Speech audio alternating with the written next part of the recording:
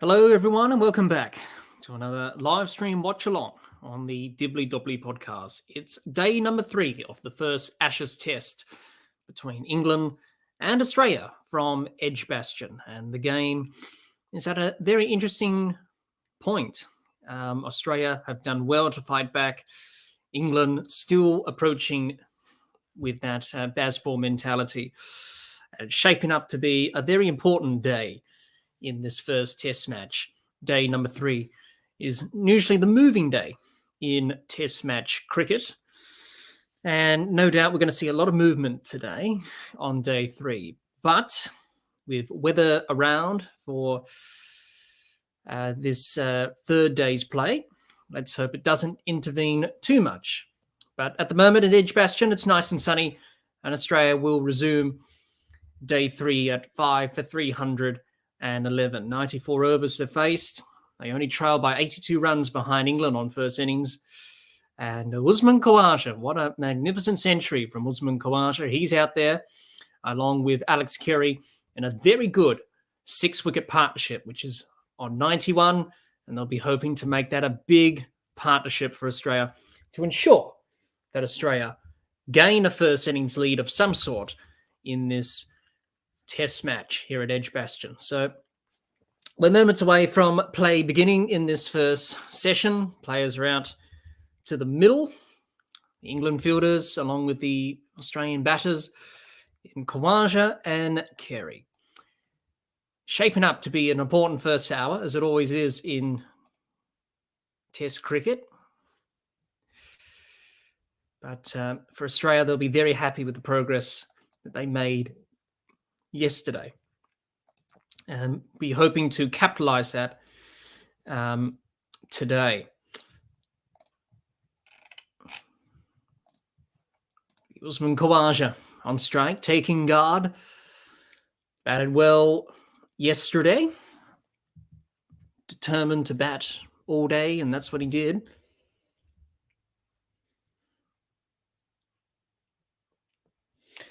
Alex Carey was good as well. Continuing on his good form from the WTC final. And he's on 50. Usman Khawaja, 126 not out. 279 balls he's faced in this innings. 14 boundaries, 2 sixes. And he's batted for nearly 400 minutes. It was an important innings from him. And he's still got a lot of work to do. It'll be James Anderson to open up.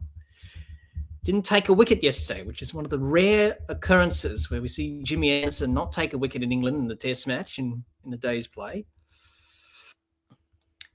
And he kept the runs down. He went at 1 and over, Anderson, but not really effective on the surface. Murray Erasmus got his arm outstretched, about to signal play.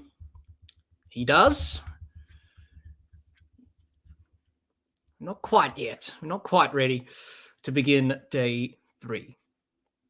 The weather's good for the time being. We've got some warnings for some thunderstorms later on in the afternoon. Let's hope the weather stays away. But you never know in England. The weather can be unpredictable. All right, so here we go. Now we're ready. Anderson in now to Khawaja. First ball of day 3. Khawaja works it behind square on the leg side. He'll pick up the first runs of the morning for Australia. He moves on to 127. Australia only trail by 81 now. Every run will count. Good evening, Jihan. You say Australia's tail enders need to wag. They haven't done that for a while. England were 297 for 6 and 323-7, remember. Exactly right. But I think Australia will be hoping that Khawaja and Carey can continue on this partnership. Currently 92 with that single by Khawaja off the first ball of the morning. Anderson around the wicket now to the left-hander and Carey. He's in now, and Carey defends this to square leg for no run. Jimmy Anderson, done 31 from his 15.2 overs thus far. He hasn't really been effective. England bowlers were tiring yesterday towards the end of the day's play. Bowen Ali went for some runs, but he got 2 wickets, but he went for more than 4 and over. And good evening, John. Hope you're well. Thanks for joining us for this first session of day 3. An important session in this test match, and certainly for Australia's prospects, as Anderson now to Carey. Carey defends to that fielder at mid-wicket. There's no run. Alex Carey gaining confidence with every innings he plays. 52 off 82 for him. Khawaja 127, 280. And the field from Ben Stokes. There's only one fielder out, and that's down to that fine leg, deep backward square leg region. He's the only fielder out. Everyone else is inside the 30-yard circle if it was a one-day or a T20 match. So Ben Stokes on the attack. No surprise there. Anderson in. Carey flashes at this one. Did he get a bit of an inside edge on this? Didn't carry to Bairstow. Johnny Bairstow missed a few opportunities yesterday. Let's have a look. Did he get an inside edge on this Carey? Oh, he did. Deviation there. And Bairstow puts it down. He took a very good one-handed catch to get rid of Marnus Labuschagne yesterday of Broad's bowling. And unfortunately there, England have put down another chance. They put down some chances, some catches yesterday, and a missed stumping as well from Bairstow. Anderson into Carey, who defends this one comfortably. In behind it. Back, plays it back to Anderson for no run.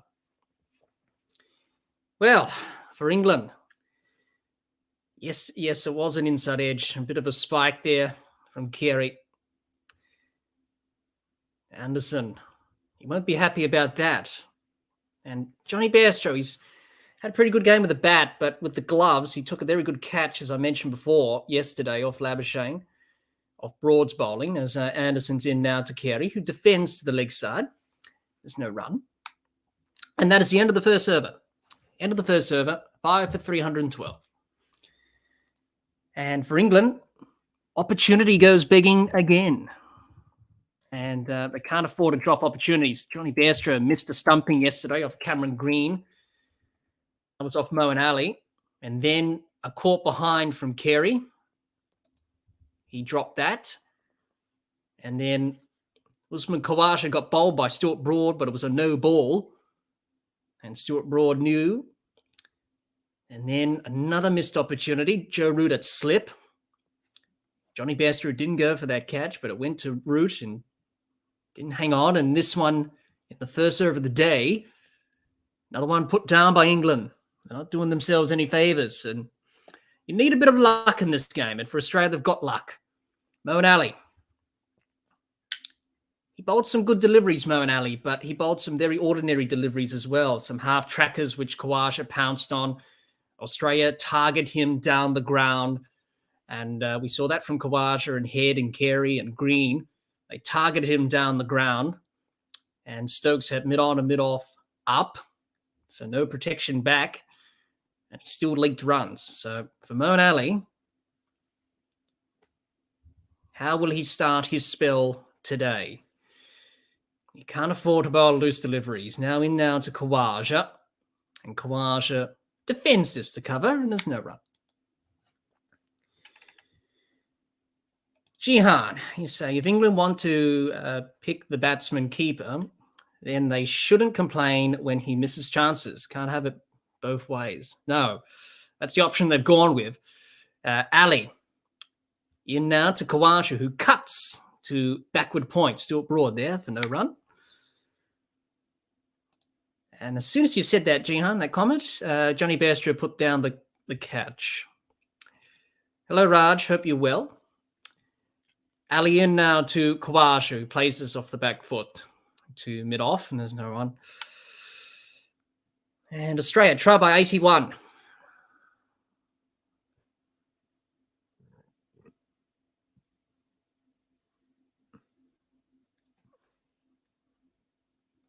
Ali in to Khawaja. This one an outside edge. Past Joe Root at slip for 4.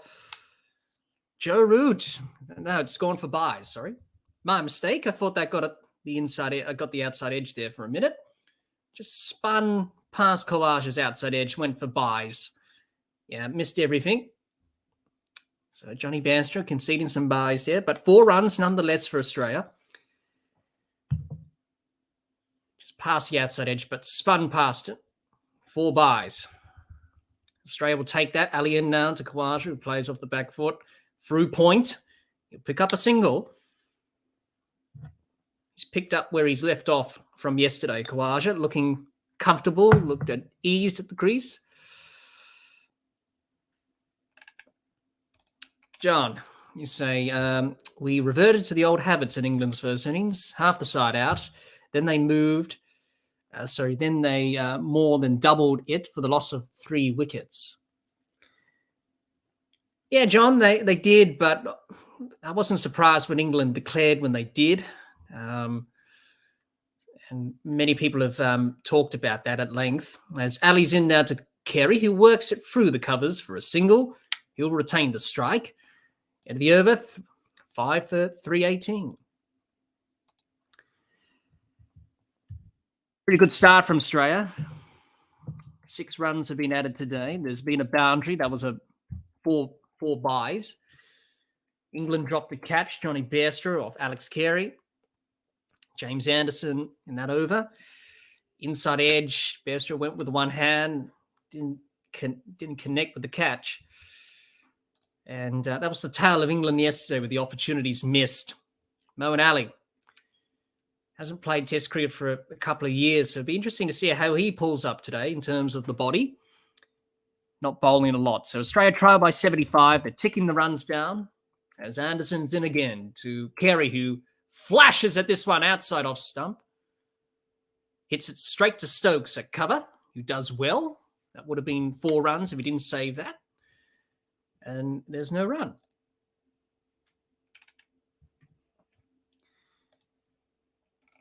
Ben Stokes. Very good save there from him at cover.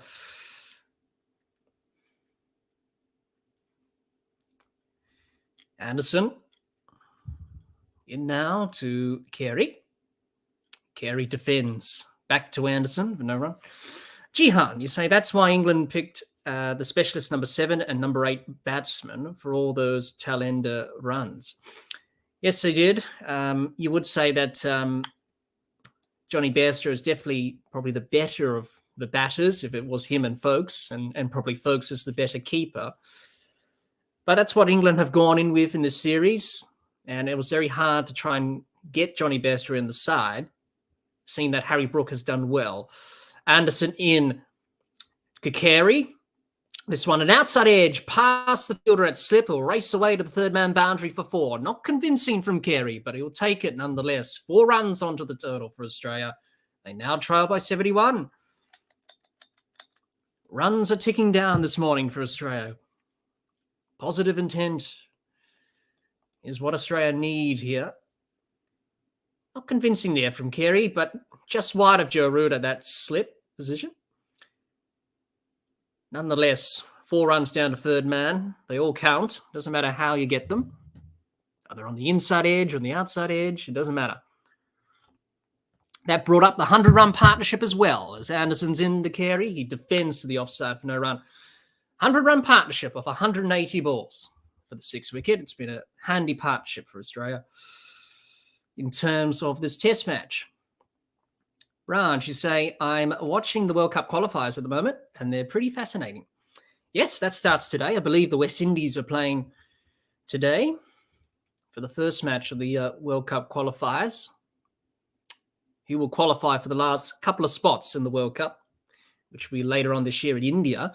Anderson into Carey. This one comes back into Carey. Hits him on the body, and there's no run.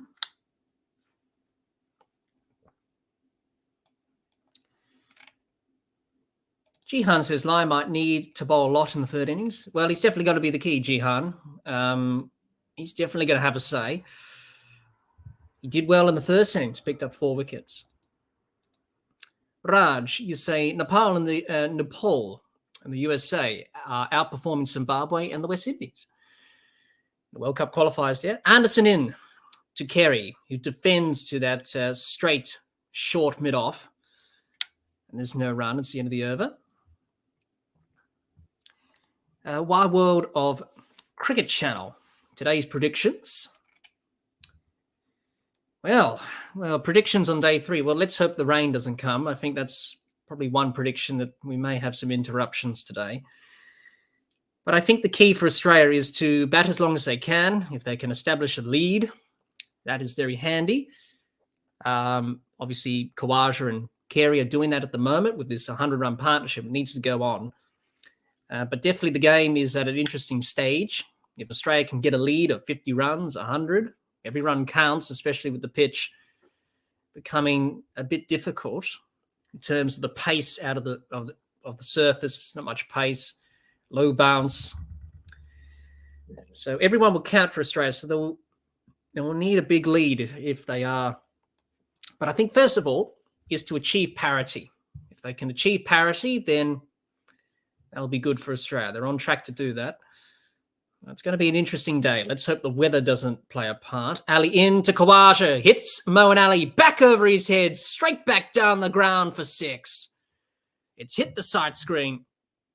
They did that yesterday, the Australian batters, to Moeen Ali, and they've done it again today. And Khawaja got down to the pitch of the ball nicely. Hit through the line cleanly. 6 runs onto the total for Australia. And they're going to target Moeen Ali, Australia, today. That's good intent. Put the pressure back on Moeen Ali. That was a very good shot from Khawaja in front of the side screen. He admired that. He's batted really well. And that's another 6 for Usman Khawaja in his innings, which is moved on to 134. Jihan says, some poor shots yesterday. Warner dragged on a wide one. Marner's feet stuck in mud. Smith missed a straight ball and head caught at mid-wicket. Yeah, there were some poor shots. David Warner's was poor. Marner's, yeah, he should have left that, played at it. Steve Smith off Ben Stokes, yeah, just missed one that hit his pads. That happens, I suppose. But that's cricket. Anyway. World of Cricket Channel. You say, today's predictions, Australia all out for 476 just before tea. Well, that would be pretty good. And yes, to say, World of Sports Cricket Channel, England 2 for 112 at stumps on day 3. Well, let's see. We do have some weather around as the ball's getting changed. There's a bit of leather that's being taken out of the ball. There's a chunk after Khawaja hit that 6. Such a wonderful shot from Khawaja. Good use of the feet. Got to the pitch of it nicely, and that one just hit the concrete in front of the side screen. Took a bit of a chunk out of the ball. So the umpires are going to change that, which they will make that change with the boxer balls and get a similar ball that's around about 98 overs old to replace. So they've already done that. So Moeen Ali, 2 for 132 into his 31st over. So he's done a lot of bowling, and we've seen a lot of overs of spin in this test match thus far. Nathan Lyon bowled some overs in the first innings. Moeen Ali here. And quite an interesting start to day 3. But a good start from Australia. Good intent early on. Moeen Ali get ready to bowl the second ball of his over. Australia 5 for 328. Moeen Ali in now to Khawaja, who defends off the back foot, works it through the offside for a point. He'll pick up 1. Good rotation of strike there. Australia now trail by 64. The runs are chipping away here. John, you say if we can get a 50-plus lead, it becomes a mental victory, given that the start we had. Yes, any lead will do. If it's a 50-run lead, that's definitely good. Ali into Carey, who defends to the offside, and there's no run. But it's living up to expectations, this test match, as it does for an Ashes test. It's a good contest. But Australia definitely happy with their progress. Ali in now to Carey, who defends back to Ali for no run. He's on 57 off 94, Carey. Khawaja 135 of 287. He was determined yesterday, Usman Khawaja, to bat through the day, and that's what he did. Ali into Carey, who works this nicely through the offside. Ben Duckett out there in the deep. Cut it off for one. Australia 330 for 5. Trail by 63. One ball left of Moeen Ali's over.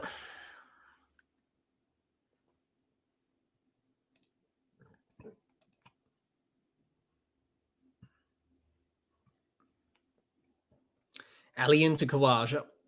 And this one beats him past his outside edge. Good delivery to finish from Moeen Ali. It's the end of the over. It's 5 for 330. Australia trail by 63. Very good start from Australia to start day 3. An important day in this test match. Day 3, usually moving day. And that's what they've done here. Australia, good start to the day. Jihan, you say if they wear England's bowlers down here, there could be some easy runs at the end. Well, that's the plan, Jihan. That's the plan. And England's bowlers yesterday looked a little bit tired. Ollie Robinson maybe has got an injury. He was off the field quite a bit. He didn't quite look at his best. Anderson was innocuous, even though he kept the runs down, but he was innocuous. Broad was okay. As Anderson gets ready to continue. And he'll be bowling to Carey. 63, Australia trial by. 5 for 330 after England made 8 for 393 declared in their first innings. John, you say Smith does tend to get himself squared up. I thought it was high at first glance, but Erasmus made the correct call. He did a Buckner there. Anderson into Carey. This one outside off stump. Carey defends to the offside. No run. Yeah, it was a correct decision at the end of the day. I agree with you there, John. I thought it was a little bit high too, but seeing that this pitch doesn't have much bounce, it was definitely going to hit the stumps, and that's what happened. So anyway, Steve Smith had to walk off.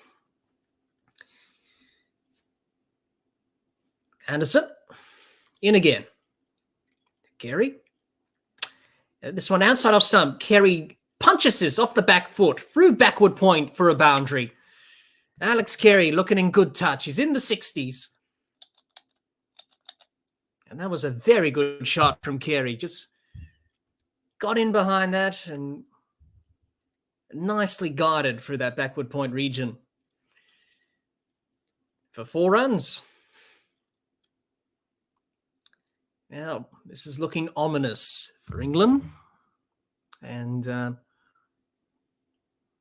Australia only trail by 59. They're 334 for 5. Anderson in to Carey. This one up in the air, past the fielder at mid-wicket for 4 runs. Back-to-back boundaries for Alex Carey in Australia. Runs are flowing on the start of day 3 here at Edgbaston. Carey races to 66. It's a little bit uppish from Carey. Just wide of that fielder at mid-wicket. And he picks up his second boundary in consecutive deliveries. Ben Stokes jumping in the air there. Thought they had Carey, but they didn't.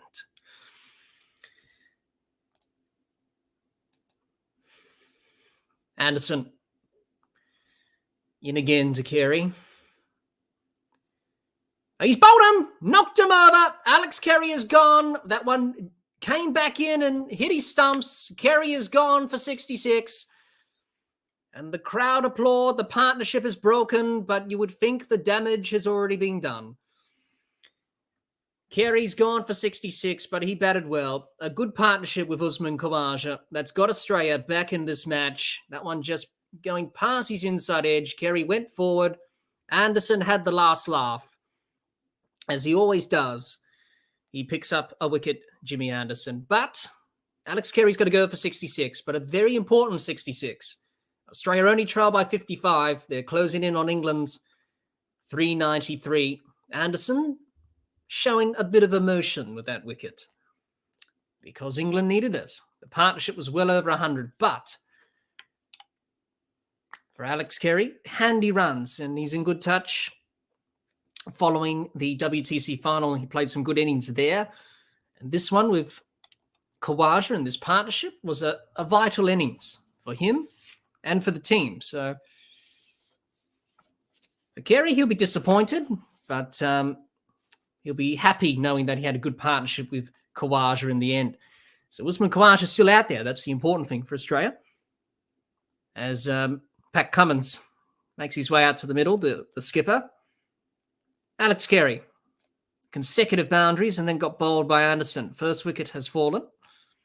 But Australia trail by 55, so they're knocking the runs down quickly. So if Australia can get these runs in a matter of time, get a bit of a lead, any lead would do. And Pat Cummins will be thinking that. Pat Cummins, his batting has dropped away a little bit over the years. He's got a Test 50, so he can hold the willow. This one from Anderson, just coming back off the seam, just hitting the top of off stump, as Anderson often does. Gets better and better with age. That one just hitting the top of middle stump in the end. Alex Carey went forward and enticed into the shot. Gap between bat and pad on the inside edge. He got beaten on the inside edge. And the timber was disturbed. Oh, but Jimmy Anderson gets his first wicket of this Ashes series. Alex Carey gone for 66.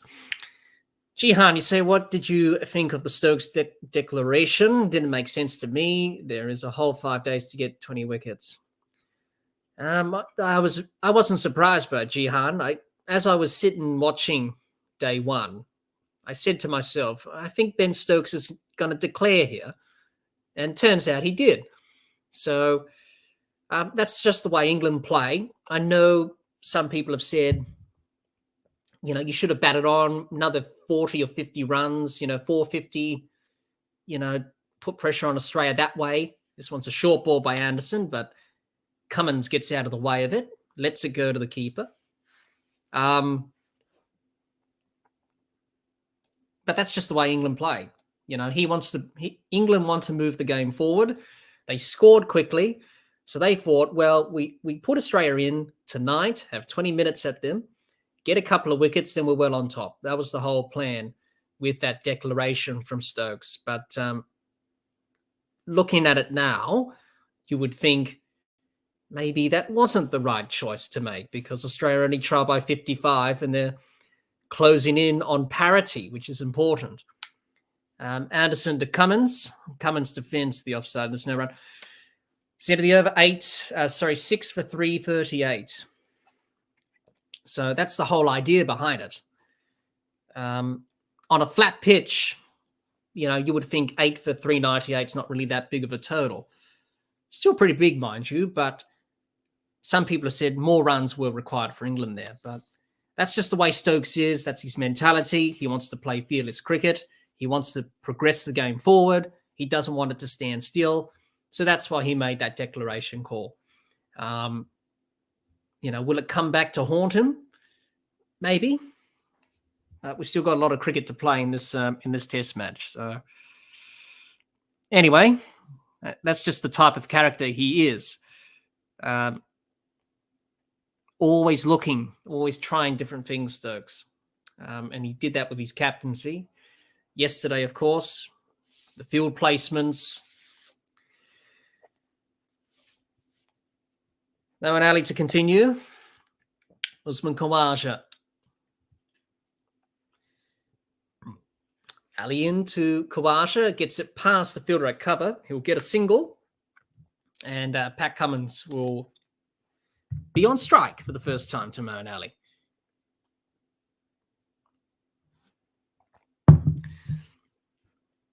Pat Cummins. Only faced 2 deliveries, yet to get off the mark. What's your say on Bazball? Well, thanks for your question. yeah, it's exciting, isn't it? We saw that on day one. Watching England over the last few months, it's been exciting. I think many people will agree with that. Certainly something different. It's nothing new. A lot of teams have played with that positive intent, but England take it to the next level. I think it's good. I think it's exciting. Something different, and going against the grain, which you need to, in order for Test cricket to survive, as Cummins defends that to the leg side for no run. In order for Test cricket to prosper into the future, you need to make it more exciting, entertaining for people to watch, and that's what England are doing. So I have no problems with that. As Cummins defends this to the offside off Ali for no run. So it's definitely exciting. We saw on day one, how fast England scored.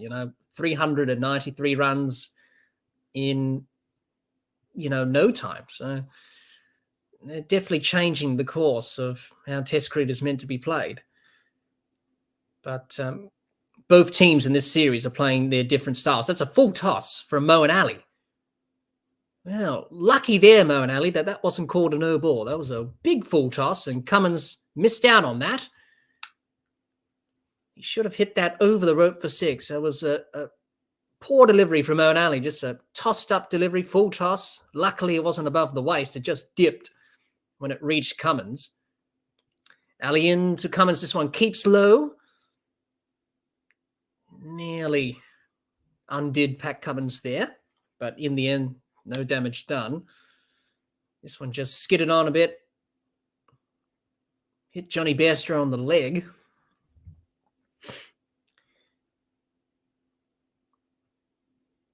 Ali in now to Cummins, who defends. 2 mid off, and there's no run.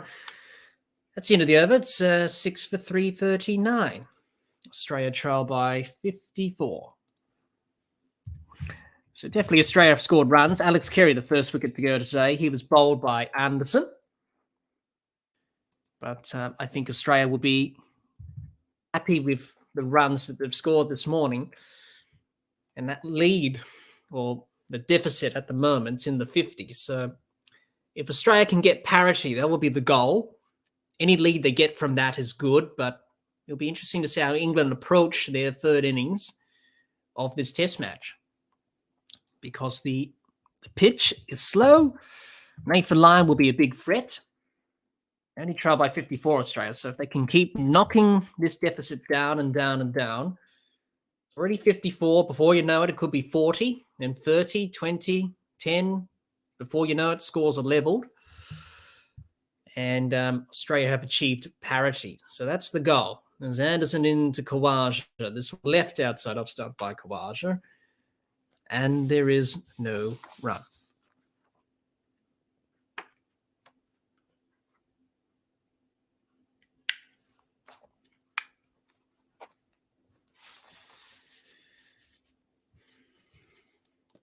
Jimmy Anderson, 1,100 first-class wickets. 289 matches. That's quite a phenomenal achievement from James Anderson. Gets better and better with age, and into another Ashes series for him. Anderson into Khawaja. Khawaja just works this off works it onto the leg side for a square leg for 1. Picks up a single. Australia now starting to rotate the strike, which is nice. Keep the scoreboard moving, which is the key. Don't get bogged down. That's the important thing here. Jimmy Anderson got the wicket of Carey today. Enticed him forward. Carey was beaten on the inside edge. And he was clean bowled. And Anderson happy with that wicket there. He's in now to Cummins. This one full. And Cummins defends to mid-on for no run.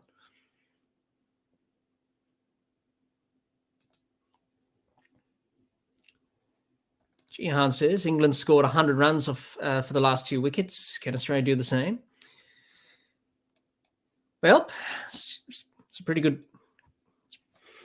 It's a pretty good pitch still. A tad slow, but you could say if they had a few more runs with the tail, Khawaja in particular, then probably yes, maybe. We've already seen good intent from Australia today as Cummins defends this to the offside for no run. John says 7 all out. I fear this will be the result, but hope not. Let's hope not, John. I don't think it may be like that, because we've seen on this pitch, wickets don't really fall in quick succession. So it's just the nature of the surface. Pretty flat, not doing much, pretty slow. So as a batter, you can adjust. So wickets don't fall in a heap. Anderson in to Cummins, gets an outside edge, gets it pass through the backward point region. He'll pick up a couple of runs at least, maybe 3 if he wants it. They'll come back for the third. Good running. Australia now trail by 50. That's another milestone ticked off for Australia. And as a batting pair here with Khawaja and Cummins, it's just, let's just get the runs in 5s. Okay, get it down to 45, then 40, and so on. And look to keep rotating the strike. Australia are in a very good position. Even though they trail by 50 runs, they've done well to get back into this position in the match. At one stage, it looked a little bit dicey there. Jihan says, puts an end to all. This is a 600 minimum pitch after day 1. Exactly right, Jihan. And that's why Stokes declared when he did. As Anderson bowls to Khawaja defends for no run. End of the over, 6 for 343. Australia trail by 50. So Australia knocking the runs down quickly this morning. They've already added 20-odd runs to the total. They trail by 50 runs, which is pretty good. Australia going pretty well this morning.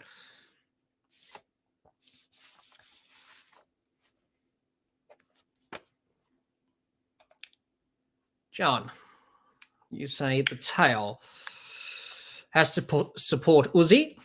This has to be their sole purpose. Exactly right. Usman will do his thing. He'll be there. He'll be the constant. For Pat Cummins, he'll provide support, take most of the deliveries, and give it over to Uzi, because he's batting well. He's batting magnificently. What an innings! A splendid innings. Ali in to Cummins. This one a full toss, and Cummins gets a hold of this. He hits it over the square leg boundary for 6. That was a good shot from Pat Cummins. He missed out on the previous full toss that was bowled to him by Moeen Ali. This one, he got a hold of it. Juicy full toss from Moeen Ali, and Pat Cummins said, I'm not going to miss out on this. To be fair, that was a poor delivery from Ali. Tossed up. Full toss, dispatched. 6 runs. 44 now, Australia trail by. Ali in now to Cummins. Works it to the offside, Cummins, but no run.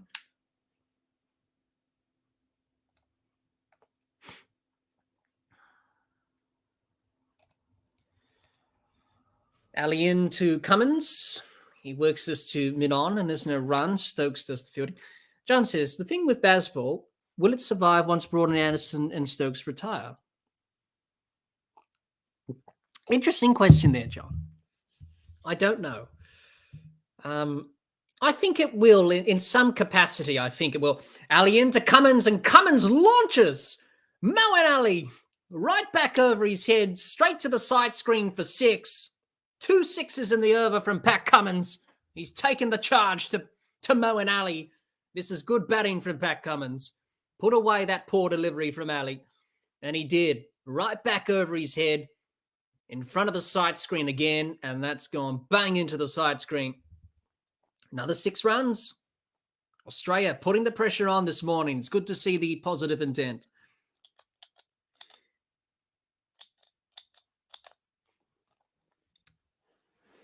And they've targeted Moeen Ali down the ground throughout this innings thus far, Australia. Khawaja has done it. Now Cummins. We saw Heading, Green, and Carey do it. And Pat Cummins is doing it in this over. Ali in to Cummins, who defends to mid-off, and there's no run. Good batting from Australia. 38 now they trail by. This is good. Positive intent. Put the pressure back on Moeen Ali.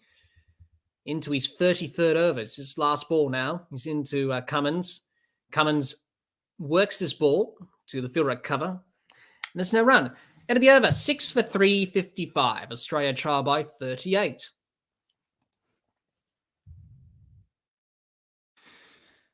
So Australia trail by 38 runs. And what a start to the morning for Australia. They've decided to go down the positive route and put pressure on England, which is good. They only trailed by 38 runs, so it's getting nearer and nearer to parity. And then Australia will be thinking of a lead. If they can get a 50-run lead or any lead will do, they'll take it. Moeen Ali going off after his over. 6 for 355. Australia, 102 overs. They trail by 38 runs. This lead, or this deficit, I should say, is slowly coming down. James Anderson into his 20th over now. He's in now to Khawaja. This one full outside off stump. Khawaja drives through the offside. Fielder at mid-off will come around and cut that off for a single. Good batting from the Australian batters today. Moeen Ali off the field. Talking to Jeetan Patel, former New Zealand spinner, now spin bowling coach for England. Going back to your question, John, will it survive once they retire? I think they'll still have the same mentality. It depends if Brendan McCullum's there as coach still. He probably will be still there as coach. So I think that mindset will be there still, even when those players retire, I think. Anderson into Cummins. Cummins defends to mid-off. There's no run. John, you say, does a player's first-class stats include the tests they've played as well? I assume so, but have never really thought about it. Yes, John, they do. Yep. So your first-class stats count towards your test cricket as well. So that's just the way it is in other formats as well. So, yep. So your first-class stats, so any of the runs or wickets you've taken in first-class cricket, and same in test cricket, they do count to that as well. So Cummins now gets an outside edge, beats the fielder at backward point. They'll get a couple of runs, Australia. Cummins 17 off 18. Well, Pat Cummins is playing his own version of Bazball. Already 17 off 18, which is good. He's nearly striking at a 100 strike rate and almost a run a ball. We've had 8.3 overs in the session. 47 runs have been scored for the loss of Alex Carey. And the run rate's 5.5. So it just shows that Australia want to get a move on. They want to put pressure on England. They want to score quickly. They want to get a lead. That's what they're doing. Anderson in again to Cummins. Cummins gets an outside edge. It goes out to cover, and they'll pick up one. Good running. Good rotation of strike there from Khawaja and Cummins. So I hope that answers your question there, John. So they do count your test stats and your first-class stats, as Jihan mentions there. Yep. Jihan said, I had a feeling Cummins would line up Moeen Ali. Well, he definitely cashed in on those full tosses. He missed one of them, and then he cashed in on the other full toss in the last over. And he hit it over the rope for 6, and then he hit another 6. That's good from Pat Cummins.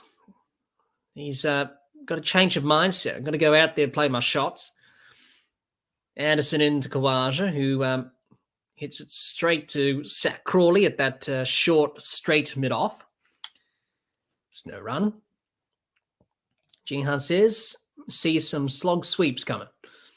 He may target cow corner, which is deep mid-wicket for those uninitiated into cricket. So he may target that cow corner area, deep mid-wicket, as slog sweeps. If the ball's in his area, as Anderson's about to come in now to Khawaja. Khawaja defends the offside. There's no run. Out of the over, 6 for 359. 6 for 359. Australia closing in on England's first innings total of 393. And this was the debate about Ben Stokes' declaration. Was it too early? Was it just right? Could he have added 40 or 50 more runs to the total? It would have been a big difference if England declared at 450, and then Australia would be not 38 runs behind. But seeing that he declared at 8 for 393, which was no surprise to many, Australia trailed by 34. Stuart Broad into the attack. Moeen Ali off. Stuart Broad in. Picked up a couple of wickets in this innings thus far, Stuart Broad. Got rid of David Warner again. And it was an ugly shot from David Warner, not his best. And then Stuart Broad got the crowd geared up. And then he got rid of Labuschagne soon after. He was on a hat-trick, bowled to Steve Smith, and he bowled it down the leg side, which was a wasted delivery there. And but that's what Stuart Broad does. Can get the crowd geared up. Into another Ashes series for him, over 163 test matches, nearly 600 wickets. He's got 584, average of 27, which is not bad, which is pretty good. Johnny Bairstow has had a tough time of it behind the stumps. He's taken a good catch, and then he's put down a few, even today, to Kerry, even though it didn't cost England much, because Kerry was sued out to Anderson. He missed a stumping as well yesterday, a couple of chances there. So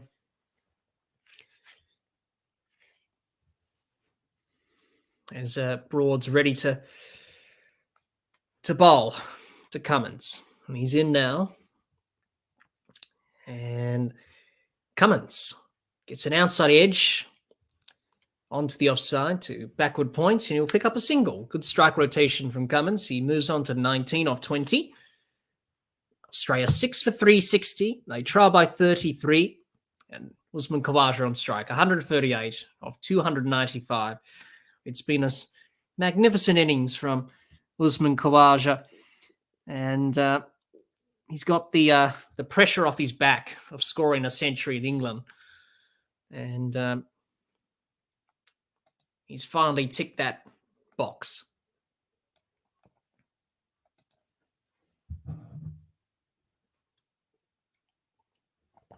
Well, Ben Stokes having a discussion with Anderson and Broad. So he's got three fielders out. He's got a deep square leg. He's got a deep backward point. He's got a fine leg out. Everyone else is in. As Broad's in now to Khawaja, who defends to the offside. There's no run. So still an attacking field from Stokes, that mindset. John, you say Australia must have had a complete rethink about their approach to this match overnight, as they were overly negative in their fielding placement for England and their early batting this innings. Yes, they were. They were a little bit negative with the bat yesterday. And listening to Mark Taylor, he talked about that as well. For Australia, it's about playing their own brand. And, you know, you don't have to try and match England. Be positive, look to score, and put pressure on. We saw that today with Carey and Khawaja and now Cummins. You can play good cricket shots and put pressure on the bowlers. So Australia don't need to get into playing like England and scoring 5 runs and over. Just play at your own tempo, but also look to be positive and look to score. If you look to score, then runs will come and pressure will be put back onto the England bowlers, which we've seen thus far in this innings. Since Khawaja and Carey had that partnership, and now with Cummins, the intent's just about right. So it's good to see that intent. Broad into Khawaja. This one is a full delivery. Khawaja keeps it out. There's no run. Obviously, in terms of the first innings with the ball, it was Australia's first time facing that sort of thing with England, with Bazball, but listening to Josh Hazlewood in the press conference on day one, he said, you shouldn't really be surprised with batters playing those shots and coming at you. You're used to that in T20 cricket anyway. So you sort of have to have a T20 one-day philosophy when it comes to bowling to England. And just treat it like that, really. If you do that, then, you should be able to get the job done. As this one's defended back down the pitch from Khawaja, back to Broad for no run. So definitely in the second innings, when Australia do bowl, they'll definitely have those, definitely change their tactics and plans a little bit, probably have more fielders in. If they hit you for the odd boundary, it doesn't matter. But, you need to try and build dots on England and build pressure that way, because they want to score. They want to score. They want to rotate strike. We'll block off those scoring opportunities and have some fielders in. We've seen in this innings from England with Stokes, he's had fielders in, and Australia haven't been able to score because of that pressure. So Australia need to do the same thing in the second innings with the balls. That's the end of the over. So that's what Australia need to do. Build up dots, build up pressure. England will play a rash shot. They'll create chances because they want to score. So you just need that pressure. And Australia didn't quite have that in the first innings on day one. And that's why their tactics were questioned. And a lot of people said they should have done that and they should have had fielders in. As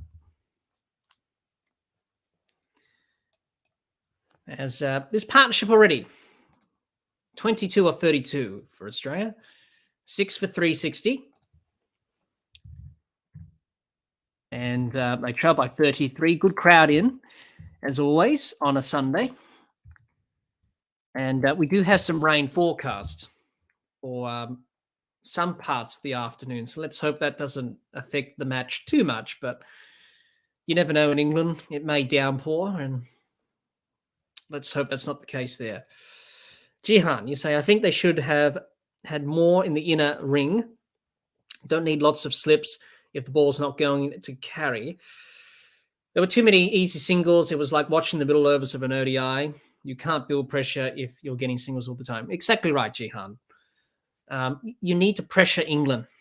You can't let them get the easy single. I know Australia were trying to protect the boundaries, but sort of treat it like a one-day or a T20 match when you bowl into England. And that's what you need to do. Build pressure. Have fielders inside the 30-yard circle, hunting in for the single. And that's what you need to do. And Australia need to change that. And they need to employ that tactic for the remainder of the series, because I think they just got a little bit wrong and maybe a little bit shell-shocked on day one because, coming up against England, what they've done over the last few months, a bit shell-shocked with how they scored quickly. But they were able to do that because they played some good shots. And also Australia let off too many easy singles because they had fielders back. Yes, it's all right to have some fielders back to protect the boundary, but you need some attacking fielders to build pressure on the batter or batters. As Anderson into Cummins, this one, Cummins gets an outside edge to the offside. It's no run. So hopefully in the second innings, they would have learnt the lesson, Australia, and they would have talked about that, I think. You just can't just be stubborn and stick to the same process. You've got to be adaptable and flexible.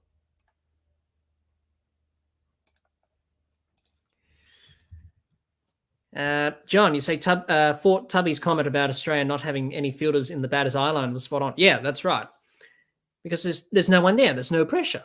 If someone's in your eye line as a batter, that's going to put pressure on you, especially when they're hunting in, trying to stop that single. The pressure is being built. And we saw that in Australia's innings with Ben Stokes. He set some very attacking fields. He had fielders up close in front of the batsman's face. And Australia found it hard to score at times. And Australia didn't do that in their first innings. They sort of just had all the fielders out, trying to protect the boundary and trying to play on England's ego a little bit there as Cummins defends the offside. There's no run. So hopefully in the second innings, they can definitely change that tactic because you can't afford to give too many easy singles to this England side. You need to build pressure and dot balls. And Australia didn't bowl many maidens in this match either. I think they only bowled 2 maidens. So that's telling as well. Whereas England in this innings, they bowled a lot of maidens. So Anyway, two teams playing with different styles as Cummins defends to the offside. There's no run. That was a full delivery from Anderson, but nicely defended by Cummins. Jihan, you say, do you think Stark should have come back in for the next match? I think it depends how Hazelwood pulls up, I think. If Hazelwood's a bit sore and a bit tender after this test and doesn't really come up for the next test at Lord's, then I think bring back Mitchell Stark, because if the pitches are going to be like this for the whole series, then, he would have been useful, Mitchell Stark. But I can understand, maybe it was a management thing. Maybe it was because we wanted to have a bowling attack that was going to be containing, as Cummins works this through the offside for a couple of runs to end the over. End of the over, 6 for 362. So he'll probably come back for the next test, maybe. Depends if Josh Hazelwood pulls up all right, and if Scott Boland's okay, and obviously Pat himself, then I think Australia may keep the same attack, or they may go back and have Mitchell Stark, because as we know with Mitchell Stark, he can be that point of difference. Yes, he can leak runs, but he's a wicket taker, and he can bowl a very good delivery to get wickets. He can also clean up the tail. He's very useful if the ball reverses. He also creates rough for Nathan Lyon outside the right-handers off stump. So he's definitely got his qualities, Mitchell Stark. So it'll be interesting to see what Australia do at selection. But if Australia are going to go down the route of rotation, then I think he may come back in for the next test. Because I don't think Hazelwood's going to play back-to-back tests. I don't think. Depends on his fitness, how he pulls up from this test. How many overs did he bowl in the first? In the first innings, Hazelwood bowled around about 15 overs. So it'll be interesting to see how many overs he bowls in the second innings and how he pulls up for the next test at Lord's, which is on the 28th. So that's in a few days after this test. So we shall see. We shall see.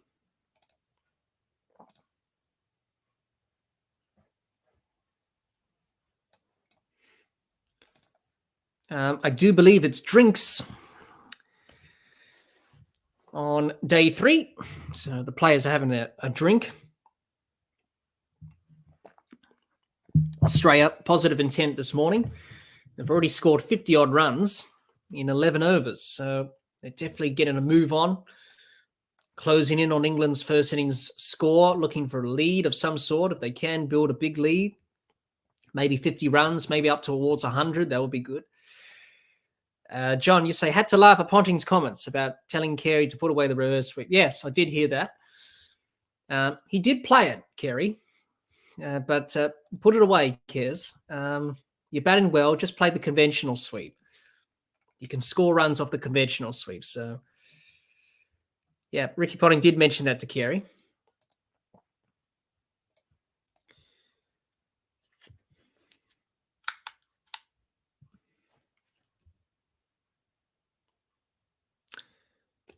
Sorry, that wasn't a drinks break. It was a little bit of a delay. I went to an ad break, and we missed the first 3 balls of this over, which is a little bit frustrating. But anyway, Khawaja was flat on his back. That was a short ball from Broad that put him on his back as Khawaja was trying to get out of the way of that. This one outside off stump. Khawaja leaves to the keeper, no run. Australia 6 for 362. Cummins 21 off 26. Khawaja 138 off 304. John says, I think Stark will come back because Boland went at about 6 runs and over. Yeah, that was the question, how Scott Boland would handle Bazball going into this series. They did target him, and I think many people would have thought that England would target Boland. They did.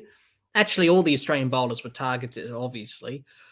Be interesting to see what they do for selection for the next test. But you would think Stark to come back in and maybe Hazelwood to miss out, because probably him playing back-to-back tests is probably a bit of a risk.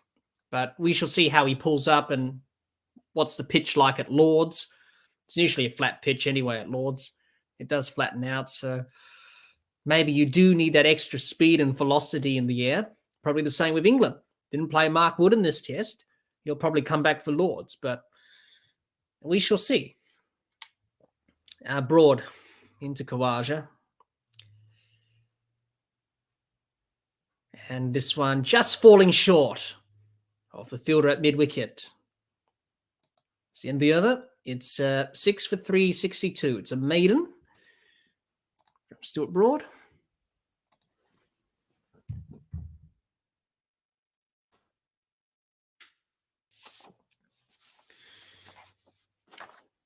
Handy partnership here, Carey and Cummins, adding a very handy partnership for Australia, as they're only 31 runs behind England, so they're closing in on that first innings score of 393, which England got in the first innings, declared for 8 wickets down.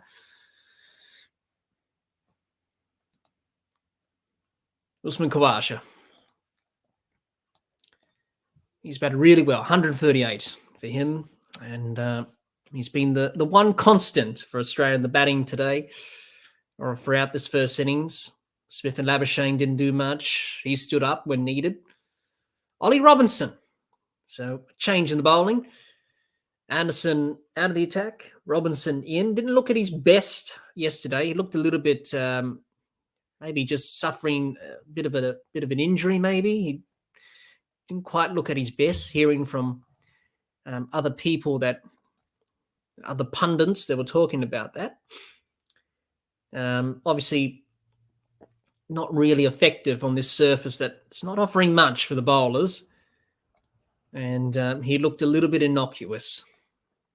And none for 49 from 18 overs. From 17 overs thus far. So not really that threatening, Ollie Robinson. Needs a bit of assistance for him to be effective. Robinson into Cummins. Cummins tucks this around the corner behind square on the leg side for 1. He moves on to 22. Australia trail by 30. The runs are ticking down as we speak.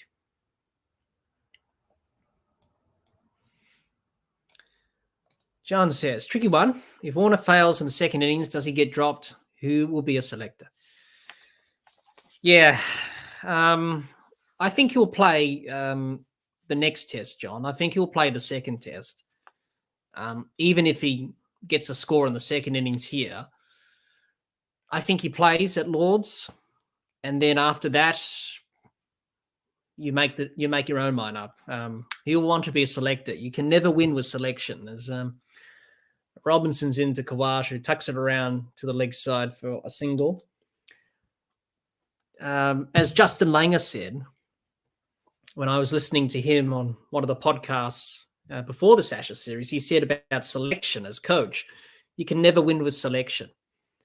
You're always not going to win every time you select a team or select a particular player. So it's a very difficult job, but who else is there to replace him? Is Marcus Harris better to replace Warner?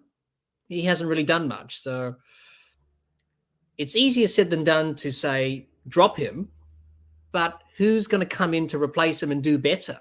We've got Marcus Harris, who hasn't really done much, and then you've got Matt Renshaw. Are they going to do a better job than David Warner? That's the question you have to ask yourself there. So it'll be interesting. Jihan, you say, what do you think of Joe Root's reverse sweeping the fast ball? Well, he was going to do it, wasn't he? And you can't do that. I just even said that to myself when I was watching him do that to Pat Cummins. I was like, you just can't do that.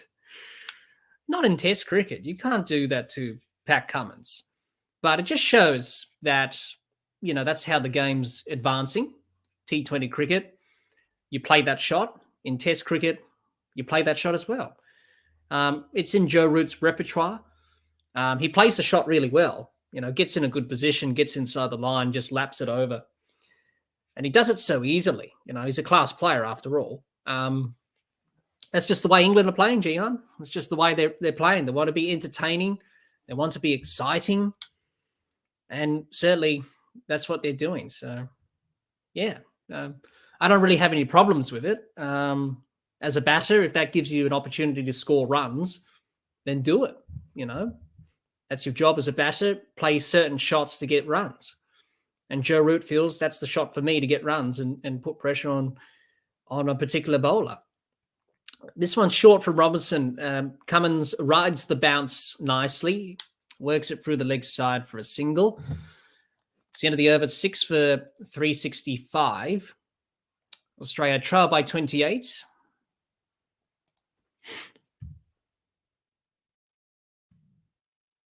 And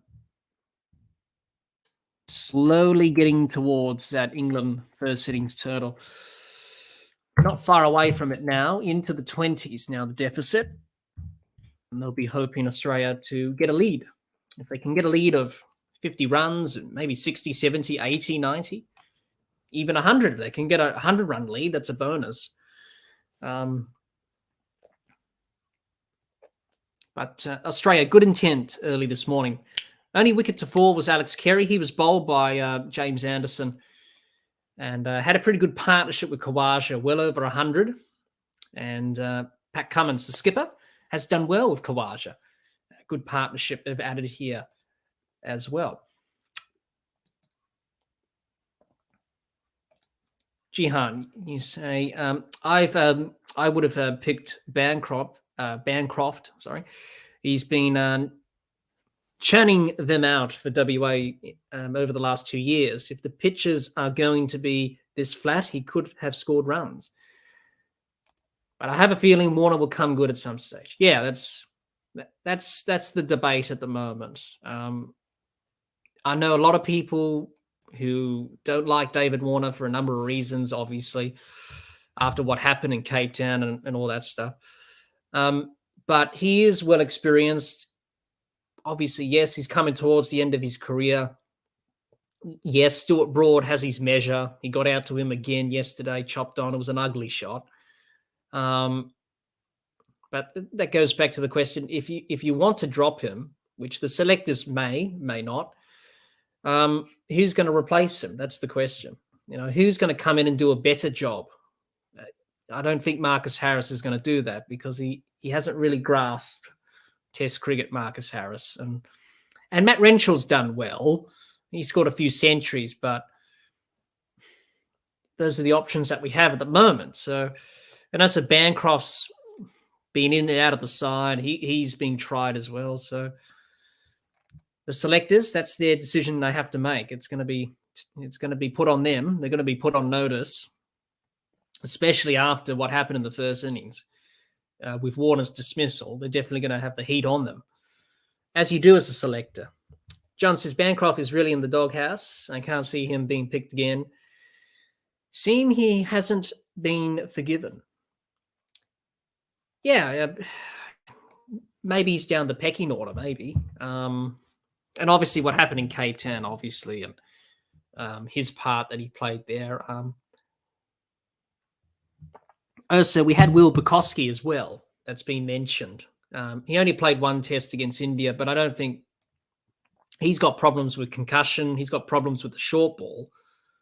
And he was talked up as a potential opener for Australia going long-term into the future. But he's got those problems with the short ball, concussion. So, and no one is really no one's really putting up their hand in Sheffield Shield cricket as an opener to get selected. I think there's one from South Australia, Henry Hunt, who's done well, who could be a potential test player one day for Australia.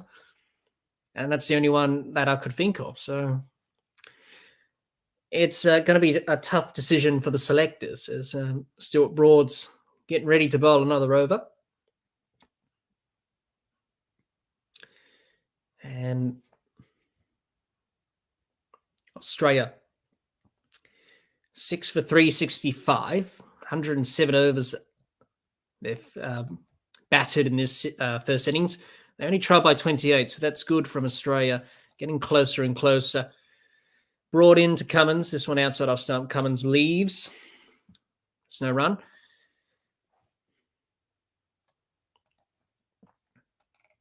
Thanks, everyone, for joining us. And I said thank you, everyone. We've just ticked over 100,000 total views on our YouTube channel. So thanks, everyone, for getting us to that milestone. 100,000 views. Thanks for watching and listening to the episodes. It really means a lot. And thank you for reaching that milestone for us. Broad into Cummins, gets in behind it, plays it back to Broad for no run. Jihan, will the focus after the Ashes be on the World Cup? Another chance to get that trophy back? Well, obviously the Ashes is the priority now, but you would think so.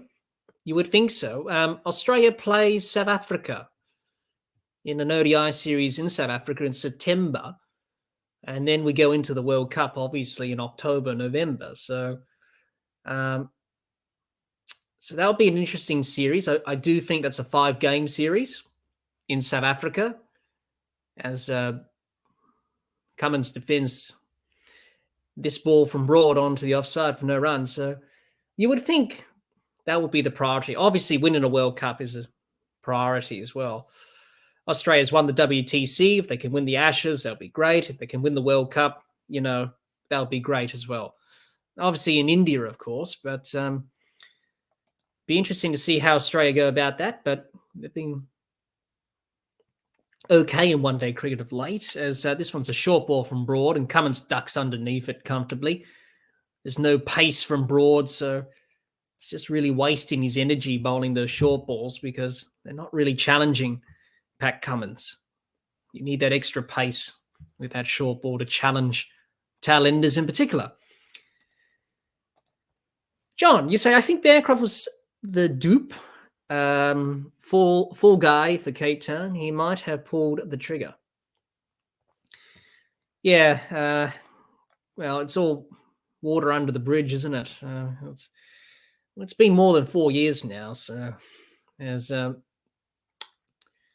Broad into Cummins, works it behind square on the offside for a single. He moves on to 24, Pat Cummins. Australia trail by 27.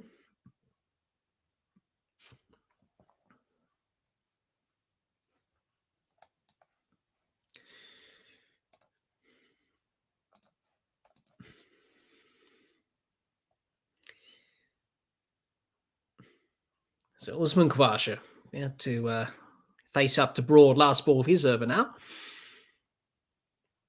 Bowling over the wickets, right arm over to the left-hander in Khawaja. He's in now, Broad. Khawaja defends to the offside. It's no run. End of the over, 6 for 366. Australia trail by 27. A good first session from Australia thus far. They've only lost the one wicket, that was Carey, but a good partnership with Cummins and Khawaja has ensured Australia only trail by 27 runs in this first session. It'll be interesting to see how England approach their third innings on a pitch that's slow, could take turn. Nathan Lyon will be definitely in the game.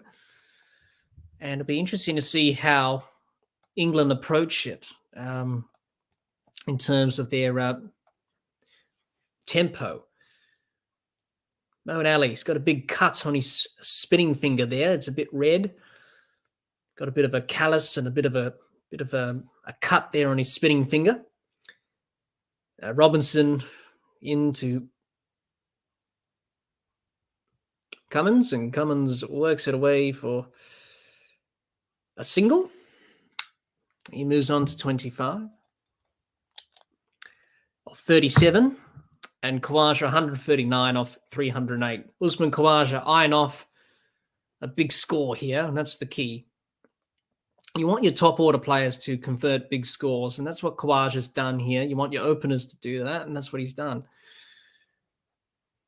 Him and Joe Root, the only two centurions in this test match. Robinson in to Khawaja. He defends onto the offside for no run.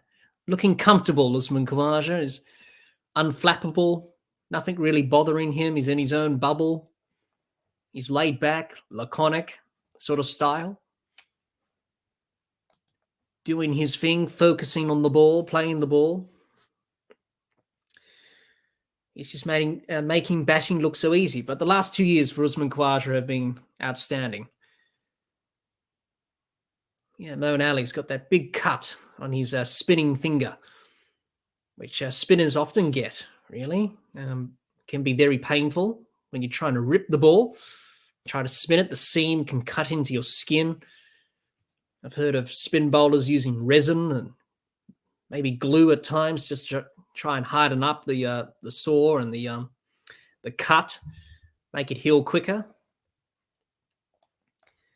It's often painful for spin bowlers, especially when you rip that ball and try and spin it with the seam. It can definitely cut into the skin. It can be very painful.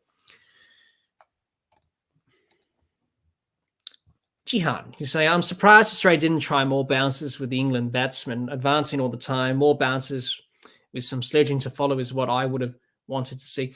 Yeah, Jihan, I think on this pitch, being slow, I think the bounces haven't been effective. And maybe Australia thought about that and saying, well, there's no point banging it in halfway because this pitch is slow. But yeah, they didn't go to the short ball early enough, Australia. But you got to try and bowl it short and test the batters out a bit there. They didn't do that, so probably something in the second innings. You would think bend your back, try and get something out of this surface that's pretty much slow and not doing much.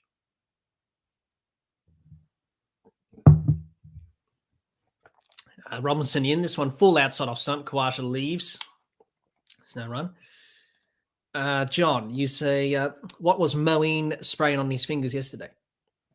What he was spraying on his fingers yesterday, John, was the magic spray. Now, that's pretty much like a anesthetic sort of thing, really. So it numbs the pain.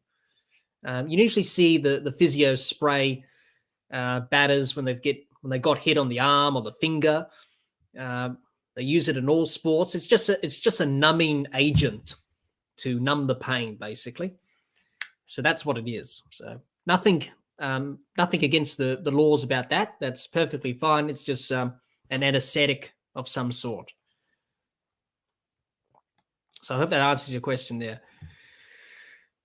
John. So basically, it's just numbing the pain. That's all. Yeah. So it's just basically that. That's all. And that's perfectly fine. And nothing in the laws or the rules against that. Jihan says, on the great cricketer, they were saying Zach Crawley was all front dog. Not much back foot play.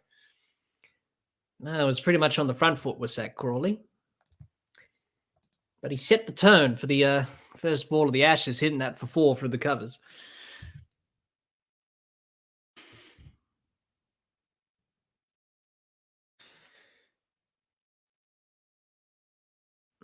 Stuart Broad. Continuing to Cummins. He's in now. This one outside off stump. Cummins doesn't quite time. This gets a bit of an inside edge on it. Goes down to the non-strikers in the ball and hits the stumps at the far end. It's no run.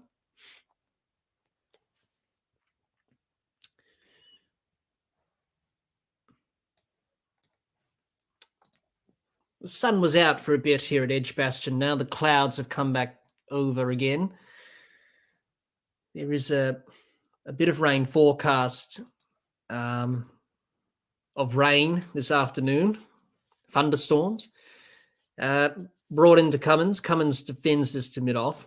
Stokes does the fielding. There's no run.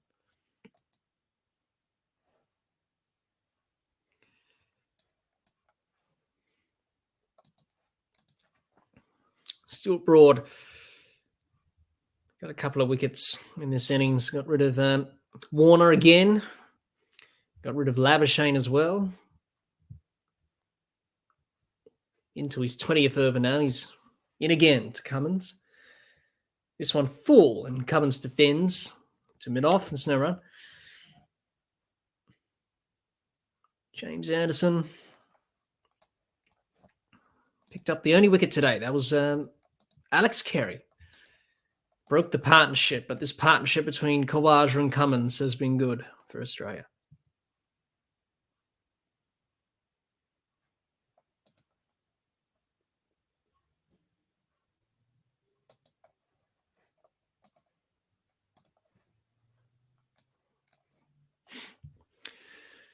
Khawaja 139, Cummins 25. They trail by 26, Australia. 6 for 367 in their first innings, into the 110th over of the innings. So the plan is to bat as long as they can and get more runs. Get a lead. Ben Stokes changing the field as we speak. He does that every ball. Changes the field every ball. Well, he's got everyone mostly behind square on the leg side. No one really much in front of the wicket.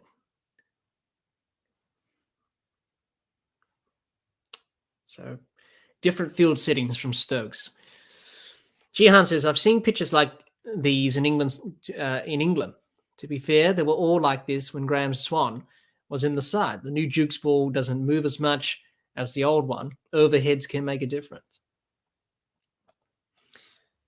Yep, it's a little bit overcast at Edgbaston today, but the sun has made a presence. There is rain forecast, thunderstorms, but let's hope that doesn't delay play as much. Brought into Cummins. This one's short. Cummins easily ducked underneath it for no run. Stuart Broad doesn't have that pace. I think he's sort of wasting his time bowling with the short ball.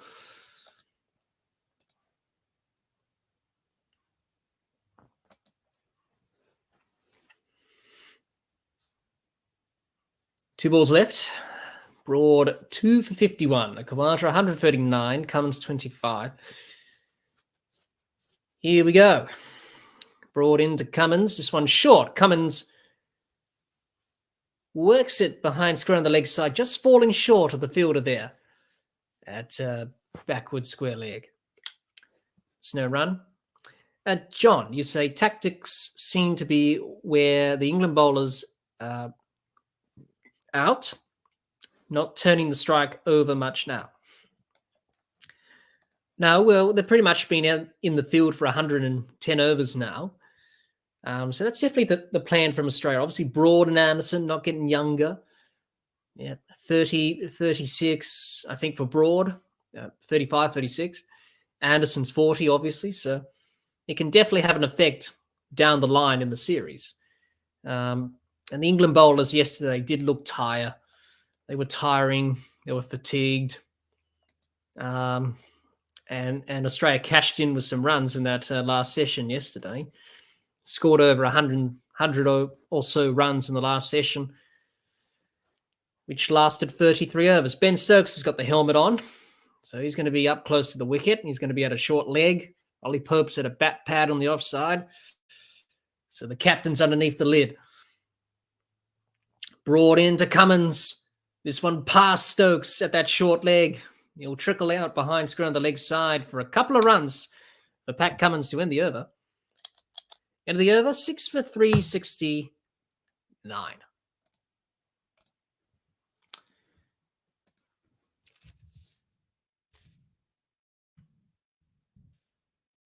Six for 369. 110 overs are being bowled. Australia, definitely following their tactic of trying to wear out the England bowlers.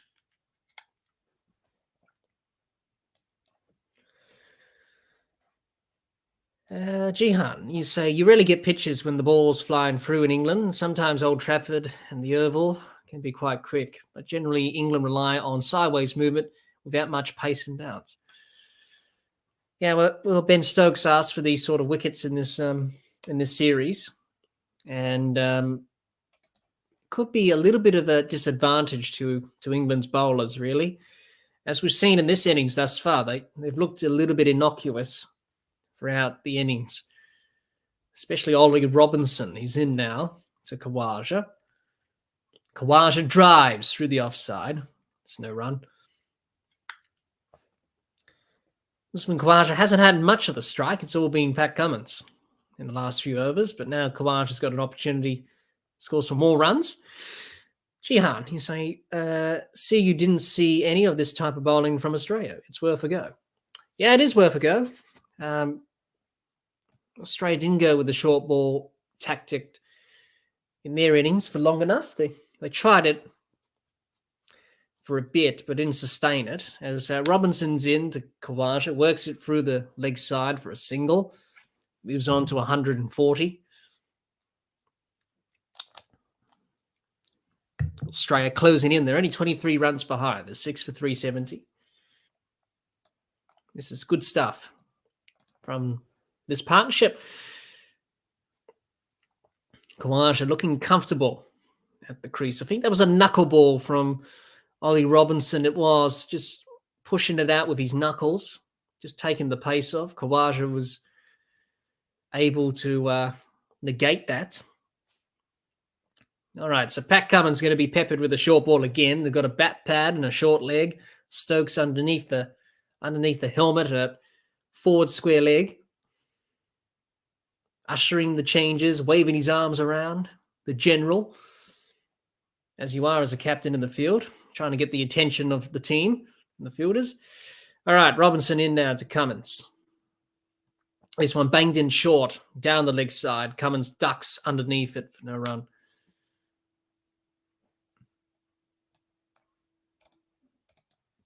Gian says Robinson should start bowling spin again.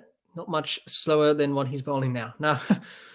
Well, he did bowl spin in that test match in Adelaide in the last series. He bowled his offies. But he hasn't been quite at his best, Robinson. Probably maybe a bit of an injury. That's what I've heard from the other pundits and commentators. This one banged in short again from Robinson. Down the leg side, Cummins gets out of the way of that, ducks underneath it. Through to the keeper. For no run. That's going to be one for... No, it's a no ball. It's a no ball there. Ray Erasmus signals no ball. Now then, was it more than 2 above the shoulder or was it a front foot no ball? I think it was a front foot no ball, I think. But he signaled no ball. England have bowled quite a few no balls in this innings. Ben Stokes in 1 over bowled 3. So Robinson in again to Cummins. This one banged in short. Cummins gets in behind it. There's no run. John says Australia didn't go to their part-timers like England did. No, they didn't. Marnus Labuschagne didn't bowl. Travis Head didn't bowl. They haven't bowled for a while, actually. They didn't bowl in the WTC final. Marnus and Head and Smith. But I think somewhere down the line in this series, I think they'll definitely get a bowl. But England did try their part-timers. Robinson in. Cummins, this one down the leg side. Cummins gets out of the way. It's no run. Gihan says no ball for too many short balls, I think. Yes, well, Murray Erasmus was signalling another 1 above the shoulder. So he probably bowled 2 above the shoulder, so it's a no ball. For those who are not familiar with that, you're only allowed to bowl 2 bounces and over in Test cricket. If you bowl more than 2, it's a no ball. So I think that was the case with Robinson. Bowled 2 above the shoulder. And a no ball there. He's in now to Cummins. This one short. Down the leg side. Cummins gets out of the way of it. Sees it through to the keeper in Bairstow for no run. It's the end of the over. It's 6 for 371. 6 for 371. Australia slowly but truly getting towards that first innings total of England. 393 they got. They're slowly getting towards that as we speak. This partnership between Khawaja and Cummins, has been quite handy. The match summary. Australia trail by 22 as we speak. Joe Root scored a century in the first innings, 118 for England, but Usman Khawaja 140 and still out there with a red income. Jihan says, once they wipe off the deficit, will Australia start playing baseball? I don't think they will, Jihan. I think they'll just keep going at this pace. They don't need to do... they don't need to change anything. I think just keep going as you are. Try and let England bowl a lot of overs in the field. That's the key. Brought into Khawaja, drives to mid-off, and there's no run. Harry Brook does the fielding. Speaking about part-timers, Harry Brook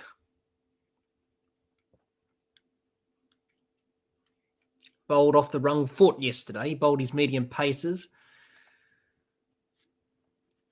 And I've got to say, to be honest, 33 this partnership for 7 wicket.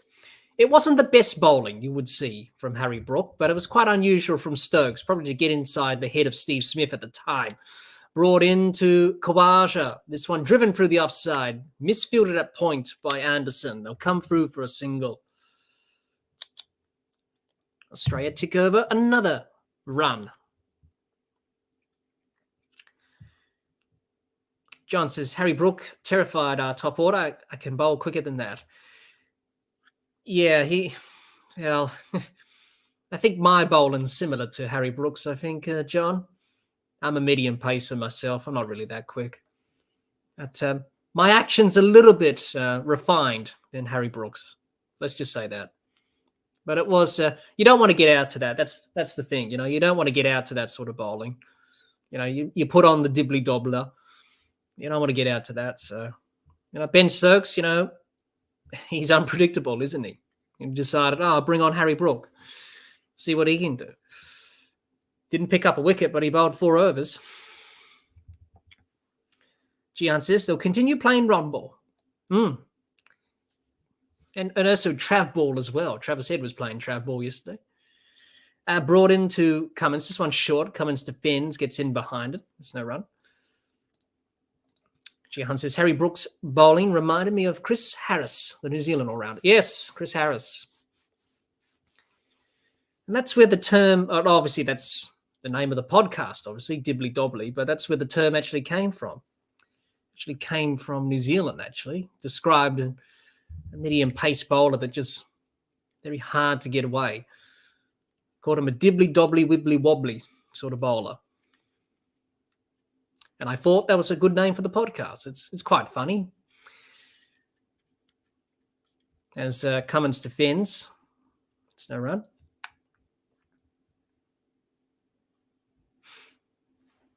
Did okay, Chris Harris. He took a few wickets for New Zealand over his career. I think he took over 200 ODI wickets, I think. Off the top of my head, I'm not sure. Maybe you can tell me, Jihan. But he took over more than 100, I know that. Maybe 200, I think. Broad into Cummins, gets in behind this one. Defends it back to Broad, and there's no run.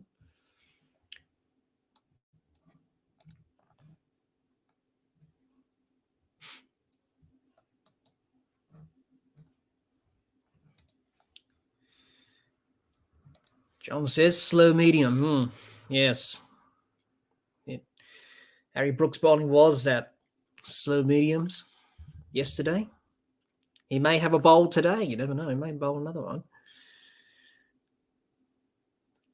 Brought in to Cummins. This one short outside off stump. Cummins gets out of the way of it. It's no run. It's the end of the over. 6 for 372. Australia trail by 21.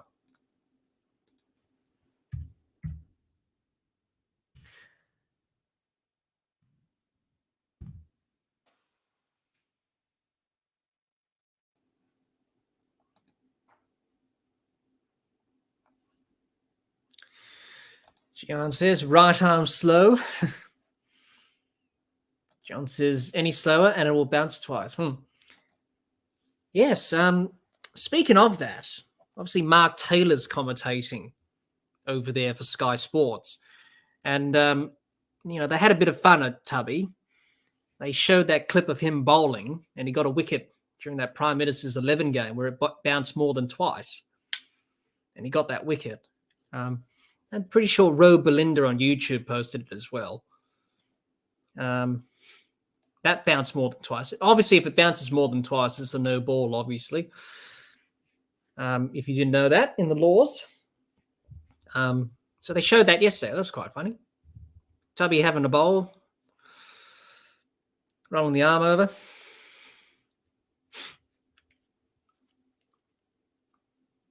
Khawaja on strike now to Robinson. He was none for 55 from 20 overs. He's about to bowl his 21st now. He's in now to Khawaja. This one full down leg side. Khawaja lets it go to the keeper for no run. Gihan says Khawaja getting bogged down here. He hasn't scored many runs in the last few overs, Khawaja, but I think what he's doing, Gihan, is he knows that he needs to be here. He's got to be here for Australia. He's got to bat through the innings, and that's his role here. So Pat Cummins will be looking to take that pressure off him, and he's been doing that in this partnership. He scored 27 off 52. So anyway, Usman just doing his own thing. He's in his own bubble as he defends to the leg side. There's no run. John says right arm slow roll. Gihan says Kerry was key wicket. It would have been nice if he got 100. Yeah, it would have been nice. But 66 runs is not bad. It's good to see Alex Carey and Travis Head do well from a South Australian point of view, really. Bit biased there, but good to see them doing well. And I think there's no pressure on Carey now to drop him as keeper. I know there's been talk about that. Robinson in to Khawaja. This one a Yorker. Khawaja played at this, playing a miss, nearly collected the stumps, but in the end, no damage done. He survives. Let's have a look at this replay. Khawaja got his bat down there. Nearly hit the off stump, but Khawaja getting a bit of luck. He needs that. He's played well. His record in England's not the greatest, but hopefully he can forget about those woes on the previous tours in 2013, 2019 when he toured here. All right, so England's got a bit of a ring field here. Look at this field. It's an unusual field. He's in now and bowled him. He's gone. Robinson has bowled Khawaja. Well, they set an unorthodox field there, England, and they got the wicket. Khawaja's bowled. It was hit the off stump there. Robinson has got the wicket. Khawaja's gone for 141. Australia 7 for 372. They had men catching in front of the wicket there. Robinson aiming at that off stump. He did. Khawaja missed it. Knocked over his off stump. Australia lose their second wicket. But Usman Khawaja, he'll be disappointed to get out as he walks off, but 141 is a magnificent innings. And he's really put Australia into a good position, trailing by 21. But he's got to go. Unfortunate, but his partnership with Cummins was handy. Partnership with Carey was handy. Partnership with Travis Head was handy. But a good innings from Khawaja. And Australia only trailed by 21. Is 7 down now. So I think Australia here will be playing some shots, you would think. Cummins comfortable. And Ollie Robinson picks up his first wicket of this test match. 141. Nathan Lyon, he's going to play shots. Nathan Lyon, he's going to have a good old time with the bat. He can play, Nathan Lyon. He can swing the willow around. But a superb innings from Usman Khawaja. Really, really played well. And he'll be disappointed to get out, Usman Khawaja. But 141, he's put the team in a good position. Only trailing by 21. So if Australia can wipe off the 21 runs, get a lead, then this test match is certainly game on. And that's what it is here at the moment. Robinson celebrating that wicket. And the crowd up on their feet. Disappointing for Usman Khawaja, but nonetheless, he played really well. John says, who will replace Carey? Well, there's been talk about that Josh Inglis is in the side. A lot of people have said he should get a go. But there's really no pressure on Alex Carey now because he's been keeping well. He's been scoring runs. So no pressure on him to be dropped. But a lot of people have had their opinions about Carey and about his keeping, etc., etc. So but he's done okay. Carey, good innings today of 66. All righty then. Nathan Lyon, he's going to have to join Pat Cummins here. He'll be hoping to get a good partnership here and get some runs, score some runs. He's got a big role to play in the third innings. He'll be liking what he saw from this pitch, ball turning a bit. So he'll definitely be in the game. Robinson now into Lyon. This one full down the leg side. Swing and a miss from Lyon. There's no run. Giants has got in his head there. Well, Ben Stokes, he did set a very unusual field there. He had catches in front of the wicket. And in the end, Robinson delivered. Gihan says, would love to see some slogging from Nathan Lyon now. He'll probably do that. He can hit a long ball, Nathan Lyon, once he gets hold of it. Robinson into Lyon. This one short. Lyon attempts to pull, doesn't time it. And it's a dot ball to finish the end of the over. 372. It's a maiden. And Usman Khawaja, the wicket to fall in that over. So wicket maiden for Ollie Robinson. The England crowd applaud him. After that over, it was a very unorthodox field from Ben Stokes there, sort of in a semicircle. And then that brought about the Khawaja wicket and knocked over his off stump. Anyway, played well, Usman Khawaja, for his 141. He's put Australia in a good position. They only trailed by 21 runs. Nathan Lyon out there with Pat Cummins, who's done well. He's in the 20s. He's been scoring runs, Cummins, so it's good to see that. From the skipper, good to see him in the runs. And Australia's tailenders will be hoping to wipe off the deficit and get a lead. If it's some sort of lead, even if it's a small lead, doesn't matter. Every run counts. Brought into Cummins. This one short outside off stump. Cummins works it through backward point. Anderson in pursuit. Cut it off for a couple of runs. Australia now trail by 19. Cummins moves on to 27. John says Uzi did himself in there. Another poor shot because of an over-defensive mindset. Yeah, maybe the field set by Ben Stokes played on his mind as well, because it was quite a weird field.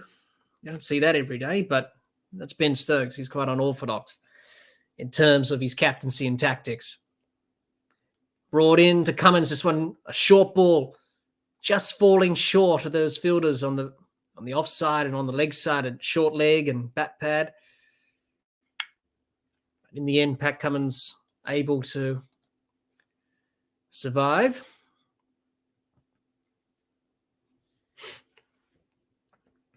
(19) Australia trail by. So if they can get over England, get a lead, any lead will do. Game on. And it's certainly game on right now. Brought into Anderson. Brought into Cummins, I should say. It's a short ball. Cummins ducks underneath and it's no run.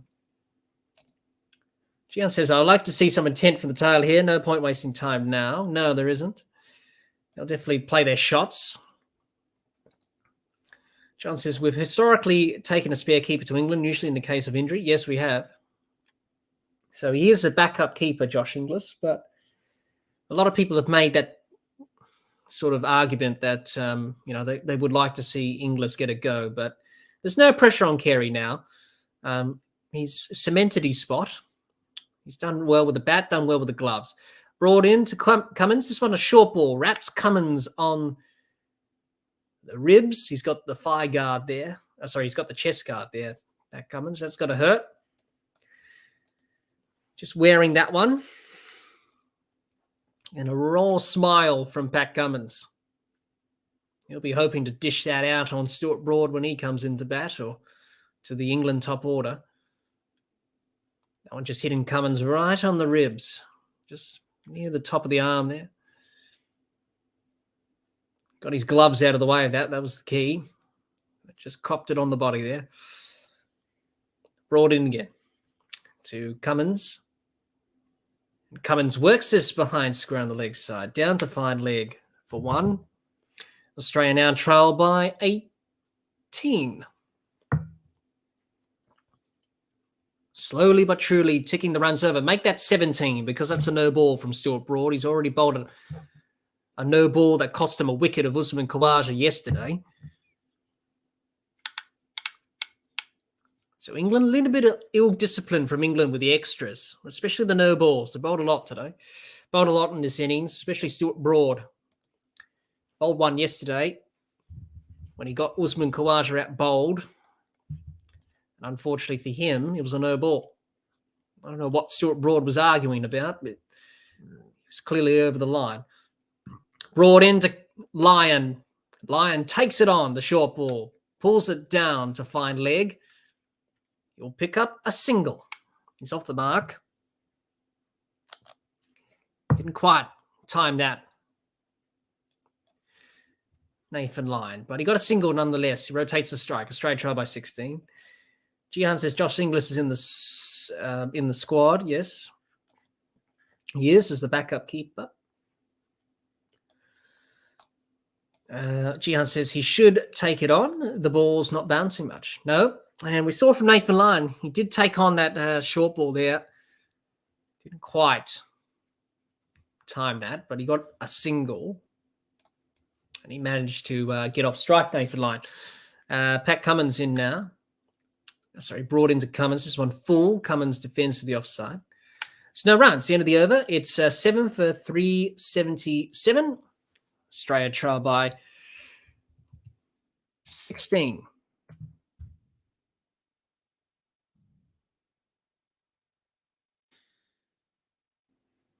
Jihan, you say, do you think we'll see some initiative, captaincy from Cummins in the search of wickets? I think we definitely see a different plan. I think we'll definitely see different tactics, I think, because it's important that Australia learned from the first innings and learned that, okay, we probably need to take some changes into our tactics. And we'll definitely see some different tactics, that's for sure, in the second innings. But obviously, Nathan Lyon definitely going to be important in this third innings because the pitch is taking turn, a bit slow. So the England batters would like to use their feet, get down to the pitch and take him on. I think Nathan Lyon could have the last laugh like he did in the first innings where he picked up 4 wickets and he bowled pretty well. Robinson in to Lyon. This one short. Lyon tried to ride this ball. Didn't quite connect with bat. Hit him right in the body. No run.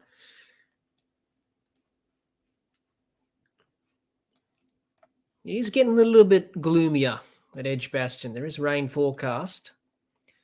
And at the moment, looks pretty clear. But just the clouds just coming over a little bit.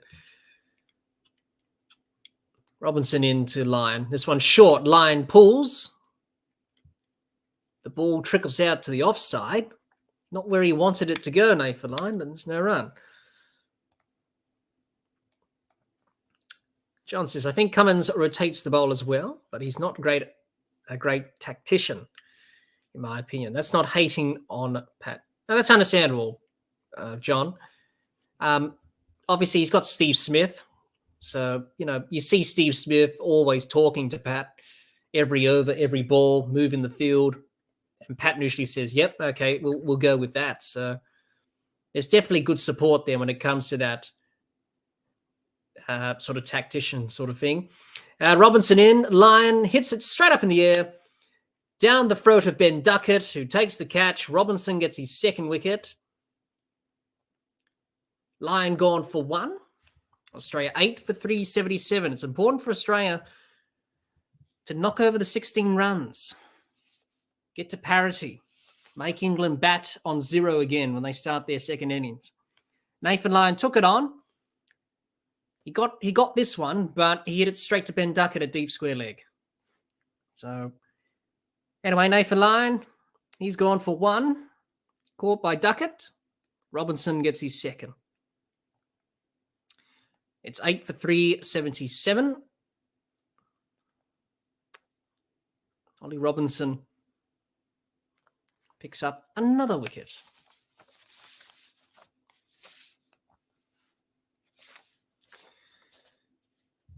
So Nathan Lyon departs at Court Duckett. Old Robinson, he's picked up his second wicket. Robinson, not quite at his best today, but he's picked up a couple of wickets of Khawaja and now Nathan Lyon. As Australia still trail by 16. As Scott Boland arrives to the crease. So Scott Boland at number 10. He'll be looking to get some runs here with the skipper, knock over the 16 runs. So if Australia can get to parity, I think that's a good result for Australia. And definitely pressure on England going into their third innings, I should say. Definitely Nathan Lyon's going to be the key. Scott Boland, his highest score is 10 not out against England. That was in Hobart in the last Ashes series. So Australia would definitely take that. And there'll be half of the 16 runs gone. So I think Pat Cummins will be harbouring the strike here. But obviously Scott Boland will be on strike. Doesn't matter now. If you cross, it's always the new batter on strike. So Boland digs out this full delivery from Robinson, targeting those stumps, and Boland does well to get in behind it. I think it's important for Scott just to see off these two balls, give it over to Pat Cummins, who will do a majority of the scoring, you would think. And if Australia can knock over the 16 runs, I think they'll be happy with that, Australia. I think to get to parity after being in a precarious position early yesterday morning, I think they'll definitely take that. It's definitely game on. Robinson, short ball, down the leg side. Boland ducks underneath for the snare run. Gihan says, I can remember Lions smashing broad into the sands at Hobart a few times. Could do that with that now. Well, as soon as you say that, Gihan, he's out. Yeah. He hit it well, but didn't keep it up for. Didn't keep it down. No, he didn't. Hit it straight to Duckett at deep square leg there.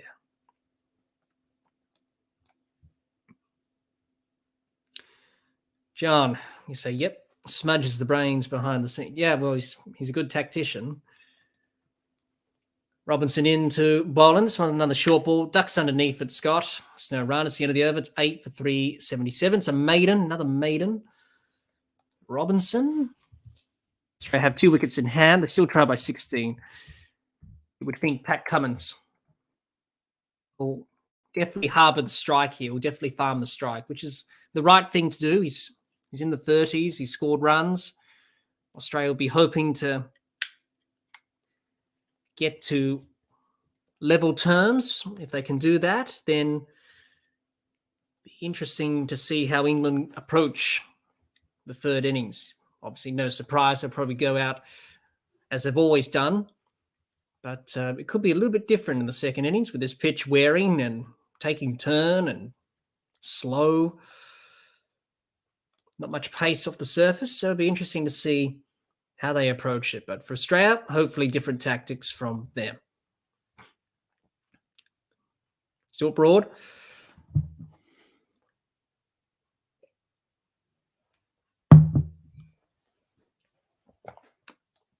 In again now to Cummins. And Cummins takes it on, backs away from this delivery. Hits it out to the fielder at deep backward square leg. He'll come through for the single. So he is taking the runs, which is fair enough. Scott Boland will have to face Stuart Broad. Australia 8 for 378. So they trail by 15. So they can almost touch England's 393. Not far away. They're only 15 runs from equaling that. And if they can do that, they'll be good. But anyway, I think Australia should be pleased with their efforts.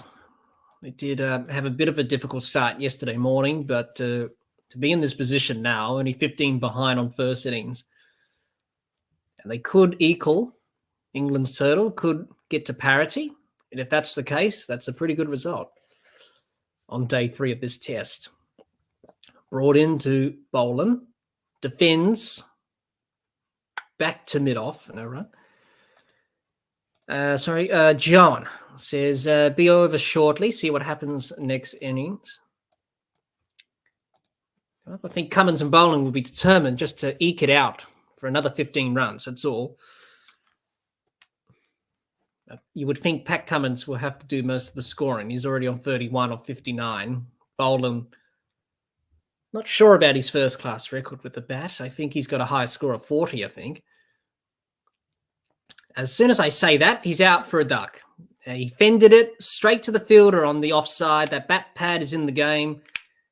Didn't play that well, Scott Boland, but that's understandable from a tail ender. That they're not going to ride the short ball or defend it comfortably. So Boland is gone. Australia still trail by 15. Stuart Broad gets his 3rd wicket. Scott Boland there, just pushing at that one, not really defending that comfortably. Straight to Ollie Pope. He was on bat pad on the offside. And Josh Hazlewood, last man in, number 11. Comes in.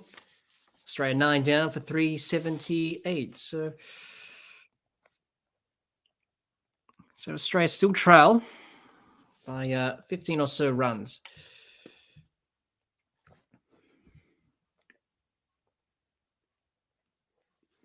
So Josh Hazlewood, what can he do? Can he knock over these last few runs for Australia to get parity? That'll be the important thing here for Australia. So Australia lost 4 wickets this morning. Not ideal, but in the greater scheme of things, I don't think they'll be too displeased with where they're at.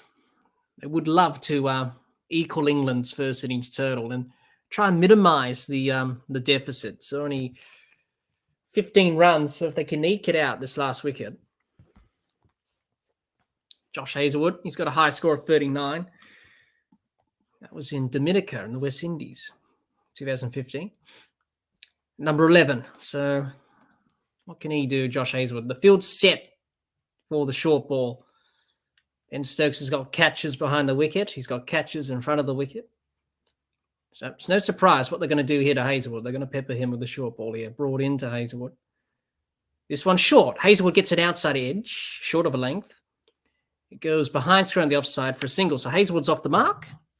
Australia trail by 14, which is pretty good for Australia. They can just find a play. Got a wicket left in hand. Scott Boland, last wicket to fall, just popping that ball up to Ollie Pope at bat pad on the offside. And just an easy wicket there for Broad.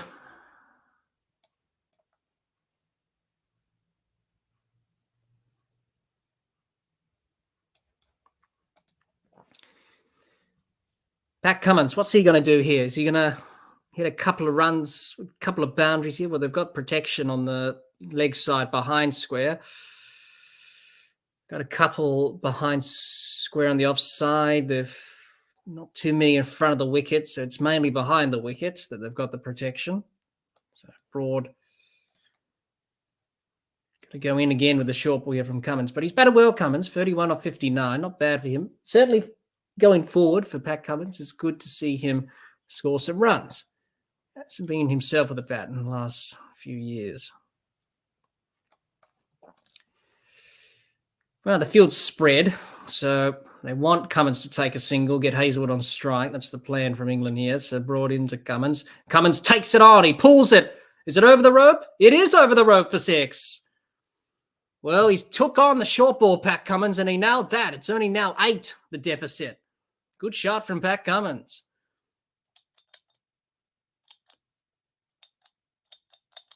Six runs.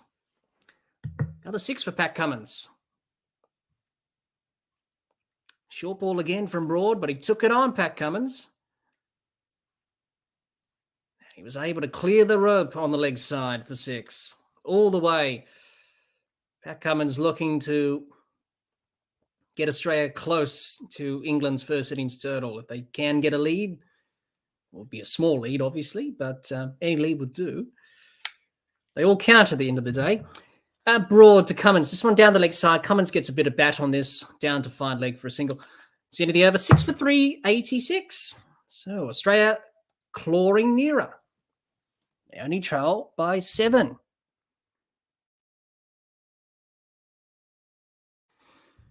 Seven runs they trail by Australia.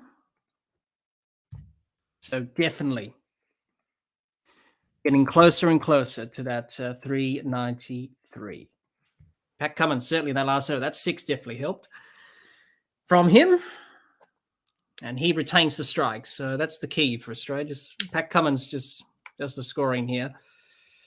Anyway, I don't think Australia were going to get a big lead anyway in the first innings. I think if they achieve parity, get level with England, I think that's a good result. And even Australia said that themselves yesterday. If we can get to parity, get level, then it's certainly game on, obviously. 7 runs is how many they need Australia to achieve that. Pat Cummins could do it in this over. Field is spread again. So definitely big gaps in the field for Cummins. They want Hazelwood on strike. That's what he's doing that for, Stokes. Robinson in, Cummins high in the air, and Stokes takes the catch. And that's all over. So Australia all out for 386, but they trail by 7. Nonetheless, it's not a big deficit. It's only 7 runs. It's not really much anyway. So Australia all out for 386. England made 393. So that's not bad. It's not a big deficit that Australia conceded. So that's a positive. High fives all round from England. Stokes took the final catch there. Cummins, he was going to take it on. This time he didn't quite time it. Hit it straight up in the air. Stokes took the very comfortable catch. But 7 runs, not really a big first innings lead for England, really. So pretty much they've got a 7-run head start, which is not really a big head start, really. So I think Australia will be pleased to get this deficit down to only 7 runs. Didn't quite get the first innings lead, but in the greater scheme of things, it's game on, basically. Australia definitely not out of this. Ben Stokes applauding along with the England crowd. And Australia all out. So England will start their batting very shortly.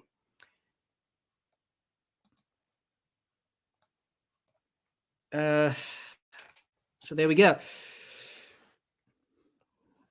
And the Australian innings has concluded there. All right. So Jihan, you said on these dead tracks, they'll find ways of getting wickets. Australia, on the other hand, are only focusing on keeping the run rate below 6.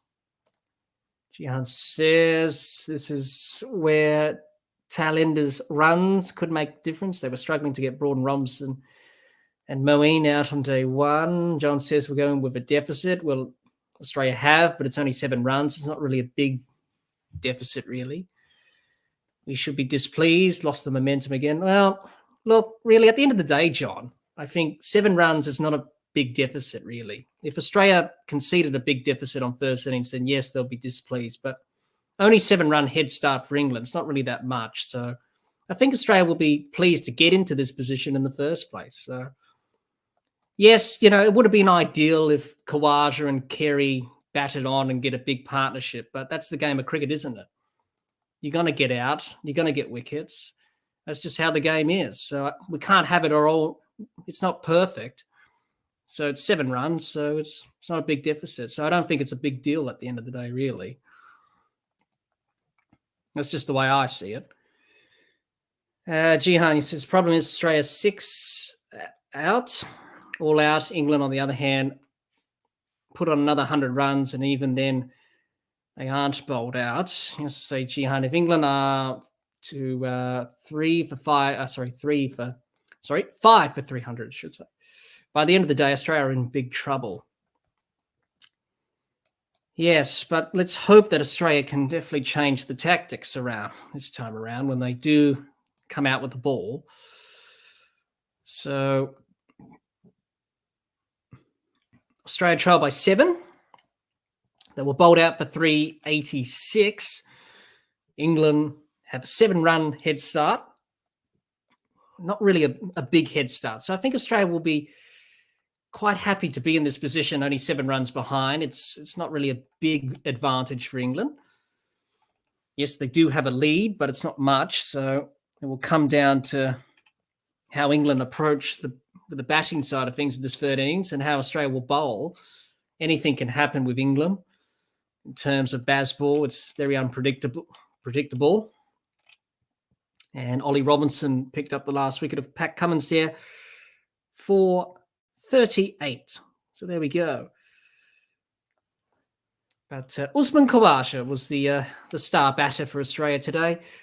140 odd, 141 off 321 balls. He batted for over 478 minutes, 14 boundaries, 3 sixes. Alex Carey, 66 of 99. Travis Head, 50 of 63 in the runs for Australia. So good contributions there, good partnerships there as well.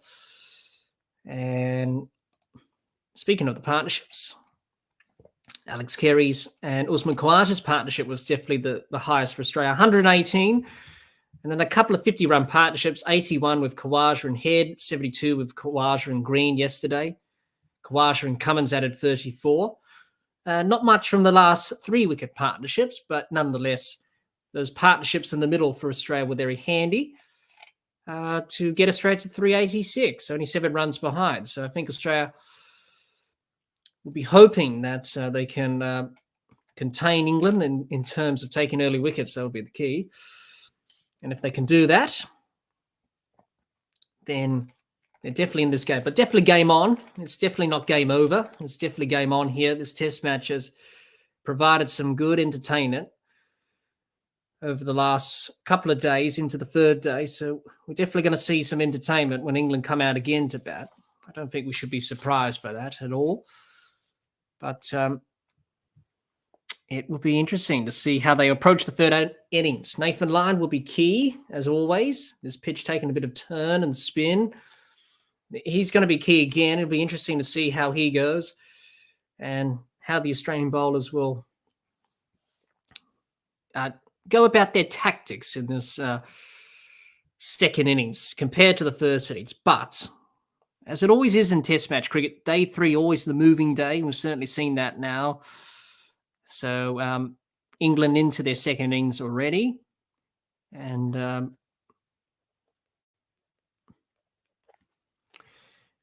this is going to be some entertaining stuff as we progress into this second innings for England. So Australia, be interesting to see what they do, how Pat Cummins goes about things in the second innings compared to the first innings. Is he going to have more attacking fielders? Is he going to have men back? Australia can't afford easy singles to give away to England here. So that's going to be the key for Australia.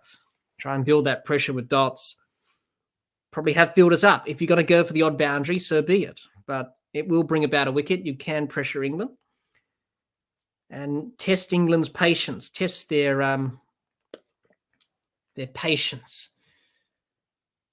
So Usman Khawaja, top scorer of 141. Australia all out for 386. England lead by 7 runs now. They lead by 7, which is not a big lead. It's a small lead, but Australia, given the position that Australia were under early yesterday morning, I think not bad. Not bad to be in with 7 runs of England's first innings total. So I think they'll definitely take that, Australia. They would have liked the lead, but anyway, that's just the way it goes. So not far away from the second innings beginning.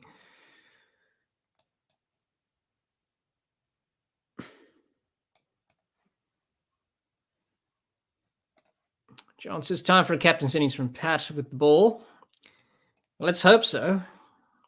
Jihan says, I hate to be negative, but I think it's all over for Australia. They've They're not chasing less than 300 in the fourth innings to win. Not if they bat like this. They needed Head to go on and get a big one. Yes, well, yeah, he was in, he was set, he got 50 and then got out. Maybe he should have just batted a little bit smarter there, Travis Head. But look, that's how Travis Head plays, and I think we should expect that with Travis Head. He's either going to be hit or miss, so that's just the way he plays. But John says, I'm having some problems with the chat. I think it's my end. Oh, is that so, John? Do let me know. Hopefully we can rectify the problem. Back to your comment there, Jihan.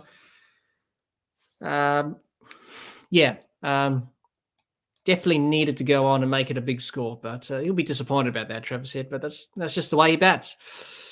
Yesterday, Jihan, only way Australia can win this if they knock England over for 200 odd in the third innings, but I can't see that happening the way they're batting. Yes, that would be definitely the plan, but there are some weaknesses with baseball and strengths, obviously, as we know. Sorry, it was lunch. Sorry, my mistake. I thought we were about to begin the second session, but nope, it's lunch on day 3. So obviously we just ticked over the lunch break, obviously. So when that last wicket fell. So lunch, so Australia will be beginning after lunch with the ball. It'll be interesting to see how they go in terms of tactics after lunch, Australia. So definitely better tactics required after lunch for Australia in terms of the first innings and how they went about it there. So it'll be interesting to see what they do, Australia. But definitely Australia would have learned from that first innings. Obviously, first time playing against England with baseball and obviously dealing with this mentality. But if Australia approach it like a one-day innings, and that's what England will be doing, bowlers, you should know what you need to do in that sort of situation, then I think you can definitely take wickets. But early wickets will be the key for Australia. We do have some rain around. It is looking a little bit gloomy. The new ball will be critical for Australia. So we do have some rain around. Forecast at Edgbaston. Obviously, there is some dark clouds appearing. So let's see what happens over this lunch break. Hopefully we don't have some delays.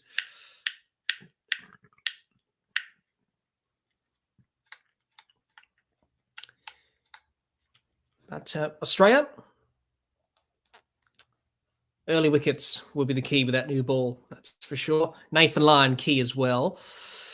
John, you're saying they need Warner, Smudge and Marnus to get in the game and can't rely on Trav all the time. Yeah, well, that's just the way it is, isn't it, John?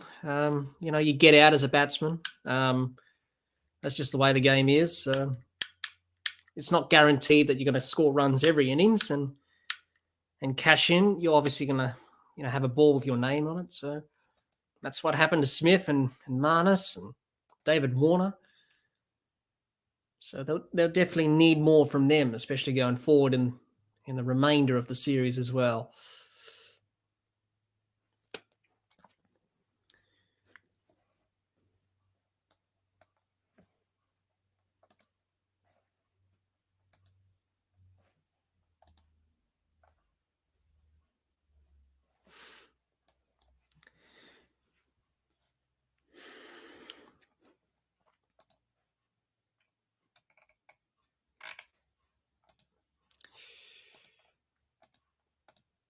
So lunch on day 3.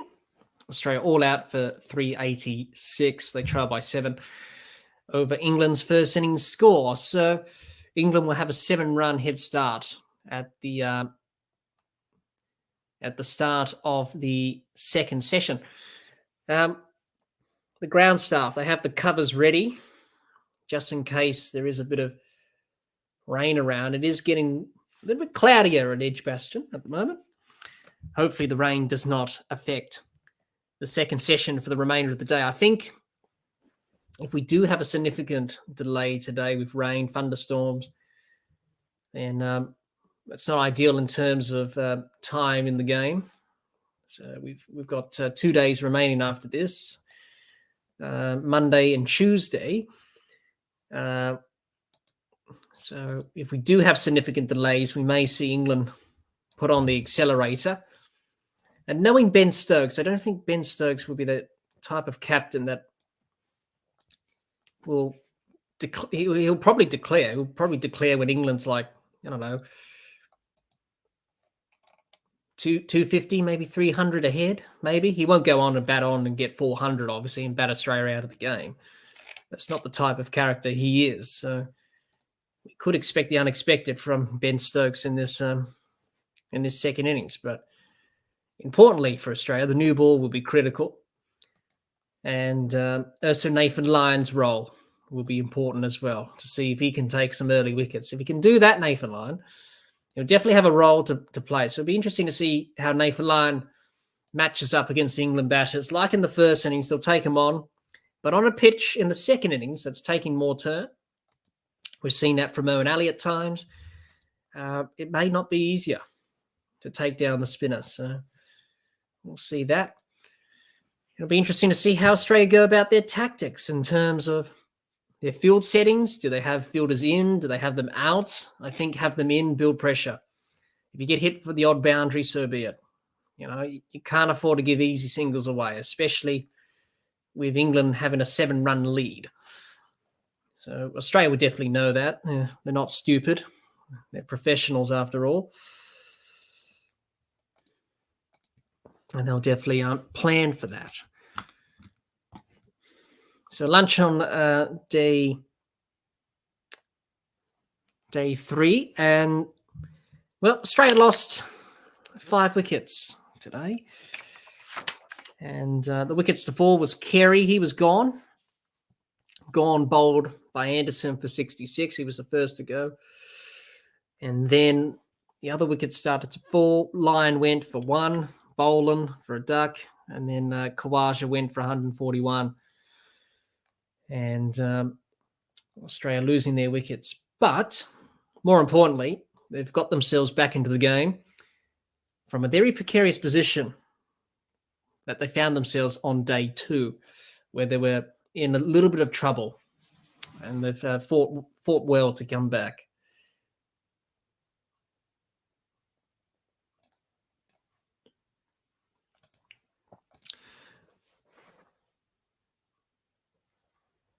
John, you say just shutting down the feed for a while to work out these errors. No worries, John. Definitely very frustrating with those errors there. So, okay, everyone, thanks for joining us. We're still going to be live. I'm going to take a little bit of a break. We're going to be streaming a little bit of the first part of the second session. So I'm going to take a break, and do come back and join us in a few minutes. We'll see you in a few minutes. Until then, we'll see you later after the lunch break.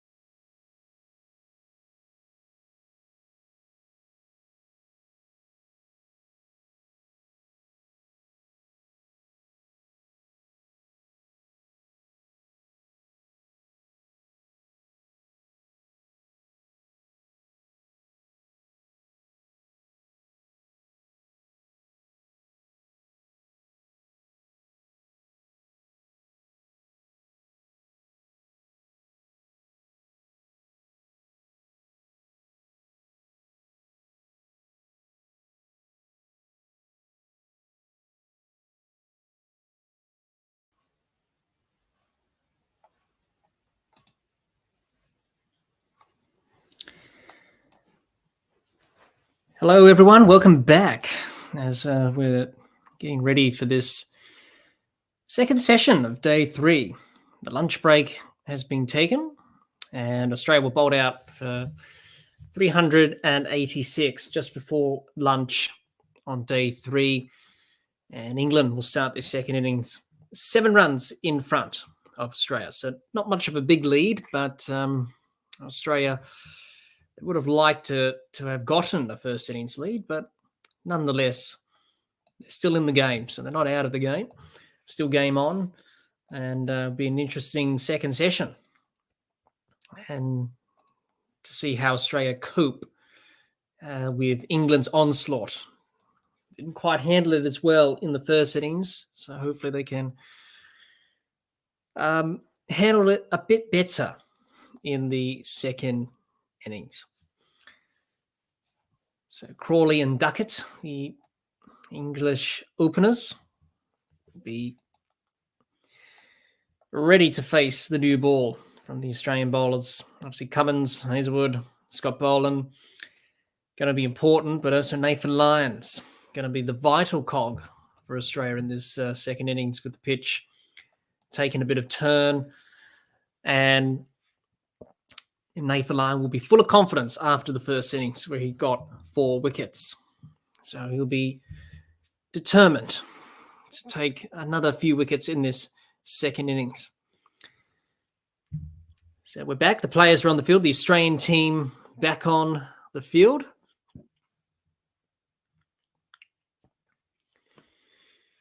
And the England openers will follow them out as well. Duckett and Crawley.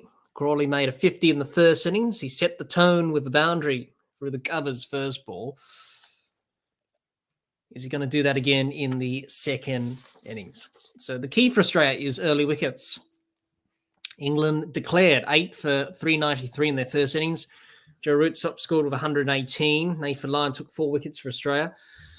Australia in reply, all out for 386. Khawaja top scored with 141. And it will be Zach Crawley on strike. Ben Duckett at the non-strikers end. And it's going to be the captain, Pat Cummins, to begin proceedings after this lunch adjournment. Zach Crawley, the first ball of the second innings. He'll be facing up. But the first ball in the first innings crunched it for the covers for 4. So will that happen again in the second innings? So Australia have got attacking fielders. They've got some fielders out protecting the boundary, but not as much as it was in the first innings. So here we go. First ball after lunch on day 3. It's going to be Cummins to Crawley. Cummins in now. This one short of a length from Cummins. Defended onto the leg side by Crawley for no run. Dr. Gihan says, I want to see more bounces. Can't have these guys all jumping onto the front foot. No. So we're definitely probably going to see some short stuff in this session from Australia.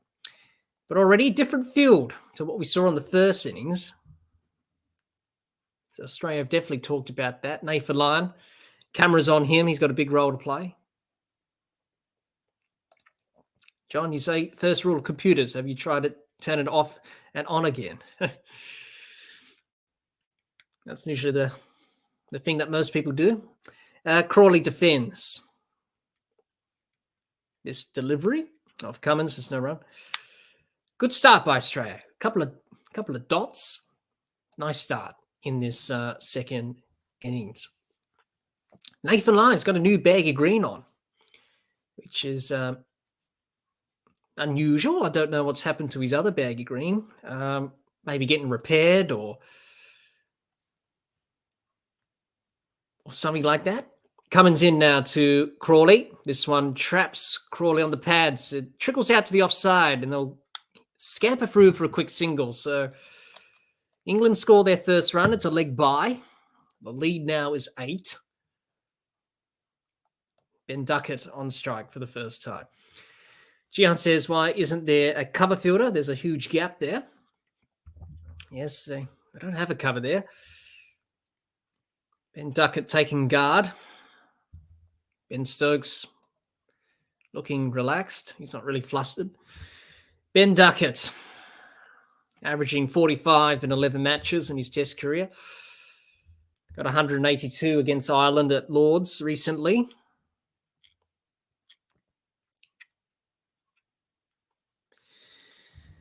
But a good start from Pat Cummins.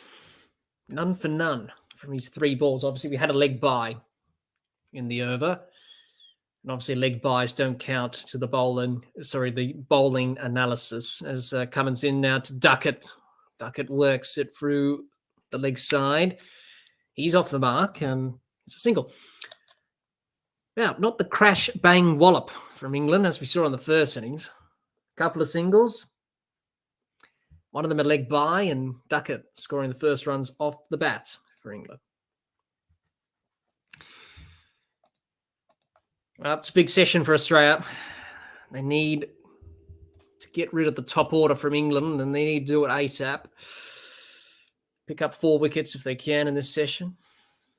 Get England under pressure. Cummins in now to Crawley. Outside edge. Just falling short of the slip cordon. That's a win there for Pat Cummins early on. Zach Crawley just getting an outside edge there. Just not carrying to Cameron Green. Does well to field that. Cameron Green.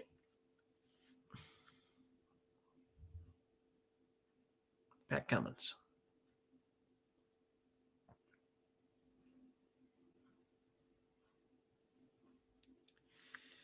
In again now to Crawley. Last ball of his over. Crawley on the front foot. Works it through the offside for a single. It's the end of the over. None for 3. England lead by 10. 3 runs on to the total for England. Lead grows to 10. A good first over from Pat Cummins. Just the 3 from it. A leg bye and a couple of runs. Bats. Nathan Lyon. Be interesting to see how he goes about it in the second innings. He's going to be the key. As always, he bowled well in the first innings, got 4 wickets. But Jihan says, in Australia, that's carrying to gully or third slip. It's Josh Hazlewood. He's going to partner Pat Cummins with this new ball. Took a few wickets in the first innings, couple. On these puttings, it won't. No, it's definitely a lack of pace in the surface. Definitely the slip cordon and the gully have to take a step up. Make sure the ball carries. Gian says England yesterday started with 3 maidens. Australia just can't seem to build that pressure. No, that'll be the key for Australia. Dot balls, maidens. They only bowled 2 maidens in the first innings, Australia. So that is a telling sign.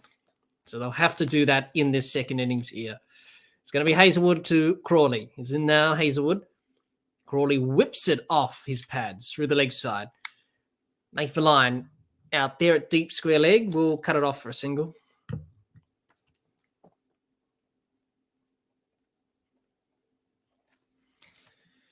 He's going to have a big role to play, Nathan Lyon. The clouds are starting to come in here at Edgbaston. There is some weather around. May take some time out of the game, which obviously we don't want, of course. We don't want weather to do that, but we want a full day's play. But the clouds are starting to gather here in Edgbaston, and just starting to get a little bit gloomy. Hazlewood into Duckett, who drives to mid-on. So,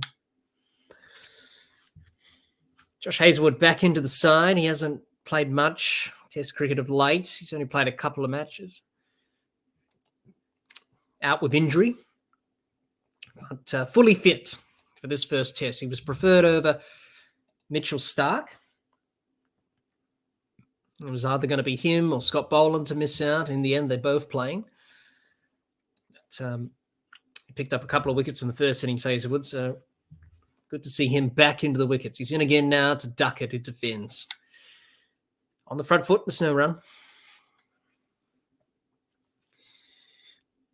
Lead now 11. England none for 4.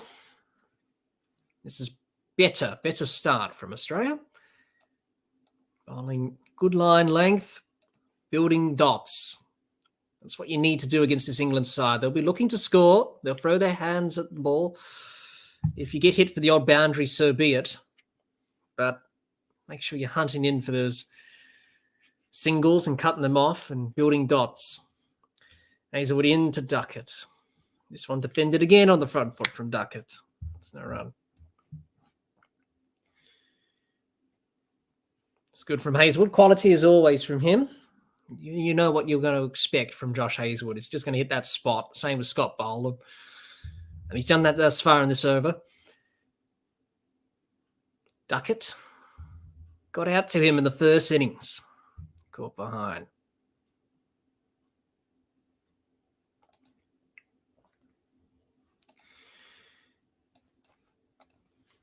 Hazelwood in to Duckett. This one down the leg side from Hazelwood.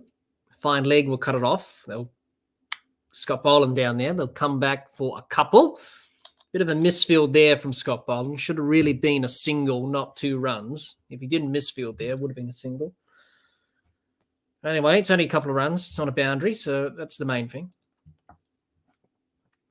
Jihan says, they asked Mitchell Starc about Stokes' request for flat wickets, and he said, have you ever seen a fast wicket in England? He was right.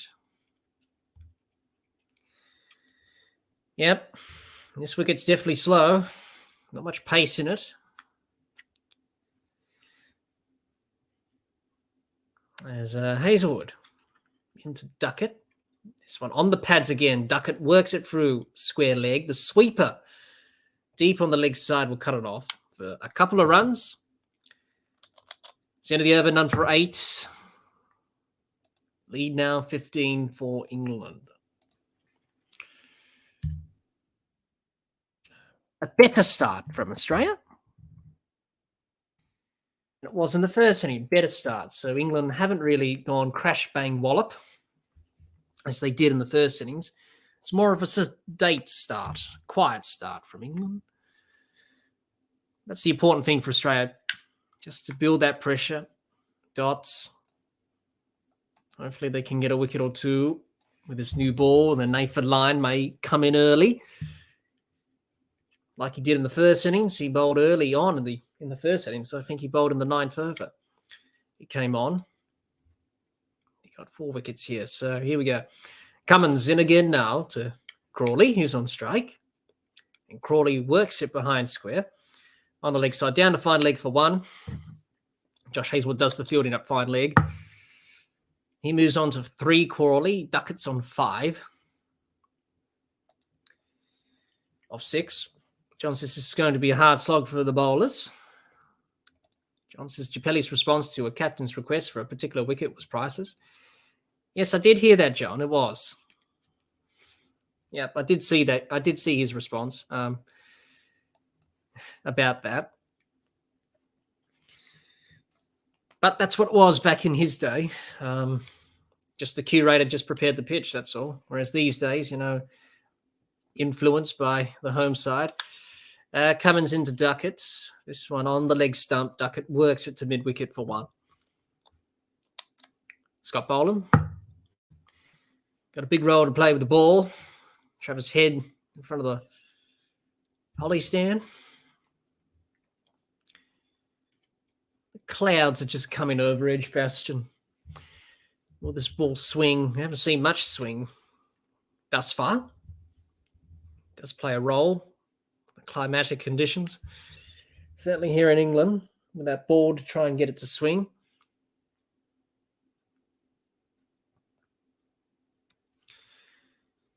Cummins in now to Crawley. And Crawley works it down to fine leg for 1. Picks up a single.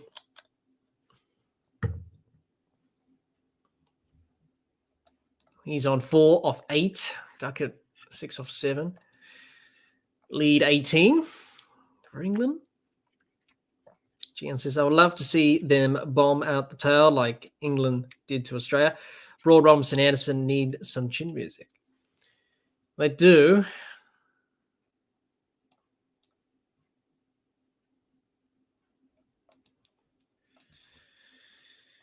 John says, bring back Clark and Haddon.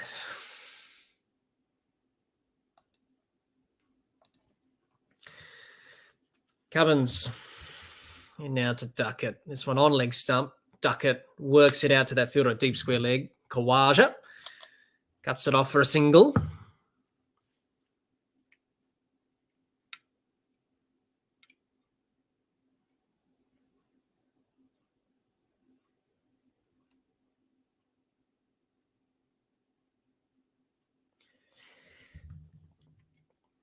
So Australia pick up a couple of wickets.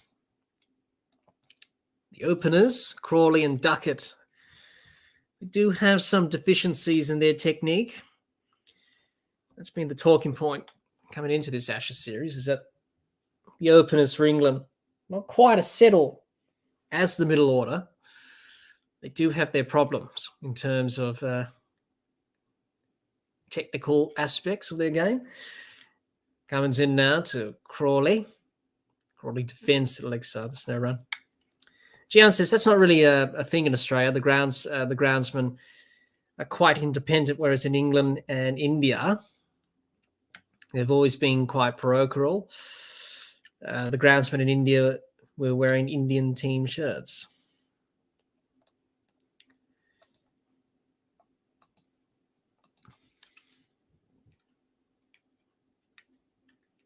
So none for 12. England, they lead by 19. Last ball, the third over. Cummins, none for 6. Cummins in now to Crawley. This one defended by Crawley on the front foot for no run. It's end of the over, none for 12. Better start from Australia. Not really the fast-paced start as we saw in the first innings from England. It's quite a slow start, actually. None for 12. 3 overs. By now, England would be probably 20 in 3 overs. But Australia certainly started well in this first innings with the ball thus far.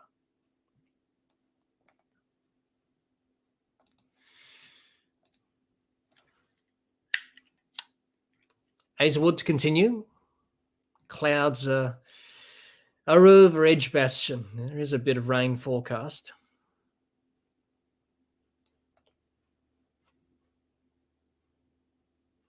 Already sacked Crawley, 4 off 10. Well, by the Bazball standards, he's got to get a bit of a move on. That's a bit slow. Duckett, 7 off 8. That's not bad. England playing with this new mentality. Hazelwood in now to Duckett. Duckett defends on the front foot. So run. Got him out in the first innings, Josh Hazelwood. He'll be hoping to do that again. They got WinViz on the board. England 56% chance of winning. The draw's 5%, Australia 39%. Don't really take much notice of WinViz. It's sort of computer-generated sort of calculation.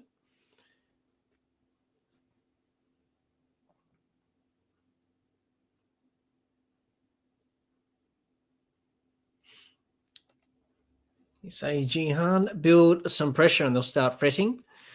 Hazelwood in to Duckett. Gets it past mid-on. Usman Khawaja, I think, there. It was. Took the pace off. Didn't quite go to the boundary, but they'll come back for 3. None for 15. England, they lead by 22.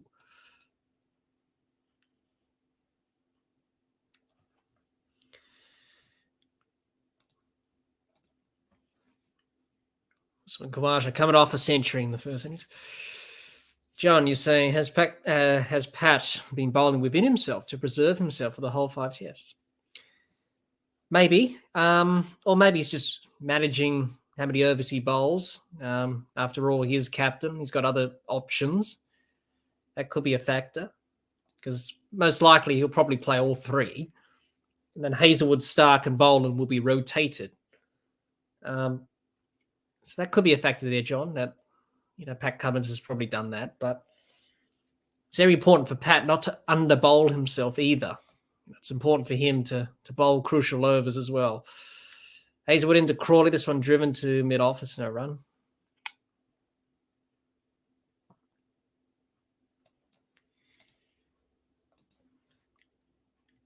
Clouds over Edgbaston. So the sun's disappeared as the clouds have rolled in. There is forecast of rain. Could take some time out of the game today.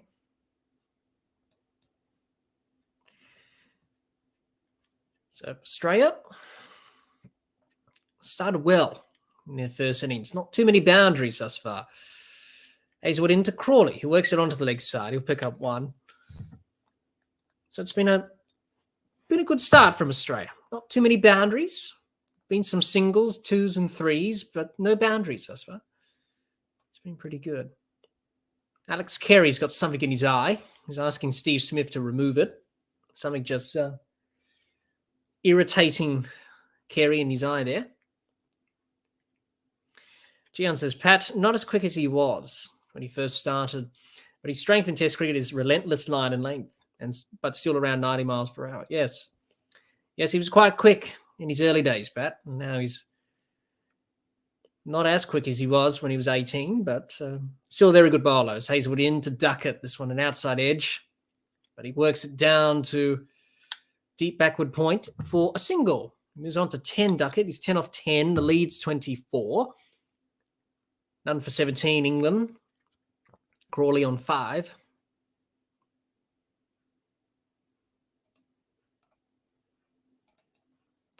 John says, more important, Pat bends the back and gets into it. Well, definitely, I think that's all the Australian bowlers will do. They'll definitely bend their back. Get something out of the surface, hit the surface hard. Get something out of it because there's not much off this pitch, really. It's been pretty sedate. Hazelwood into Crawley. This one outside of stump. He leaves. Through to Carey. No run. Set of the over. None for 17. None for 17 for England after 4 overs.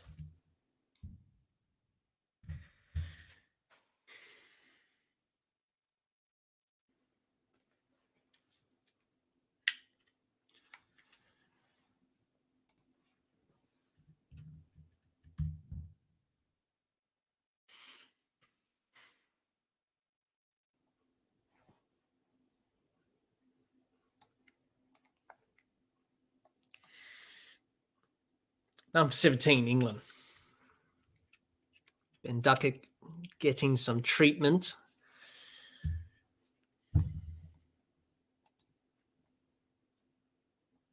Or just getting a drink. Number 17, England lead by 24. Pat Cummins to continue. None for 6 from his 2 overs thus far. So he's started well. And it's been a good start from Australia. Not too many boundaries as we saw in the first innings from England. Not really playing at that fast pace. Maybe the wicket not allowing them to do that. It's a bit slow.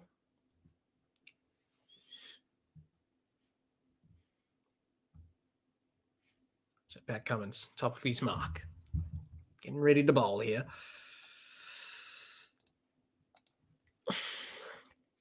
Cummins in now to Duckett.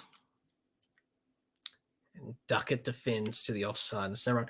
Jihan, you say, do you think Australia needs to show more intent with their batting? Smith and Khawaja really got bogged down, couldn't keep that momentum going.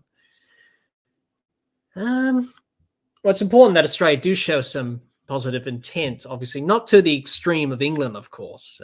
No one can play baseball than England, obviously. But yes, it's important to show that intent. Smith would do his thing. He'll soak up pressure and then catch up towards the back half of his innings, of course. That's what he's done in the past and also in the WTC final. Khawaja, it's understandable the way he batted because he needed to bat all day yesterday and he did that. And Australia did lack that intent a little bit yesterday, but then they got better in the second and third session. They really put the pressure on. So it's going to be important for them to do that throughout not only this test match, but also the next few test matches in this series. Australia definitely going down the plan of wearing the bowlers down. But you don't need to play baseball. You just play good cricket shots, put pressure on them, run hard between the wickets, show that intent. If Australia do that, then they should do okay. But they can up the ante a little bit as Duckett works this to Labuschagne on the leg side. It's no run. Let's say, Gian, as long as they were batting like that and the game was going nowhere, England didn't mind because they knew a collapse was around the corner. John says, absolutely, Jihan. It's all looking a little bit too laid back for me. Well, with Usman Khawaja, he's a laid back character. That's how he plays. I don't think he should change the way he plays. Smith will do his thing. Travis Head will do his thing, as this has worked to the leg side for one. But yeah, just to show a little bit more positive intent, That's the important thing. Put pressure back on the England bowlers. That's the key. And they did that. Head and Carey did that in this innings. So it's important for Australia going forward if they continue doing that going forward into the series. Nathan Lyon getting warmed up. Not a surprise. He's going to come in early into the attack. He's loosening up. But I don't think he's going to have a big role to play, Nathan Lyon. Got 4 wickets in the first innings, bowled really well. As always, you say Jihan, Head, Green and Carey showed intent. Even Warner was, but he got bogged down, leading to a rash shot. Yeah. Head and Green and Carey did show that intent. As Cummins in down to Crawley. This one defended to the leg side. There's no run. He's 5 for 14, Crawley. Duckett's 12 for 15. So bit of a contrast from the first innings for England. Already none for 18 after 5. By now, there would have been maybe 30 for none after 5 overs. But better from Australia. Keeping the pressure on. Who will blink first?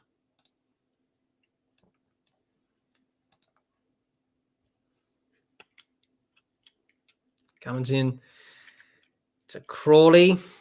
Gets in behind us. Defends back down the pitch to mid-on. There's no run. End of the over, none for 18. England lead by 25. John, you say, what happened to working the singles in Australian cricket? It's always been our strength. Yeah. That strike rotation has always been Australia's strength over the years. It's a pretty simple thing to employ. Just, get off strike, work the singles.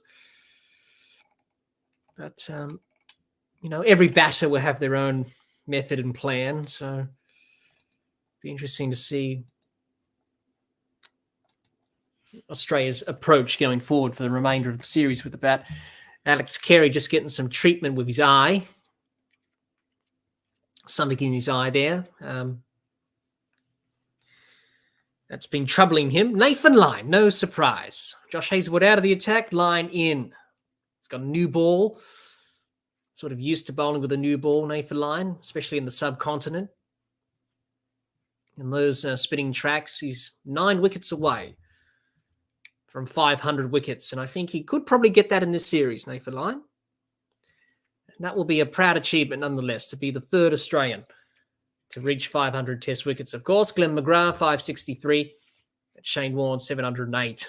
They're the only 2 Australian bowlers to reach 500 wickets. Nathan Lyon will be the 3rd. So this is going to be the real big test for England. How will they go about Nathan Lyon on a track that's slow, turning a bit? Batters coming down the wicket. He got a couple of batters out stumped in the first innings. He got rid of Bairstow stumped. Moeen Ali stumped as well, coming down the track. So it'll be interesting to see how Crawley and Duckett approach things to him now, because he's into the attack.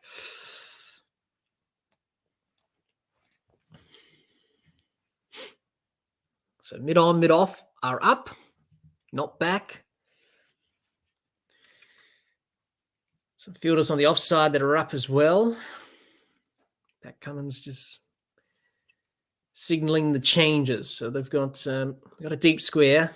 square leg. They've got a deep backward square leg. They've got a deep backward point. They've got a short third man for the sweep if it's a top edge. They've got a fielder at cover. They've got a mid on, a mid off. So that's the field that Australia have. Line in to Duckett, who works it onto the offside for 1. He moves on to 13.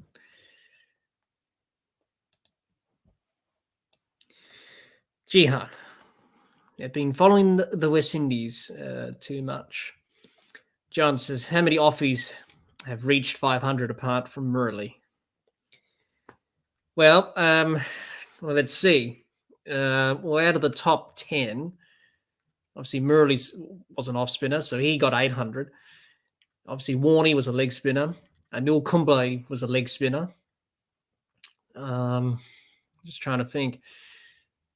That one worked off the pads from Crawley behind square on the leg side for 1.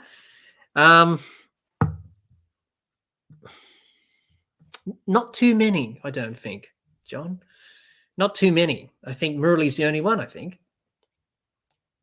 Well, there's Ashwin, of course. He's an off spinner, but he's got 400 wickets, so he's the same with Nathan Lyon. So obviously him and Lyon will be the next 2 off the list. So the only one I could think of is Murali. No one else has reached that milestone.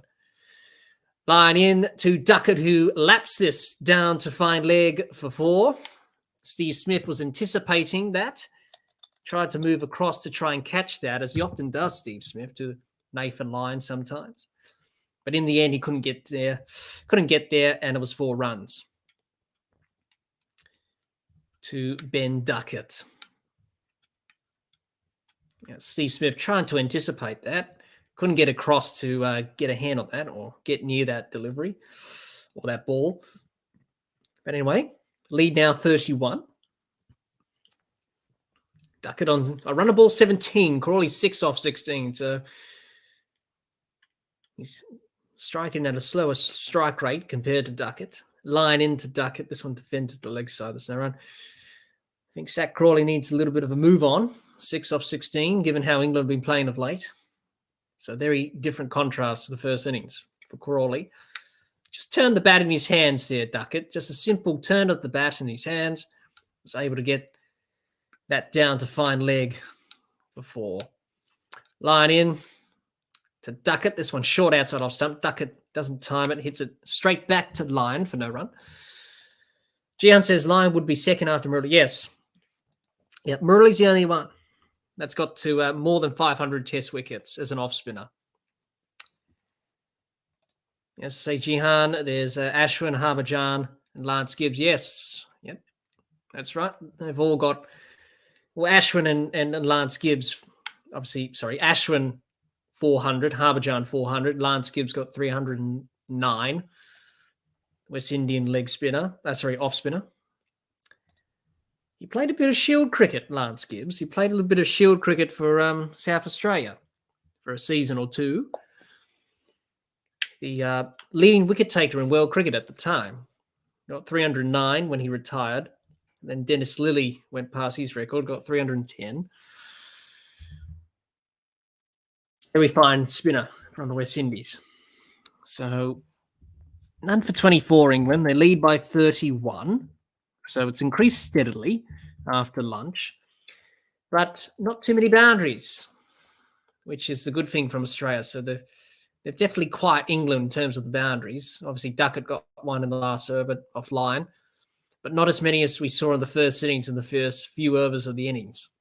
The run rate's 4 and over. Cummins in now to Crawley. This one beats him past his outside edge. There's an appeal for caught behind. The umpire is unmoved. Australia thought they heard a noise. Azan Razan says not out. Pat Cummins is saying, what do you reckon? Do you think there was a gap between the ball and the bat? Do you think it flicked something else? Cummins says, no, I don't want to go upstairs. Alex Carey was up straight away. Thought they heard something, but a play and a miss from Crawley nonetheless. Let's have a look.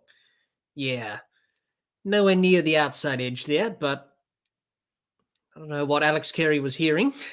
That's a clear gap. you can, yeah, that's a massive gap between the ball and the bat there. So nowhere near the edge. I don't know what Alex Carey was hearing there. Anyway, Australia didn't review, so that was the good thing. They didn't lose a review because of that. Cummins in again to Crawley. This one on the leg stump. Crawley works it down to fine leg for 1. Lead now increases to 32. John says, I think the answer might be none, apart from Murali, but he's on another level. So for the sake of argument, conventional offie. Yeah. Yeah, Murali was definitely one of a kind, that's for sure. Yeah, but he is the only one to reach 500 Test wickets as an off spinner. Nathan Lyon will be the second. As Cummins to Duckett. This one full, and Duckett works it to the field and cover for no run. But he'll definitely reach it in this series, Nathan Lyon. He'll definitely get there. Hopefully he does. Not a bad way to pick up 500 wickets in England in Test cricket. Bit of shape there from Cummins. That one just coming into Duckett. And usually with these Duke balls, they do have a thick layering of lacquer on it. So once the lacquer wears off, the ball tends to move a little bit more. Comes into Duckett, who defends. This one bounces back into his body. It's no run. So good stuff from Cummins, keeping it tight to Duckett. Not allowing him to get off strike here. That's good. Build up the pressure with dots. Good traditional test match bowling. Jihan says, Australia hit a lot of good shots to fielders too. Frustrating to watch. Yeah, that's often frustrating as a batter when you hit good shots and they pick out the fielders. But Ben Stokes set unconventional fields and conventional fields to cut off the scoring opportunities. Cummins in now to Duckett. This one on leg stump. Duckett works it down to fine leg for 1. Nathan Lyon does the fielding. I don't think anyone's noticed, but Nathan Lyon's wearing a new baggy green. So he's decided to replace his old baggy green with a new one. David Warner's the same as well. Steve Smith's already got a new baggy green because of his one's been unrepaired.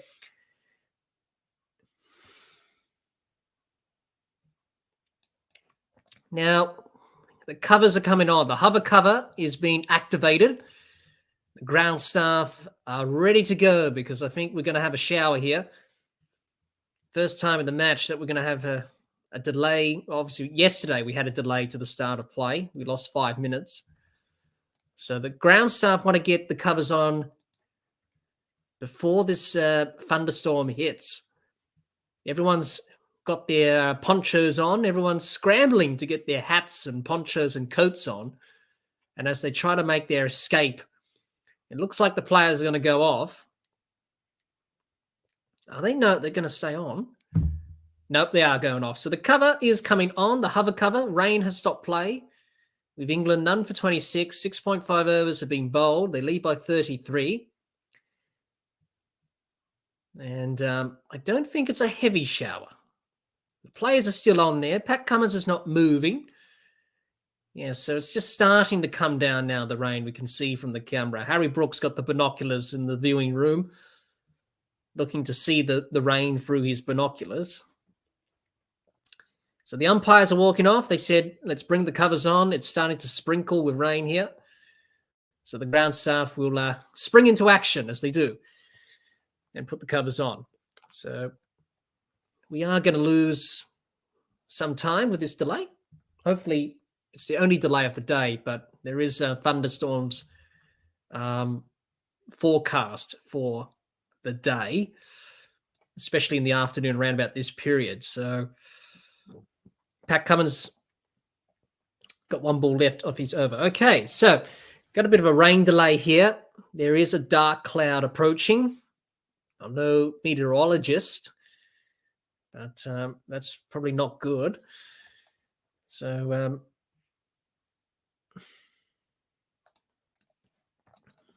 England none for 26 as the rain falls here. So got a bit of a delay. Don't know how long this will last. Maybe for a while, maybe for a few hours. We don't know. As it always is with rain, they're frustrating. Jihan, your comment here. You say, what's the point in talking to Simon Towfel? Surely the players know the basic rules of cricket and what's out and not out. Well, obviously, he's one of the best in the business. Obviously, he was a very good umpire. And, I suppose everyone respects his opinion. He knows the laws inside out, as you do. That's why he was one of the best for some time. But it's all about that education, really. As an umpire, it's all about educating the players on the laws because they don't know everything, of course. So, to get some good advice from a former umpire is good as well, just to educate the players more on the laws. Was that in response to Cameron Green's catch, Jihan? Did Simon Towfel talk about that? I didn't hear anything from him. So do let me know. Well, some of the players would know the basic laws, obviously, but in other aspects of the laws that are quite touching on controversial or maybe a little bit difficult to understand the ins and outs of the laws, then obviously Simon Towfel explaining that would be quite useful, especially to players as well, educating them on the laws. So.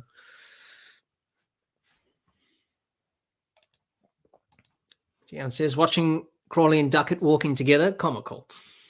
John says, the hover cover, nice alteration. Well, they've always had that in England. They've always had that in England, the hover covers. So it's not something new in England, John. They've had it for years. Obviously, we can't do it in Australia because we can't fit that on the ground, obviously.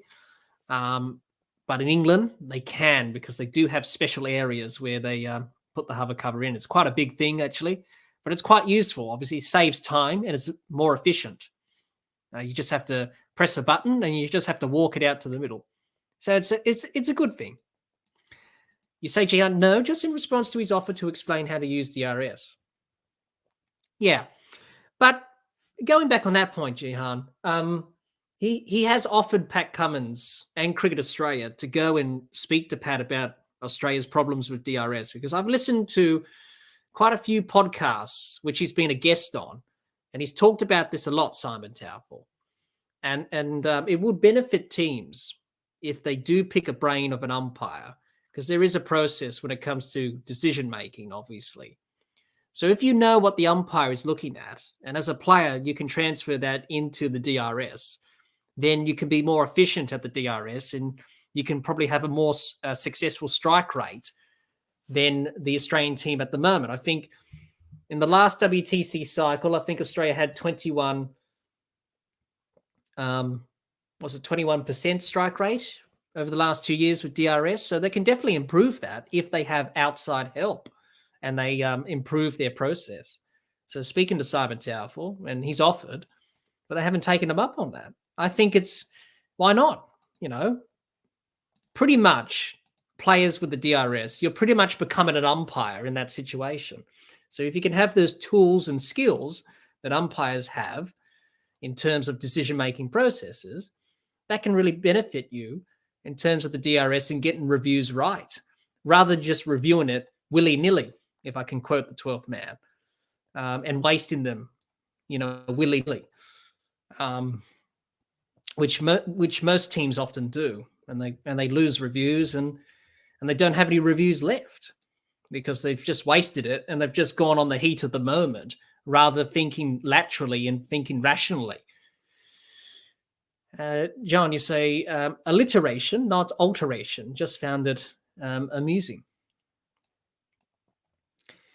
Yeah, well, it's quite a good thing, those hover covers, but we don't have those in Australia, obviously, because of the grounds.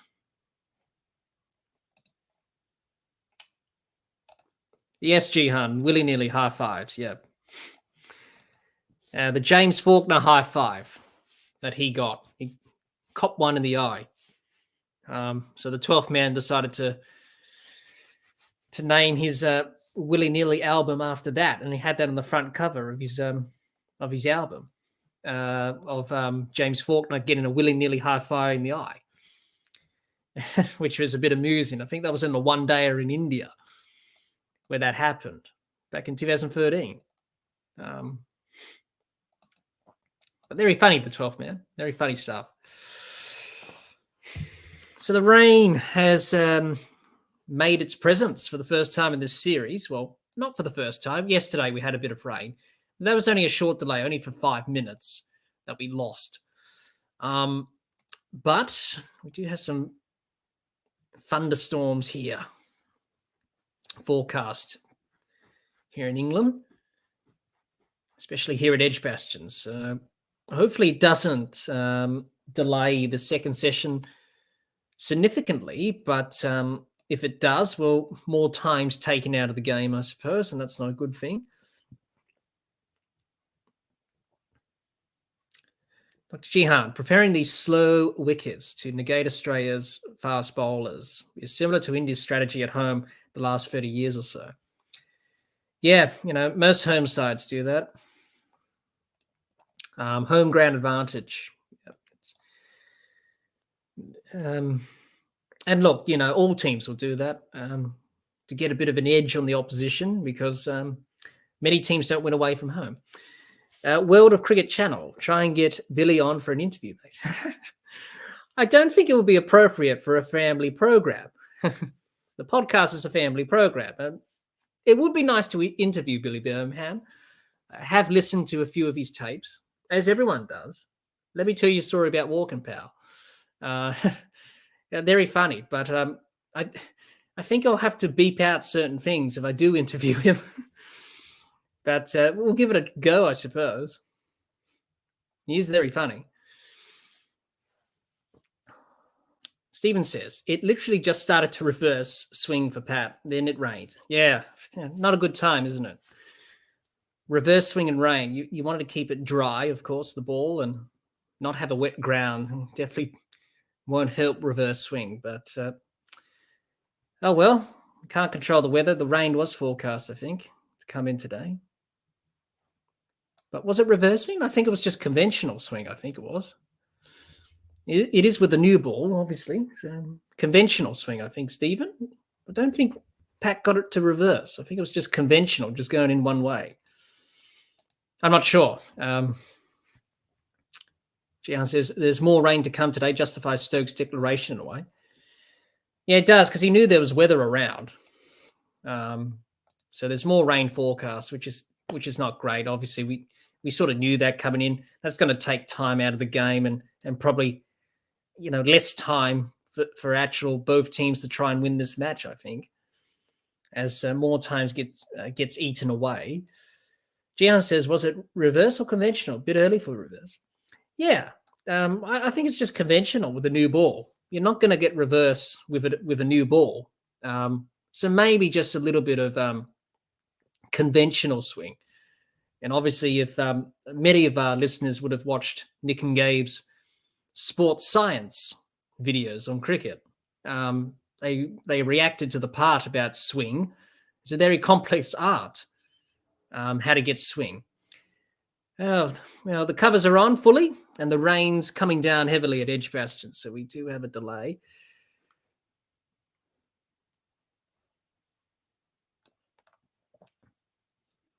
But it is an art, reverse swing and conventional swing. There's definitely a science behind it. If you learnt physics in that. John says, I think Billy would do it. You can always edit. Yeah, we'll give it a go, I suppose, John. We could edit. We had to do that for the Gideon Haigh discussion. If anyone watched that in full, we did have to edit a few things because Gideon did mention a few words that weren't friendly for a family program during our discussion. So we had to beep out certain words. I could do it, John. I could edit that if we had Billy on. But it'll be a lot of beeps, a lot lot of parts that will be uncut. So that's we'll get in touch with his management, I suppose. I don't know if he would come on. Maybe he will, maybe he won't. I don't know. But you never say never, I suppose. So the rain's falling down. There's nothing much to talk about in terms of cricket. So if you've got any questions for us, we'll be here for a bit. Have a bit of a discussion, I suppose. Got any questions about cricket, anything in general you want to know? Send them through. Be happy to answer them. England none for 26 as the rain came, as forecast. John says, Gideon, I totally believe. Well, we had to beep a few things out there, John, in that interview. He did mention a few words that we couldn't have on the podcast. Obviously, we try and keep it family orientated. So he mentioned a few words that we had to edit out there. So if you watch the interview in full, you would know those parts. They're quite obvious. But we just had to do that, and that was no problem. So England, none for 24, 5 overs. The rain has come and it's falling heavily at Edgbaston. Stephen says, it was unusual. It did swing towards the shiny side, and the batter also Duckett signalled it was reversing. Did he? Well, usually if it's a new ball, it would be conventional swing. It will just swing one way. It won't go back the other way. Well, it's a very difficult art. It's a lot of science behind it, obviously. Nick and Gabe watched that reaction lately on the science of sport in terms of cricket. And obviously they reacted to the part about swing bowling and reverse swing bowling. No one knows how a cricket ball swings. It just swings one way, and then you get it a bit older, a bit rougher on one side, shiny on the other side, heavier, and it'll swing the opposite way late. And it's definitely a skill for all bowlers to learn. Definitely very handy to have that in your arsenal.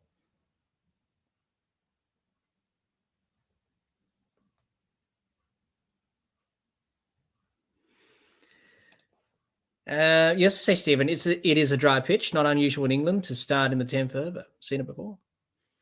Yeah, it is a dry pitch. That's true. And the ball will get rougher a lot quicker on this abrasive surface. But yeah, the ball will move around a bit in England early on, as it always does in these climatic conditions. Yes, say Stephen. But yes, it's too early for it. I was surprised. I didn't see it. I just thought it just was conventional, just going one way. I didn't see it come back or anything like that. So that's interesting if it did start to do that, but it's a new ball. So you expect a conventional swing from the start. And then once it gets older, it'll start to go the other way and tail back. Yes, to say, John, there was a reason I didn't pose any questions with that interview. That's understandable, John. We just thought we'd try a new thing with our guests, people sending in questions for them to answer. I thought that was a good thing to incorporate that into the interview. Something different, rather than me asking the questions all the time. But he answered all of them, and he answered them truthfully. So he has to say, Jihan, sometimes on these dry surfaces, it does start reversing early. If that's the case, need to bowl a few cross seam and bounce the ball in from the outfield, rough up the ball, no sandpaper though. Yeah. Well, the umpires will be on to that as well, Jihan. They'll be saying to the fielders, keep the throws up to the keeper, don't bounce them in. Obviously, all sides do that, but the umpires are on to that quickly. Obviously, just to make it fair, obviously, and let the ball deteriorate naturally rather than you doing it, bouncing the ball in. So they'll definitely be on to that. But, many teams have their process when it comes to handling the ball in terms of the condition of it and trying to shine it. And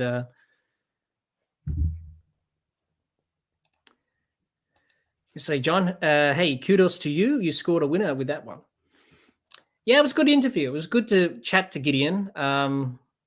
It's good to tick that off the list. We've interviewed some great guests on the podcast, players, obviously Mary Rawdon from Ireland. Daryl Harper was good. Authors and Nick and Gabe a couple of years ago. So, yeah, it's been good to talk to many different people within cricket, hear their stories on cricket. So it was quite enjoyable. And it was pretty good. A lot of people watched it. A lot of people enjoyed it. So that's the main thing. That's what we try and do. We try and make it fun. Seam says, they reckon these Duke balls are nothing like past Duke balls. No, they're a bit different.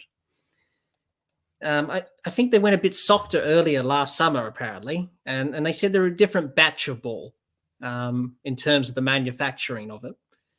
I guess that's the thing. I think that's the same with the Kookaburra ball. You have different batches for different summers, and they just do different things. Obviously, a lot of people say the Duke's ball is a lot better than the Kookaburra, and probably it is in many aspects. But Kookaburra are starting to improve it. I saw a video from Jared Kimber ages ago about that, about Kookaburra, how they're improving the ball. That was quite interesting on his channel. But yes, these Duke balls are definitely different, they've said. They're not doing as much, and they're getting a little bit softer and out of shape. So that's why you see a lot of teams, asking for the ball to be changed. But usually teams do that because they think, oh, this is a dud ball and it's not doing much. As an umpire, you just say, oh, just bowl it back into shape. That's what you say. Well, there's nothing wrong with the ball. Just bowl it back into shape. That's all you say. Gian says, just saw the England bowling card. Anderson, Broad and Robinson and comedy rates all under 3. That's the difference. They keep the game under control when wickets aren't falling. They did, even though they're not effective on these sort of wickets, Broad, Anderson and Robinson. They do bowl that good line and length and that they do contain runs, even if they're not effective on a wicket that's not offering much for them. So that's something for Australia to look at in the second innings. Keep the comedy rates down. Obviously, the only one who had a comedy rate of 4 and over was Moeen Ali, and no one expected that, obviously. I think everyone expected him to go at 4. And he did leak some runs. So, say Jihan, and it's the same pitch for both teams. So Australia bowlers need to find a way to build pressure and take wickets. Yeah, absolutely. Well, they're more than capable of doing that. They're a good bowling attack. It was the first time coming up against this England side. And, I don't think you should be, you should be used to that with batters coming towards you and charging you in T20 cricket. One-day cricket's the same. Even Josh Hazlewood mentioned that in the press conference on day 1. He said that. So nothing new for Australia. It's all about just, just sticking to a line of length and just hitting that spot consistently. And that's what Hazlewood and Scott Boland does. Pat Cummins does that. And obviously Nathan Lyon will bowl his off spinners and take wickets as he does. So it's still a pretty good attack. They'll find a way, and they'll definitely learn and definitely look at the first innings and apply the lessons into the second innings. Steven says, no, the Kookaburra is better, and Australian pitches before drop-in pitches were the best. You want the battle between the bat and the ball 50-50, not just juiced up wickets or flat roads. This produces the best players. Yeah, you make some good points there, Stephen.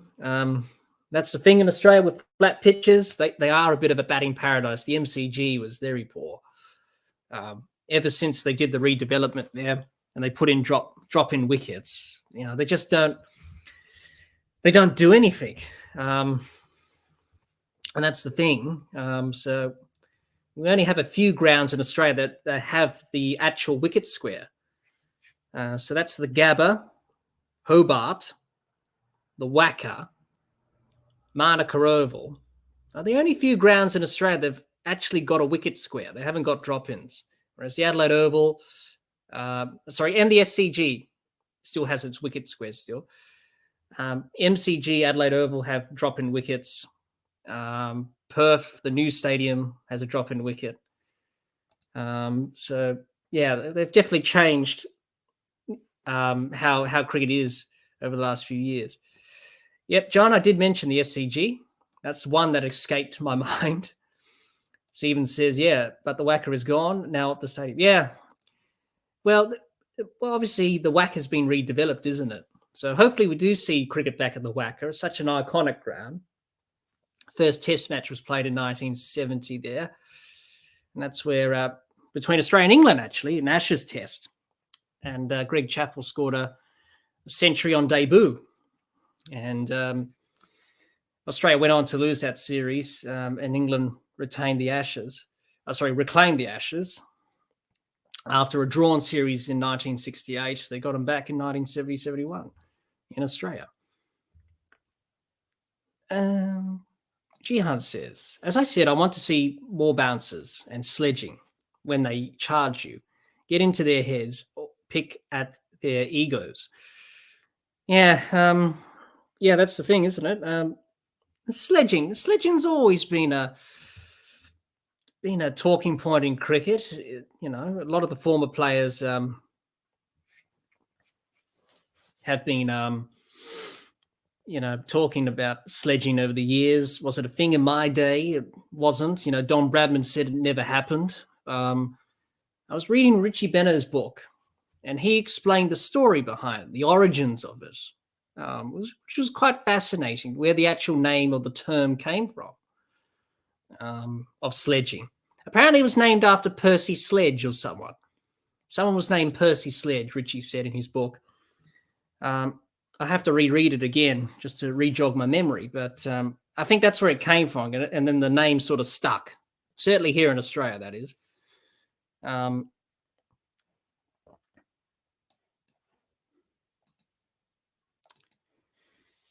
John, you're saying Australia in that short spell still knew fielders in the eye line. Yes, they did have a few fielders either on square or behind square, not in front of the wicket.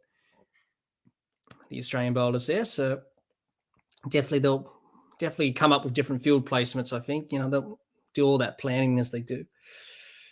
Jihan says Kawash got himself out because the eccentric field got in his head. England bought a wicket from nothing there. Well, that's the thing. That's what Ben Stokes does. He sets unusual fields. And that was an unusual field. You don't see that from any other captain. A semicircle in front of the wicket catching, offside, onside. You don't really see that from any other captain. But Ben Stokes is that captain. He's always going to try something to buy a wicket.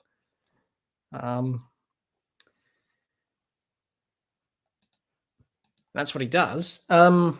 Stephen, you say, I'm sounding like a traditionalist. I don't even like Adelaide Oval pitch. Juiced up green deck with pink ball. Just the luck of the draw. The team that bats twice at night loses. Yeah, well, that's okay, Stephen. You don't like the Adelaide Oval pitch, obviously. Adelaide Oval is one of my favourite grounds, of course. Been there many times to watch cricket. Yeah, well, this summer it's not hosting a day-night test. It's a traditional test against the West Indies in January. So it's not going to be a day-night test this year for Adelaide Oval. It's going to be at the Gabba against Pakistan. Well, obviously with the pitch for the day-night test, you need to have a little bit more grass on it to keep the new ball preserve the new ball.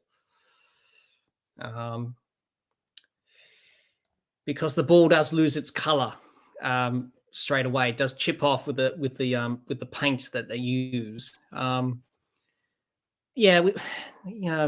Day-night tests is quite an interesting initiative. Not all countries play it around the world. It's only here in Australia that we play it.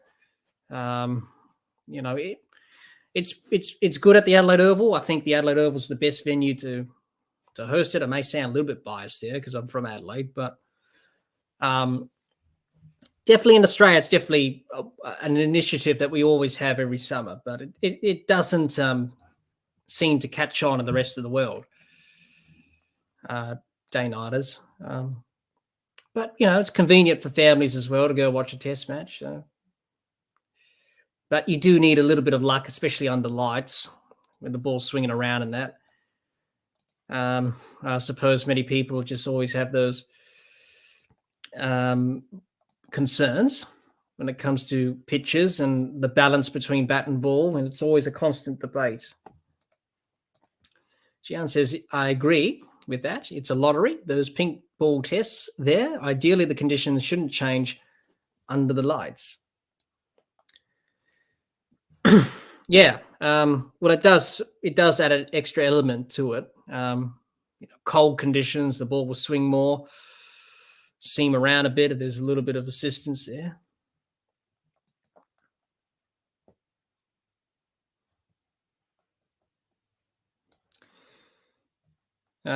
Stephen says, it's only the West Indies. Channel 7 need to televise My Kitchen Rules at prime time. That's the thing. Well, it's definitely a prime time thing, in the evening, those day-night tests. But this summer, it's not going to be a day-night test. It's going to be a traditional test, and many people in Adelaide are not happy about that. This summer, obviously, the day-night test will be at the Gabba against Pakistan. The West Indies in January will play a traditional test at the Adelaide Oval, which will be the first time since 2014-15 when India played in Adelaide. That's the last traditional test to be played in Adelaide. Obviously, 2015-16 was the first day-night test against New Zealand, so it's always been a day-night test from that moment on.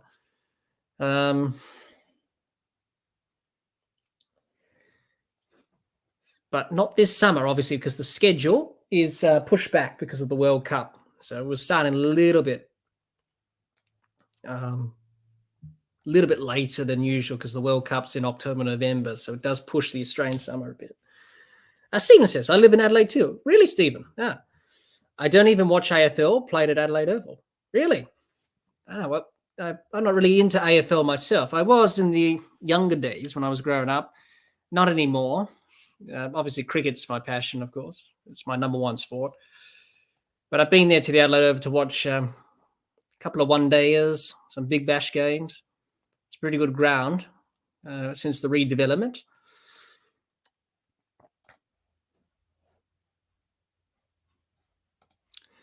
Jihan says, it's to do with the ball.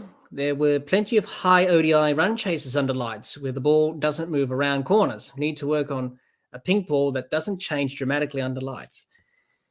Yeah, well, that's the thing, isn't it? That's the thing. Always kind of try and, come up with different ways of improving the ball. And that's certainly with the red ball as well. That's certainly with the Kookaburra ball as well. But the pink ball has been improved over the years. They've changed the color of the seam. It was green, and now they changed it to a black color, a darker color. But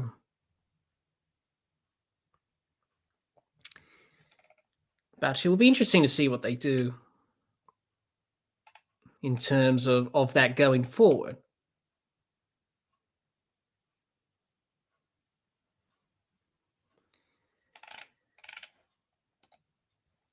All right, so the rain's falling at Edgbaston. Just having a look at ESPN Cricket Info. It doesn't look good in terms of the prospects of rain this afternoon, in terms of play this afternoon, and probably enough rain around Birmingham to keep the players off for probably the whole afternoon, which is a shame. Definitely going to take time out of the game. Definitely going to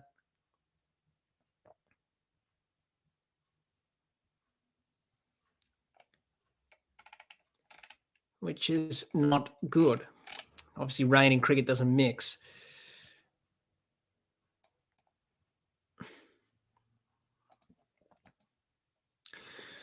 Jihan says, here's a wild thought. How about day-night tests in colours? With a white ball, traditionalists will hate that idea, but solves the issue. Yeah, they would. They wouldn't like that. Yeah, it'll be interesting. I don't think it will be considered at all, but anyway.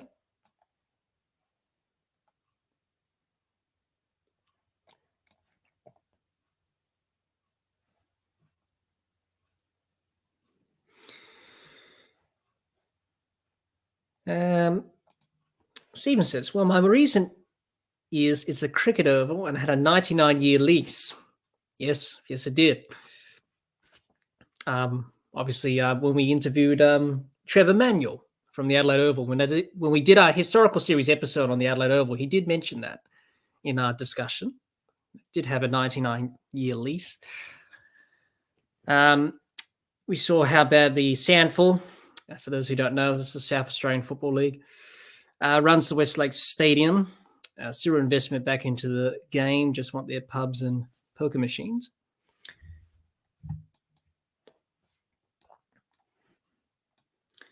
So just a recap of where we are in the match. England 6.5 overs bowled, none for 26.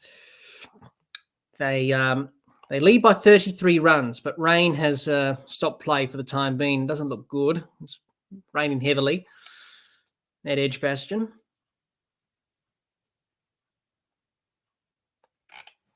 And apparently it is raining quite heavily. So the prospects of play this evening, if you're in Australia or over in England in the afternoon, look very slim because there is some rain, heavy rain forecast. So that is not good.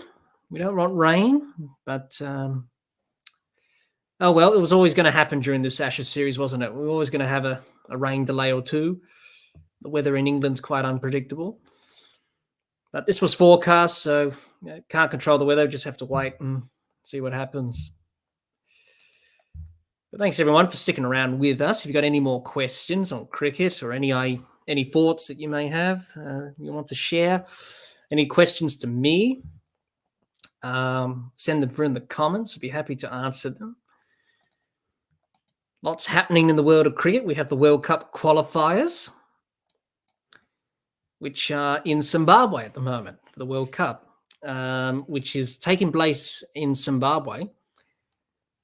Qualification for the World Cup, which is happening later on this year in India. And that's going to be interesting to see who will be the last two teams to qualify for the 10-team World Cup in 2023 in India. So that's happening. Also, the Women's Ashes are starting very soon, and we're going to be live streaming the only Women's Ashes test, I should say. That's starting next, just after this first Men's Ashes test.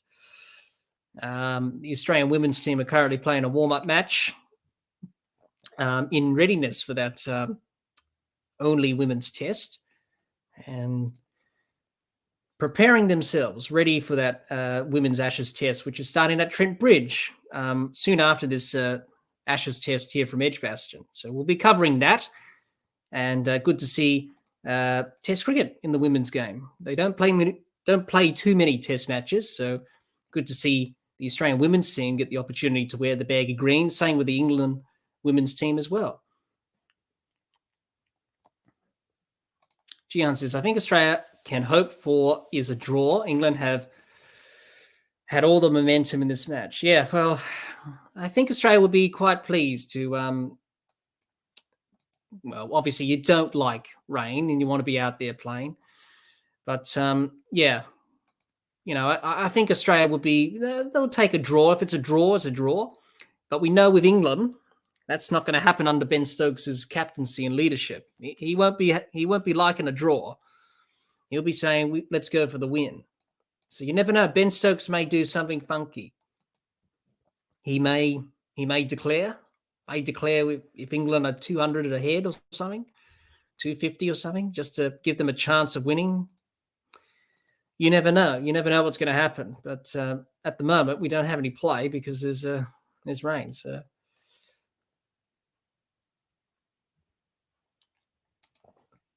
But definitely, you know, this rain, will it have a difference on the pitch? Well, it'll be well covered, so I don't think it'll have any difference. But maybe the moisture will get into the ground, I suppose. But these days, pitches are well covered, and not like in the old days where they were uncovered. Very dangerous. John says, hope the pitch sweats and the Poms are bowled out for 60. A man can dream. Yes. But this is the thing with Ben Stokes. This is the thing with him and his mentality. Obviously, he has made it clear that England won't play for draws, but in the situation that we have with weather, which is going to take time out of the game, a draw that you can't really control and that's sort of forced on you, be interesting to see how he handles this in terms of trying to, make a game of it. If we do lose significant time today, which is a likely outcome because it is raining heavily at the moment. So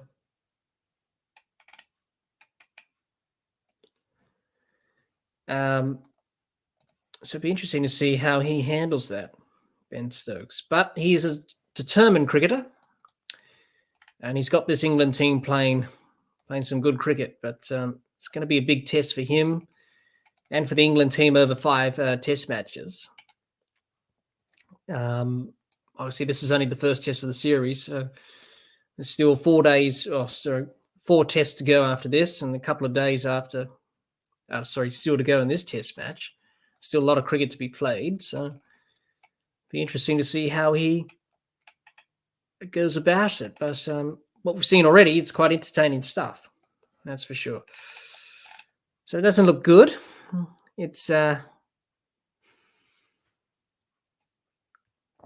doesn't look good. The rain is still falling, and maybe we won't be getting back out there today, I don't think.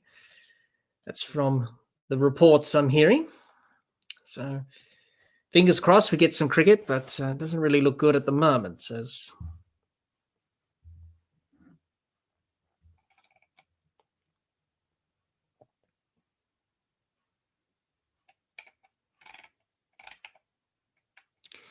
But England, none for 26.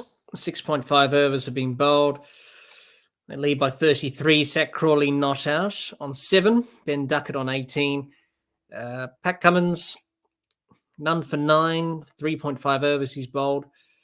Nathan Lyon bowled the 1 over, none for 6. Josh Hazlewood bowled as well. And he had none for 10 from his 2 overs. So those are the only 3 Australian bowlers used in the England innings thus far. And then the rain came, delaying play, which is frustrating everyone.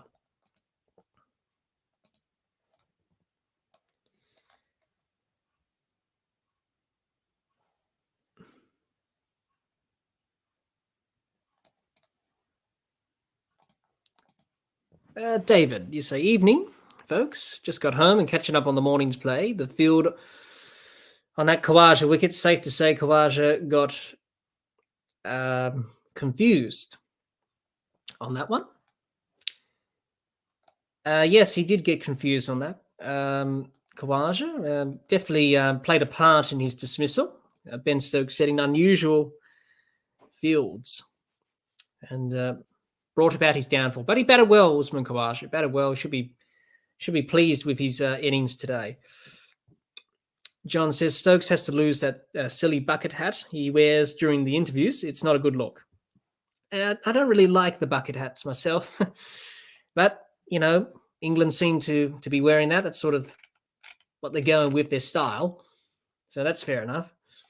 But yeah, I don't really like the bucket hats either. But oh well, that's what England are wearing, a part of their team kit.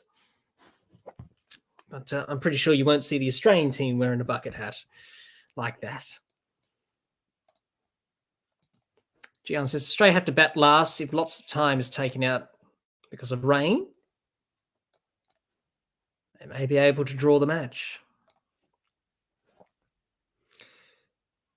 Yes, that's true. Yes, so if the second and third set, we're still in the second session. So if we lose the second session today, lose the third session, then we've only got 6 sessions remaining in this test match. Day 4, day 5, of course. So that would definitely help Australia. I think Australia, if they do come out of this test match with a draw, then I think that will be not a bad result, given how the test match has panned out. Obviously, going to Lords for the next test, which would be on the 28th. And Australia have a pretty good record at Lords, actually. So they'll be hoping that they'll definitely do well there at Lords. The last time Australia won at Lords was in 2015, and that was where Steve Smith scored a double century. And I believe Chris Rogers probably scored a century as well in that test match, I think. Yes, he did. And I had a big partnership, I think, with Steve Smith at the time. John says, nice save there. Thank you, John.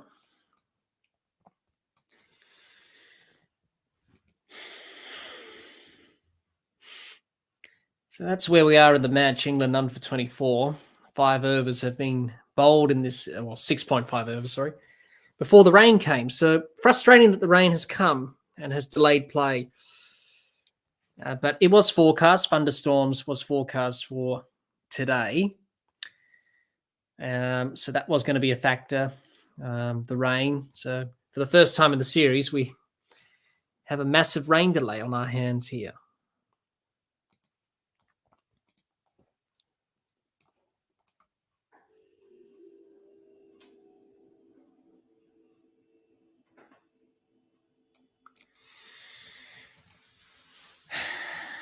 Thanks, everyone, for joining us. Obviously, I mentioned to everyone that thank you for reaching or helping us reach 100,000 views on our YouTube channel. It's good to reach that milestone. 100,000 views is good.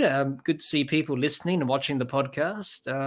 I do appreciate that. So thank you for the support. Also, thanks everyone for subscribing over the last few weeks. We've gained a lot of subscribers, 661 subscribers now. So we're nearly to 700. So if you haven't subscribed yet, please do. The more the merrier, as we try and get to 700. But thanks everyone for the support. I really do appreciate it. And yeah, it's been good. Especially a lot of people tuning into the podcast, which is fantastic. Also, people listening on our other services as well, Apple, Anchor, Spotify. A lot of people listening to us there as well. So thank you for listening as well on those platforms. So if you haven't subscribed, please do. And make sure you share it around. It does help. And help us get to 700 subscribers. That's the next goal to tick off. And once again, thanks everyone for helping us achieve those numbers, which is good. Gian says these sort of pitches are a nightmare for Australia. England bowlers are used to getting the ball moving, so the slowness of the deck doesn't affect them as much. Broad criticised it after play yesterday, though. He did. Stuart Broad did mention that after play. I did listen to his interview. He did mention that. He did mention about the pitch yesterday and criticising it a little bit. Yeah, well, you would like to see a little bit of pace in the surface, of course. But that's just how the curators prepared this pitch. And I suppose the weather had a part to play with it as well. Stephen, you say, who's your next guest? Uzi? He's got a channel. Just shoot him an email. You never know. I don't know, Stephen. I don't know who's our next guest. I haven't thought too far ahead. Obviously, we're focusing on this Ashes series, of course. We've got lots of stuff happening on the Ashes. I'm not sure. I don't know who else to interview, but we are looking at trying to interview more players. Usman will be a good start if he wants to come on, have a bit of a chat with us.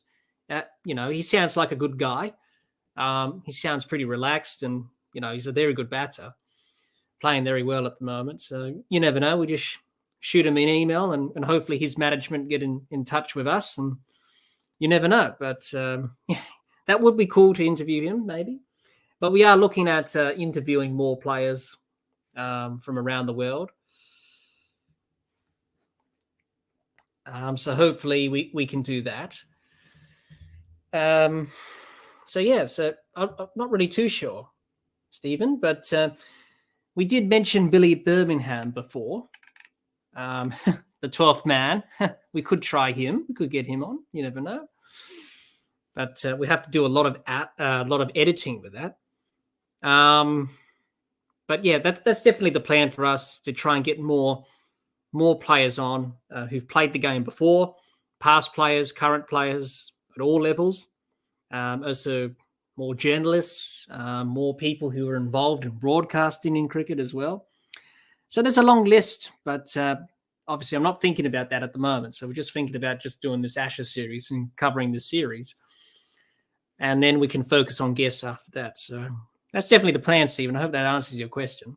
Jihan says he's going to... maybe not, Jihan. Maybe not. I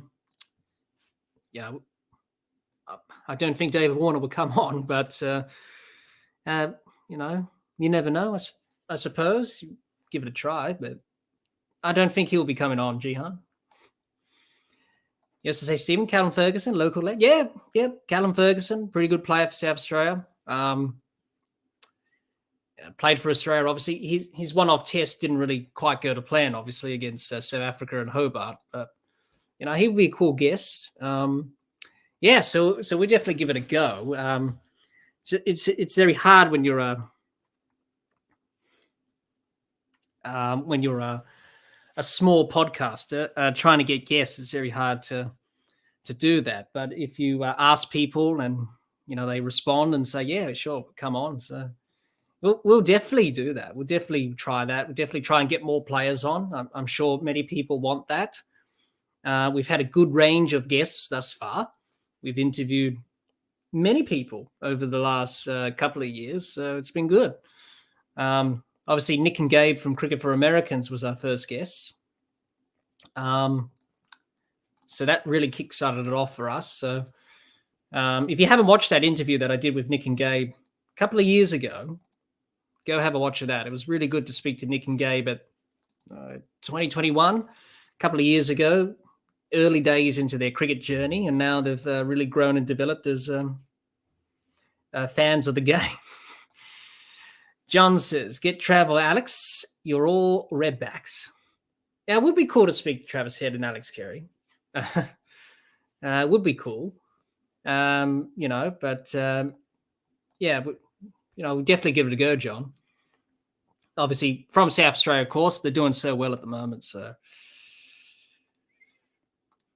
Stephen says, get Billy for sure. He's good. Don't worry about editing. We want the raw, unedited version. Well, I may have to do some editing, Stephen, because it's a family podcast, the Dibbly-Dobbly podcast. But we have to be within the guidelines of YouTube. So we'll have to maybe put a warning out. Probably if we do the unedited version, we may have to give it a warning and probably put a restriction on it, maybe. But we'll definitely try. If people want that, we'll definitely try. We'll see. Maybe he'll come on, maybe not.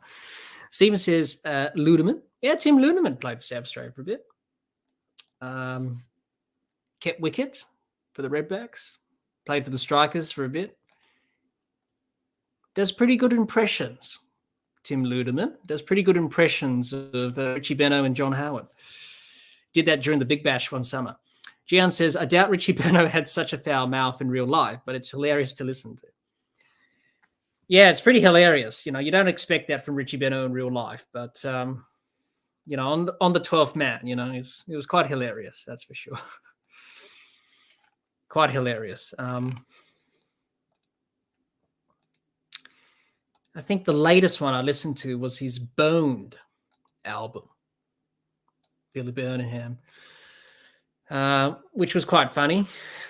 But, everyone from Australia who love cricket would have listened to a Billy Birmingham tape.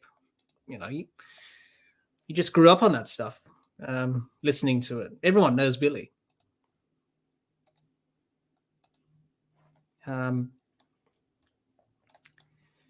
So we could try and get him on. Any ideas, everyone? While we're here, any ideas for guests? Who do you want on? Do let me know. We'll try our best. What players do you want on? Any people within cricket you want on the podcast? Send your suggestions in the comments. We'll try our best to facilitate them, but a few ideas. If you have any for guests, because, we want to speak to more people within the cricketing community. Gian says Byrne was hilarious. Yeah, it was hilarious. Yeah. Richie, Bill just taking over the commentary box and just doing all the commentators, and everyone got fired. No, it was pretty good. It was a pretty good album of his. But very funny, very hilarious, the 12th man. And pretty spot on with his impressions as well, Billy. Pretty spot on with his impressions. John says Chappelli. We could try, John. We could try. But I'm not sure how to contact him. Chappelli doesn't have social media. So how are we going to get in touch with Ian Chappell? We could find a way, I suppose. He's done a few interviews over the years. Chappelli, yeah, that would be cool. Jihan, you say there's a bit in Byrne where when Ian Bell gets run out comically in the first test, then in real life he got run out stupidly during the Adelaide collapse, and then in an ODI at the Gabba later that season. Wow. Well, maybe Billy was right on the mark there with Ian Bell there. Yes, he did get run out in that Adelaide test, amazing Adelaide. And he pretty much got run out there, and England had that collapse and they lost, and Australia won that test match from nowhere, basically. We did do a video on that on the podcast a couple of years ago about amazing Adelaide, talking about that amazing test match. One of the best test matches you would see in Ashes cricket, that's for sure. But while we're here, everyone, rain's falling. I won't be surprised if the umpires take tea in the next few, maybe hour or few minutes, I suppose. That's usually the standard practice during a delay like this. So while we're here, if you've got any more questions, any ideas for guests, we're open to ideas.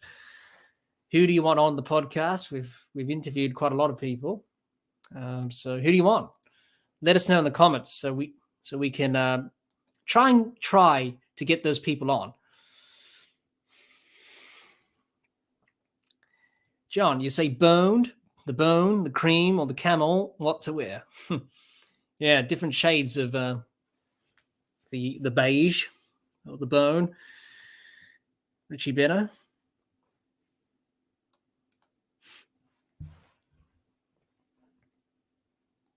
One of the best, Richie Better, one of the best commentators there has been in the game of cricket.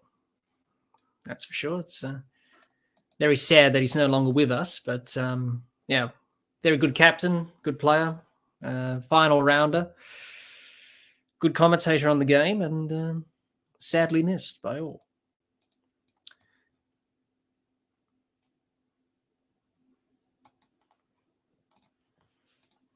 So any ideas?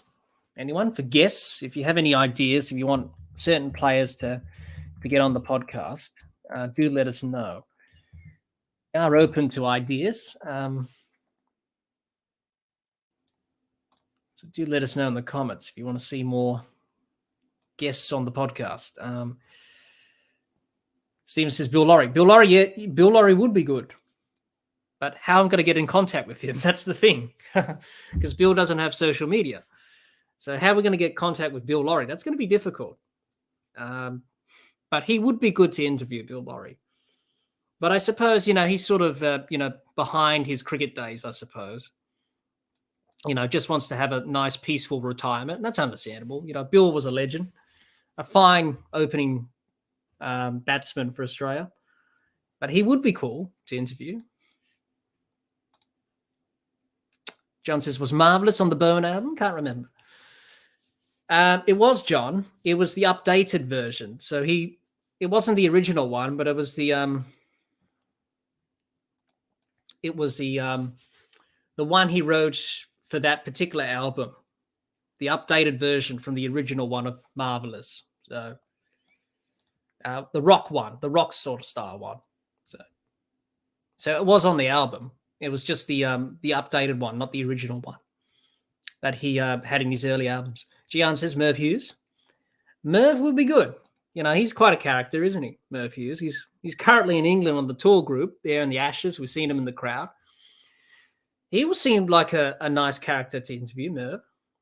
One of those big characters in Australian cricket. But that's the thing, this is the thing, how to contact people if they don't have social media or, you're not in touch with their, management sort of thing. So that's going to be a bit difficult for us. But, I do have some connections and we've been able to get certain interviews, obviously. Stephen says, maybe ask Gideon for some manager contacts. We could ask Gideon.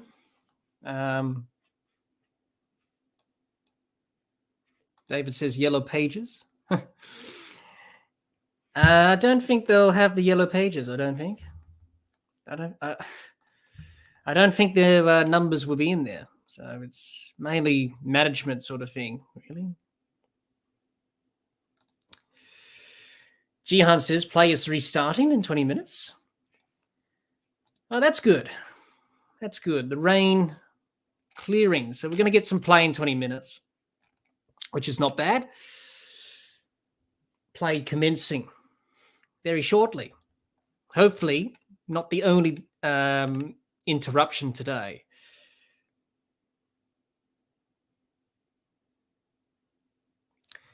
So the situation is that we've lost 9 overs because of the rain. So we can play until 7:30 to get all the overs in.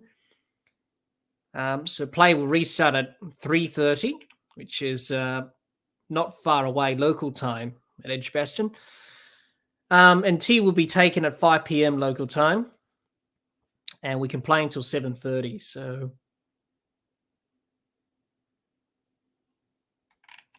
So that's good news. So we are going to get some cricket around about 20 minutes.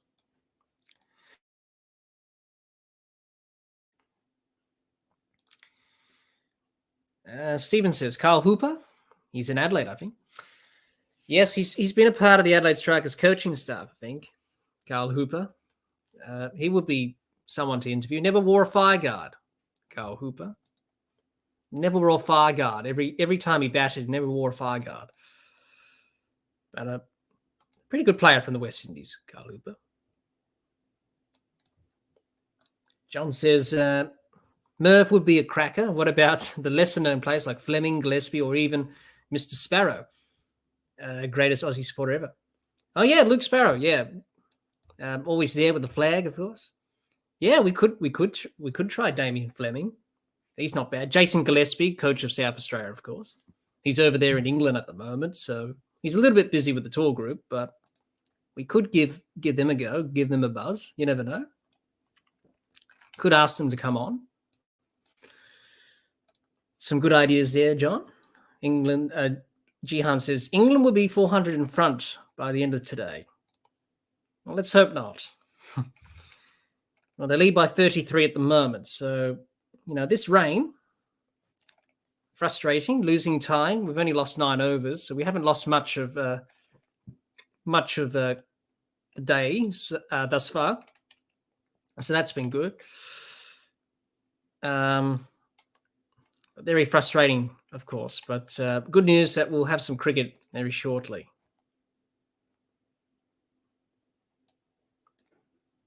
Jihan says Damien Fleming is a character, the biologist. Yeah, he is. He's not bad. Gives good analysis. Yeah, we could give him a buzz. You know, you want to come onto the podcast, talk about cricket, talk about your career. Would be nice, you know. Would be nice to talk to a former Australian Test player. That would put the cherry on the top of the cake, that's for sure. Ramesh, hope I said your name correctly there. Thanks for joining. You say, hopefully, they start soon, 400 to 500 runs for England. Well, it's been a very quiet start from them, but anything's achievable with this England team, I suppose. Stephen says, I think Ludeman would be achievable. He's a bit of a character. I can see him work in a pub or something. Yeah, he's not bad, Tim Ludeman. Retired now. Played for South Australia and kept wicket, played for the Strikers for a bit. So, yeah, some good ideas.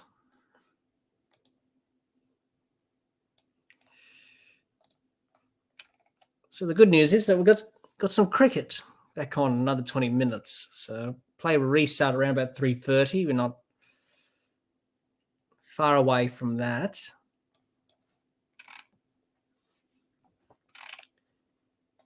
The second session has been interrupted due to rain. England lead by 33 runs, none for 26. Australia were bowled out for 386. Usman Khawaja top scored to 141. And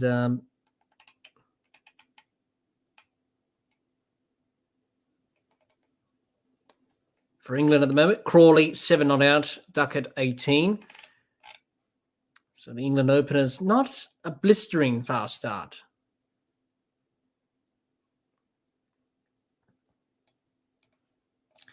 Ramesh, you say you have said my name correctly. Oh, thank you. Good to know that. Say Matthew Hayden's a great commentator. Yeah, Matthew Hayden's not bad. He gives good analysis. During the WTC, he did as well. John says, Skull, your work will be done. What else could you do? Job done. Ah, yeah, Kerry O'Keefe. Yeah, that's a good one, John. Yeah, it would be nice to speak to Kerry. Quite a very funny man, Kerry O'Keefe. Yeah, that's another good one, John. Yeah, we could try Kerry O'Keefe. Thank you, Stephen. Thanks for joining. Hope to see you soon for our next streams, but thanks for popping by.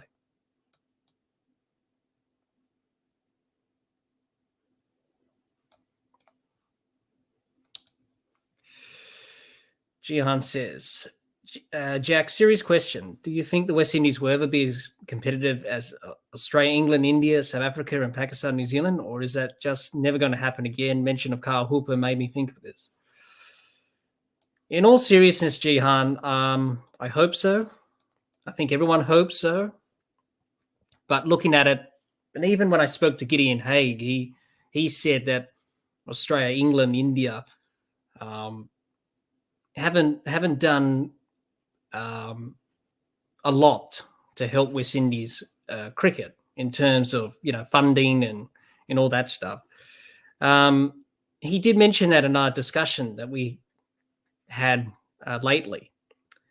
I do hope they're competitive. I think everyone wants to see the West Indies do well because everyone's loved the West Indies from their heyday, the Four Horsemen, the great batsmen that they had over their history, and they have. And obviously, it's quite sad to see them, suffering deeply with form. So it's quite disappointing to see that. I do hope they get back to their best, but it's going to take some time. It's going to take a long time, I think. But I think as the cricket community, we need to do better in terms of helping the West Indies and helping countries that are struggling a bit around the world. More funding, improving their programs and facilities and pathways. And we just haven't done that. And probably the West Indies, around about that 95 period when Australia won in the Caribbean in 95 under Mark Taylor for the first time. Maybe the West Indies probably didn't even do any planning. I think they're probably they knew they were coming towards the end of their dominant period, and even in 95 they were starting to go down a bit. And then obviously after that, the years after that, they really dropped off. Maybe they didn't do any planning themselves, and probably didn't think too far ahead in terms of, okay, we need to plan for the future and plan for the next talent coming through. So I think that lack of preparation probably didn't help where they're at the moment. But I do hope they do come back to their best. And I think everyone does in world cricket, I think. You say, Gian, I think it's still a popular sport there, but they care more about T20 than anything else. And that pride in the West Indies as an entity doesn't seem to be there anymore. No, that's the thing. They focus heavily on T20 cricket, going away from Test cricket. Obviously, we've seen, in the recent T20 World Cup, they struggled. It's not good if they're playing in the qualifiers to get into the T20 World Cup. And, for them not qualifying was a very disappointing thing. Also being in the qualifiers for the World Cup this year as well, that's not a good thing. That's not a good place to be in, because, it's uncertain whether or not you're going to qualify or not. They should, the West Indies, they should qualify, but there's some good teams in the qualifiers. Ireland, etc., can be very dangerous on their day. So, that's the thing. But they've got a lot of problems. But I think the best question, I think that question you raised just then, Jihan, I think that'll be a good question to probably ask the Caribbean Cricket Podcast. Obviously, they will know more, obviously. Experts of West Indian cricket, I think that'll be a good question to ask them. But they've talked about that a lot in their podcast that I've listened to. So, but I think everyone just wants to see the West Indies do well. And everyone wants to see everyone do well. But at the moment, everyone's at different levels. So that's the thing. John says South Africa is the next West Indies, unfortunately. Yeah, South Africa don't play much Test cricket in the next few years. When they came out to Australia last summer, their batting was obviously their Achilles heel. Their bowling was good, but they just didn't put any runs on the board, and their bowlers were threatening at times, and Australia were able just to win the series 2-0. So that was disappointing. South Africa, very proud cricketing nation. They're the third oldest cricket nation in the world. They came in the 1800s. After Australia and England, I think they came in the 1880s, I think. So they've been around for a lot of years, obviously. And they're struggling as well. So it'll be interesting to see how they go in the next few years as well. But they're not really performing at their best. South Africa. They had an opportunity, South Africa, to play in the WTC final. For the majority of the cycle, they were pretty much in the top two, and then they dropped off a bit towards the end. They lost that series in England. They lost against Australia, and that pretty much cost them a spot in the final. But it'll be interesting to see how they go going forward.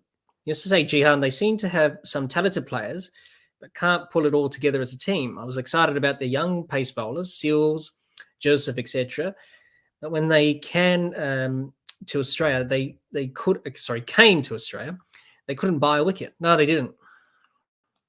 They just couldn't build pressure. They just couldn't build pressure for 6 balls. And, Australia were able to score runs quickly. So I think that's probably going to happen again when they do come back this summer. It's probably going to happen the same way as it did last summer. So the West Indies, they've got a new coach. Phil Simmons is not the coach anymore. He stood down. So it'll be interesting to see what they do in terms of, going forward with their strategy and their test team going forward. But very very sad to see them declining the way they have been, the West Indies. Gian says South Africa are struggling, but they did bowl well in Australia and beat India quite convincingly. They did. They won that series 2-1 against India. They bowled well in Australia. Norkia was good. Rabada was probably below his best. He looked threatening at times, but then, dropped away. Maharaj, the spinner, didn't bowl as well. Janssen was good.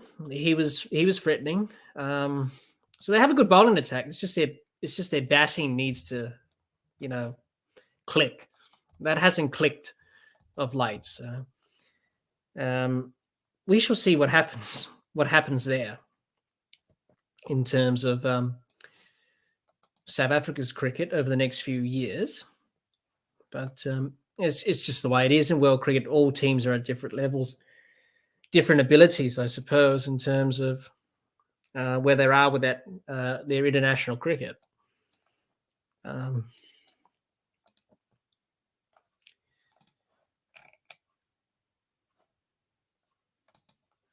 So we're not far away from starting. We're about 3 minutes away or 4 minutes away from starting. But the problem that we do have is a wet outfield. So the super stoppers will be coming down to try and mop up the water that's on the surface of the outfield.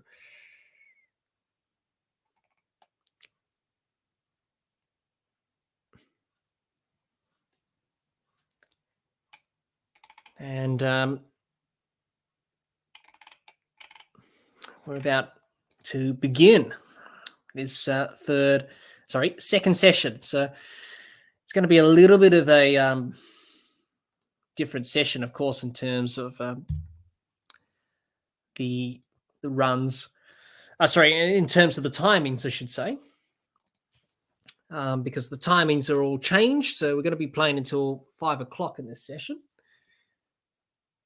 And then a break for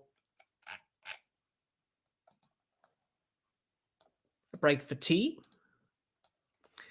It's still a little bit gloomy at Edgbaston. So they did well to mop up the surface of the outfield. Still a little bit gloomy. So we may have some more interruptions. Can't rule that out.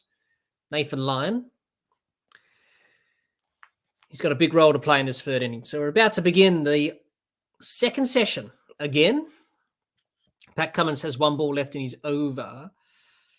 Gian says the problem with these teams, and they're not playing enough first class and test cricket. South Africa are hardly playing any tests this cycle.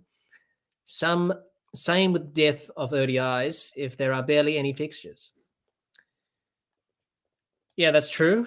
That's true. They don't play a lot of first class cricket in their countries. And that's something that they need to look at. Doesn't look good. That Edgbaston looks gloomy. But hopefully for Australia, the ball will swing under these conditions. Cummins in to Crawley. This one full. Crawley defends to the leg side for no run. It's the end of the over. It's none for 26 after 7. Thanks, everyone, for joining us, but it doesn't look good. I think we're going to have more delays. I think we're not going to have much cricket here because there is a band of showers coming through. I don't like to be negative, but that's the weather, so we can't really control it. But at least we have some cricket, eh? That's the main thing. Gian says, of course, it's going to go downhill. The saturate the fixture list with lots of pointless T20s and internationals will lose its meaning. Yeah, Gian, that's sort of the conversation I had with Gideon as Scott Boland, comes into the attack. Scott Boland, 34 wickets from 9 test matches. He's done really well, Scott. Went for a lot of runs in the first innings, but we sort of expected that with England that we're going to target Scott Boland. But hopefully Scott can get a wicket or two here. It's quite gloomy. Ball may do a bit. An opportunity for Scott Boland to hit that good line and length, as he always does on that back of a length outside off stump. Yeah, it's an interesting point you raised there, Jihan, and it's something that international cricket probably can't fix. I think bowling into Duckett, this one full outside off stump by Boland. He works it to deep point for one.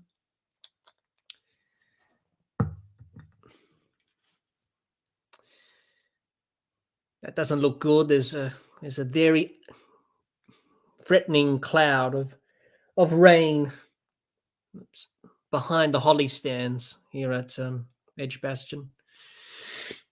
It doesn't really look good. It looks quite ominous. But credit to the ground staff for preparing the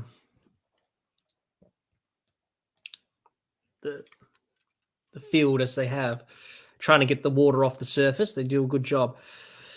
Bowling in to Crawley. This one a plane and miss. Past his outside edge. Got him driving. Good start from Scott Boland to Zach Crawley. Zach Crawley wanting to drive that ball. Flashed at it. In the end, it wasn't an edge, but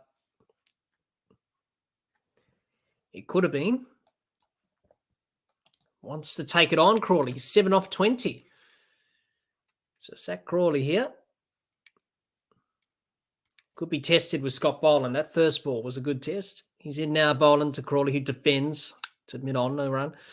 John says, the system aside, who else apart from Australia, India or England could hope to qualify for a World Test Championship final over the next cycle?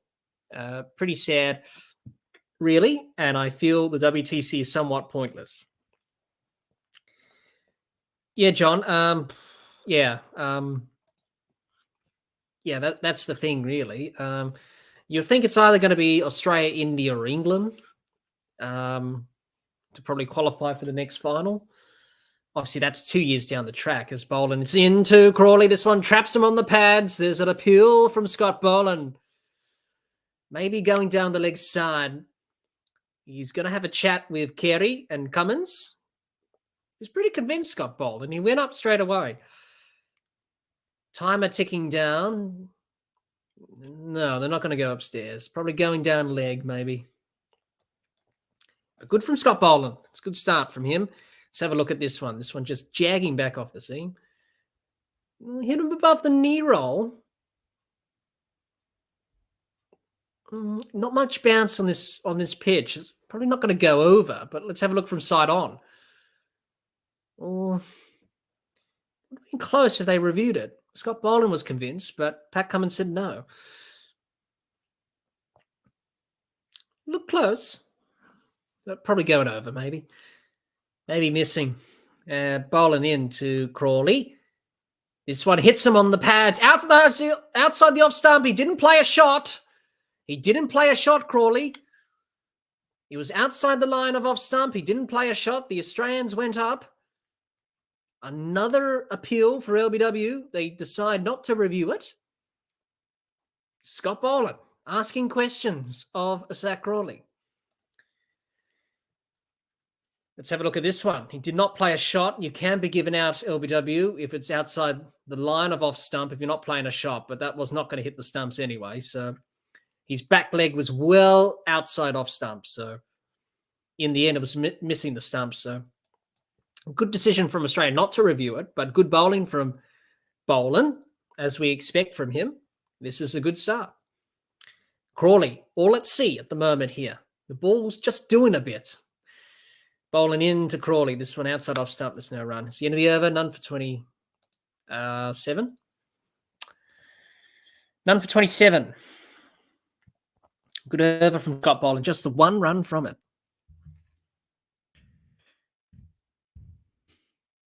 Oh, this is good from Australia. The ball's doing a bit. We haven't seen the ball do much on this surface, but with the rain around, the moisture in the air, ball's doing a bit. Pretty good.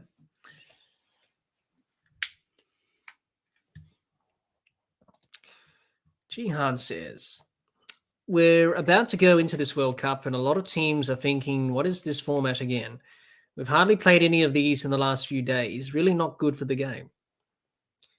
I suppose that's just the way it is, Jihan, with the schedule. It's just something that we just have to put up with. I think, the schedule's a mess, and I talked about that with Gideon, of course, as you would know, and he offered his thoughts on it. It's something probably we can't fix, maybe. I think it's too late. Cummins in to duck it. This one past his outside edge, and there's no run. The ball's doing a bit. The lights are on. The clouds are closing in. Pat Cummins angling this ball in to duck it, and then it's just going away a little bit past his outside edge. So this is the moment. Australia have to strike here. Maria Erasmus looking up to the heavens. It's probably saying, it's getting a little bit dark, but the lights are on, so that's usually contentious there with the lights.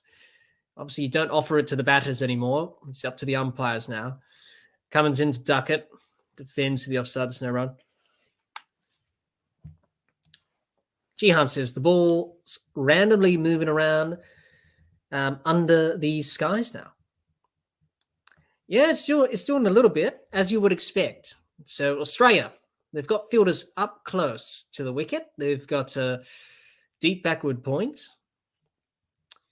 And they've got a fine leg or a long leg. So not too many boundary riders. All fielders in attacking positions. Cummins in to Duckett, who defends to mid-on. There's no run. Well, for Australia, this is ideal bowling conditions.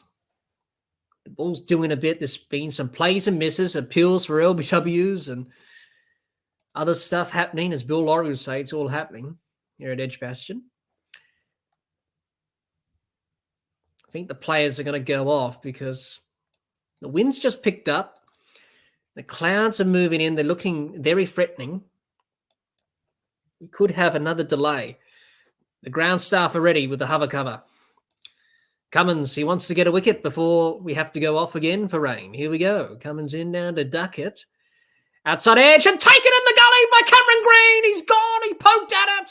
He's gone. Duckett is gone. It's 1 for 27.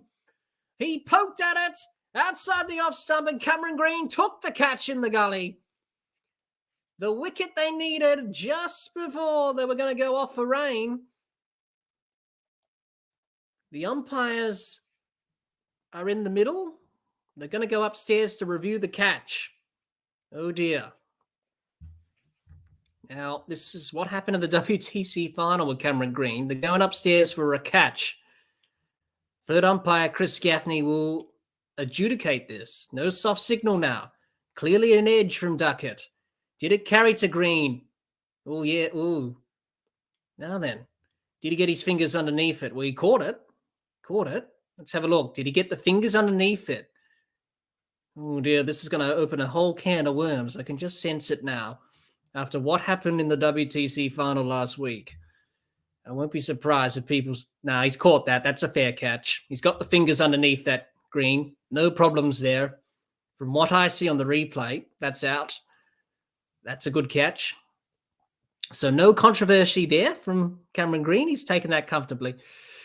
And it will be out. Chris Gaffney will indicate that on the scoreboard. He will say it's out. Crawley on his way. Clearly caught that, Cameron Green. Clearly the fingers underneath it. No problems there. Sack Crawley poked... not Sack Crawley. Do beg my... excuse me. A lack of sleep kicking in here. Getting my words mixed up. Ben Duckett. Just poking at that ball outside off stump. And he was only going to edge it, and that's what happened. Australia get the first wicket. Good start. They've got to make the most of it. Under these conditions, it's good to bowl. Ball's moving around a bit. Pat Cummins, the captain, when he stood up, he's definitely delivered. Jihan says, clearly out. Yeah, clearly out. No controversy there, Jihan.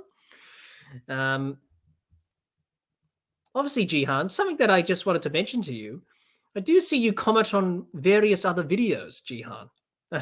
You're everywhere. Everywhere on the different podcasts on YouTube, Final Word, etc. You're commenting on everywhere, Jihan. So you do get around and comment on others' videos, I see. That's just something I've noticed. Ollie Pope, new batter at the crease. He got out to Nathan Lyon, LBW in the first innings, averaging 35 from 37 tests. He got a 205 at Lords against Ireland. He's in now to... He's facing Pat Cummins now. He's in now. Cummins, this one down the leg side. Pope nearly caught up with it. Good take from Carey.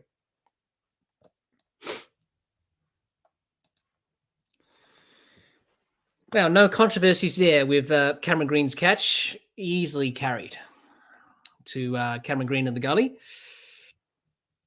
Australia finally get the first wicket of this innings. Gian, you say you enjoy the comments or too opinionated? Well, I've just noticed that you comment everywhere, Jihan. So you're everywhere, you know. You get around everywhere. Maybe a little bit too opinionated, maybe, but that's just your opinion, I suppose. But anyway, that's just something I've noticed, Jihan, because I just scroll in the comments sometimes just to see what people are saying, just get a bit of a gauge of how people are assessing things, and I've noticed your name's popped up a few times. But, oh, well, that's just the way it is, isn't it? John says Jihan has a bromance with cricket. I think we all do, John. I think we all love this game. You know, we're all passionate about it, you know. It's a great game, isn't it, cricket?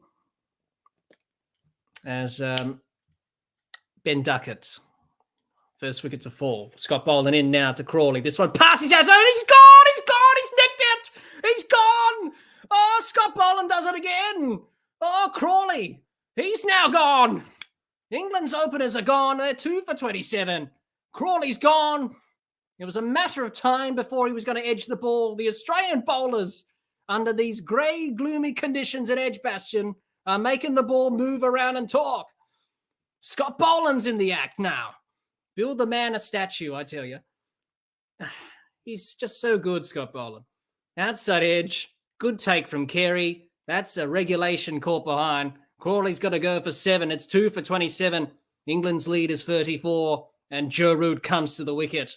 The big wicket for Australia now. Well, it's all happening. All of a sudden, these conditions have just made Australia a little bit more confident about their prospects in this match. What a start from Australia after the rain delay. Jihan, you say, I think in a year or two leading into the World Cup, you just organise more ODIs, more ODI series, 3 or 5 bilaterals, maybe bring back the tri-series and limit T20s leading into the T20 World Cup and have some and have more. I think we are going to have a tri-series, Jihan. I think it's Pakistan playing, was it New Zealand and some other team?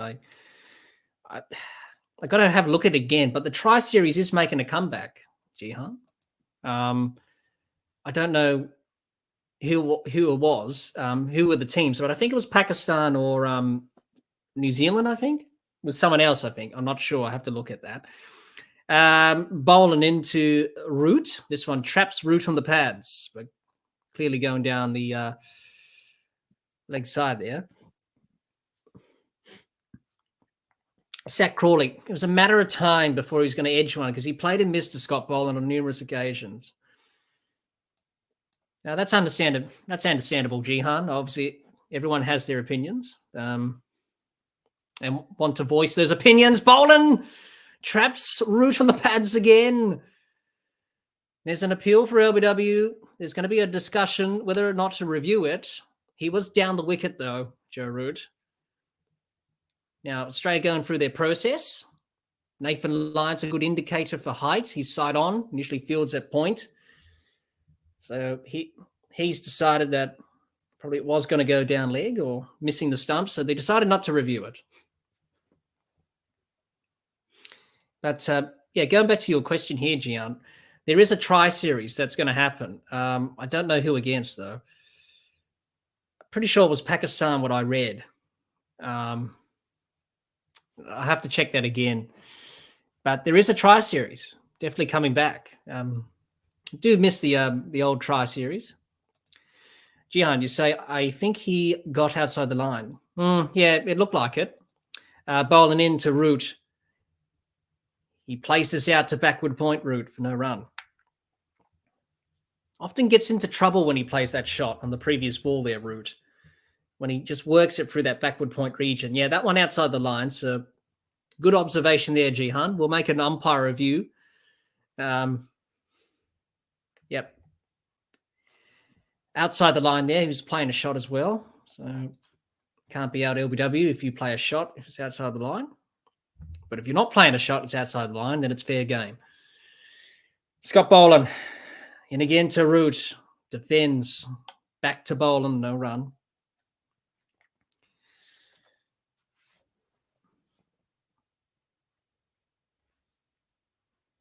Well, this has been a very interesting few moments here for Australia. It's been good. Ball's doing a bit. And that's really good. If Australia are going to make inroads, they've got to do it right now, especially in these conditions, which are ideal for bowling, as we know.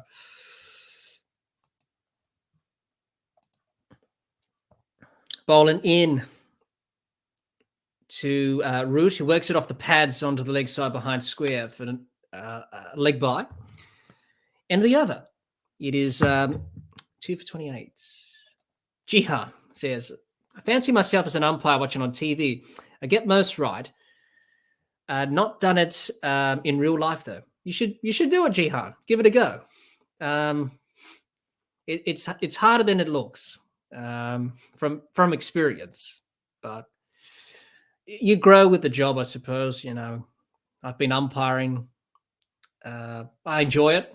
I know if Gabe was here, Gabe would say a different thing about umpires, as we know, but I enjoy it. Someone's got to do it, and I enjoy doing it, and it's just good to give back to the game. But you should give it a go, Jihan. You know, volunteer at your local club or something. Give it a go. You know, do a course or something. It's quite easy to do. I'm pretty sure, Jihan, you will get 80%, which you need to do an umpiring course. So I think you'll get 80% easily because you're pretty much skilled in the game and know the laws pretty well. So at least you get 80%, then you can definitely do a course there. Quite an easy thing to do, really. Just sign up, and that's all it takes. A couple of clicks. Jihan, you say, I have done it a few times, but haven't had to give any decisions yet. Oh, well, that's a good thing. Cummins in to Root, outside edge, playing a miss. Steve Smith was convinced. He looked animated, Smith. Well, he usually is. Well, he's reviewed it. Cummins has gone upstairs. He flashed at that, Joe Root. Went for a drive. Hell, Australia heard something. Smith, Carey behind the wicket were convinced. They heard a noise. Joe Root seems untroubled by all this. Pat Cummins, another good delivery again. Root went for the drive. Now then, did he hit it? I don't think he did. Is there a gap? Yeah, there's a gap between the ball and the bat. So I think the important thing from Australia's point of view here is not get carried away with the DRS. That's missing by quite a long way. Big gap between bat and the ball. So a good decision by Azan Raza.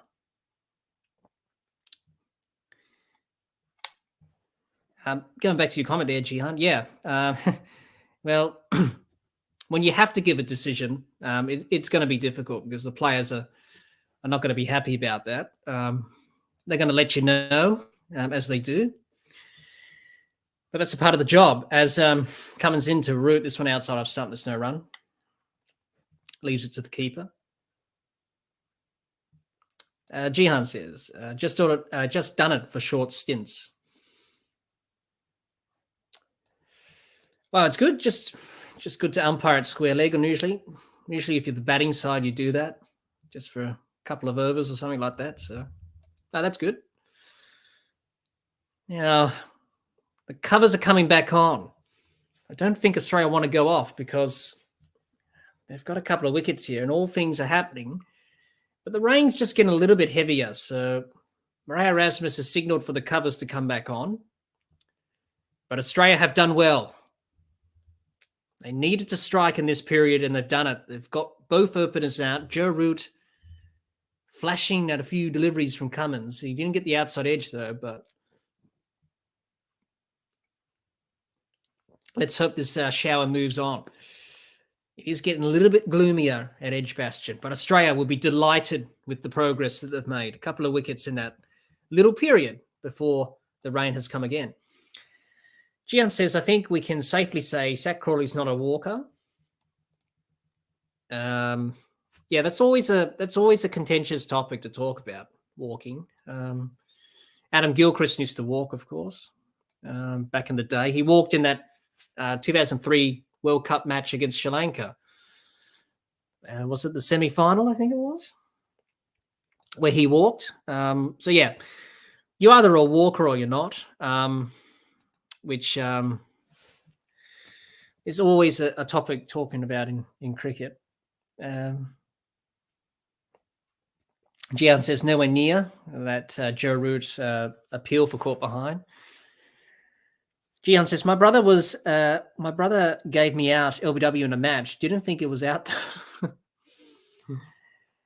Well, we've all been there, Gian. When you get out dismissed LBW, you think it's not out. John says, but did you walk, Jihan? Or toss the toys out of the cot? Well, usually players are not happy with decisions. We've all been there.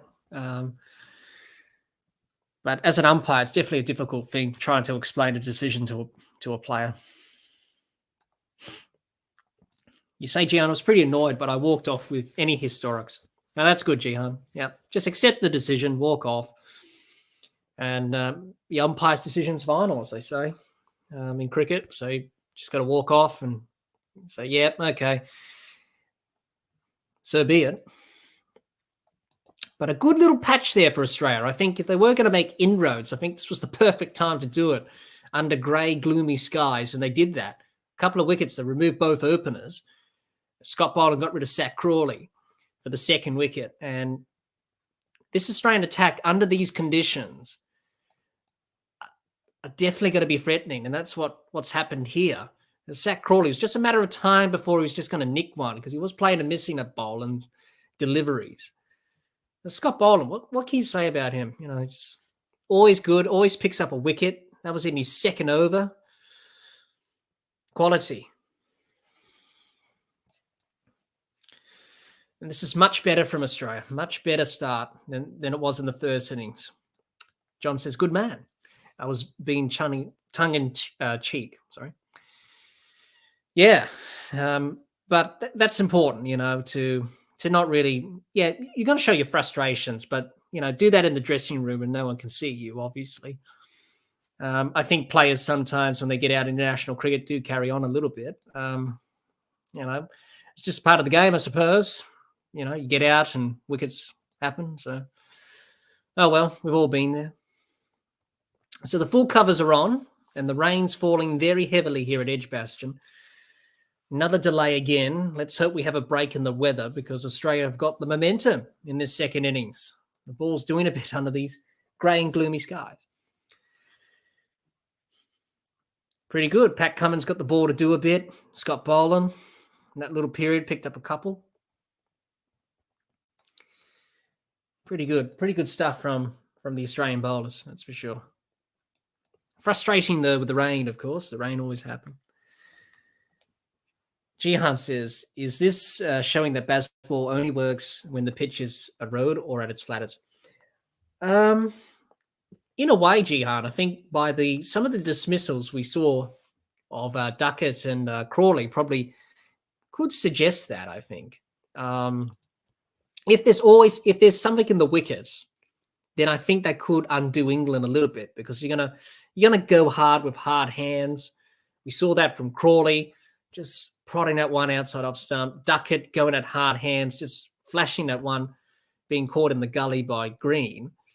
So going hard at the ball in these conditions where the ball does do a bit, it could be the undoing of England's mentality in terms of playing this style of cricket, because you've got to respect the conditions, and the conditions at the moment are pretty good for bowling, and we've already seen 2 wickets fall from pretty ordinary dismissals. So maybe it does have weaknesses. Nothing has strength. You always have strengths, but you have weaknesses as well, and it's about exploiting those weaknesses. So it could be a weakness that if a wicket does have something in it, then yes, England are vulnerable, as many sides are. Gian says, conditions dependent, like their ODI strategy on Morgan. Yeah, exactly right. But I think this was a good time for Australia with the rain coming and the lights on. The ball just did a little bit. That's all you need to do in England. Just a little bit, get the outside edge.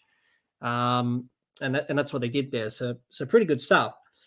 Frustrating, though, that the rain has come back again, but all of a sudden, England under a little bit of pressure, which is always good to see, especially in an Ashes contest. But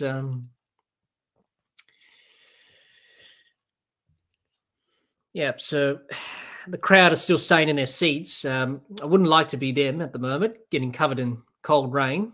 But oh well. Edgbaston's not one of those stadiums where you have, a bit of covering on the top of the stands. It's quite open, not like the MCG, where it's got that protection all around the ground. So the rain has fallen again, and Cameron Green, good catch there in the gully. Just have a look at the replay there. Yeah, caught it comfortably. Fingers underneath the ball. And that was the wicket of Duckett.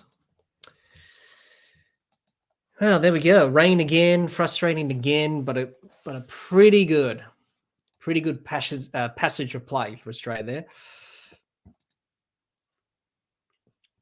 So England lead by 35. They're 2 down for 28. That's the ideal start for Australia in this third day's play. Frustrating, the rain has returned.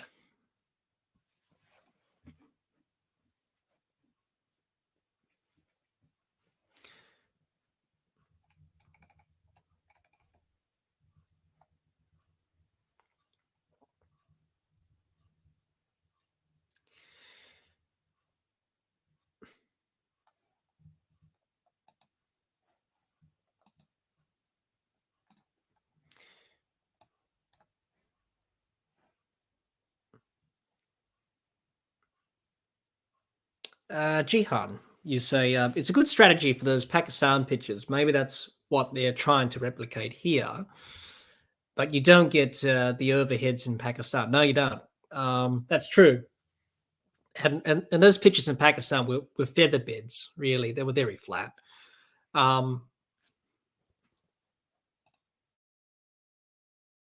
Excuse me. Yeah, they were very flat, very docile wickets. And obviously you can play shots on those types of wickets, as Australia found out when they played in Pakistan last year.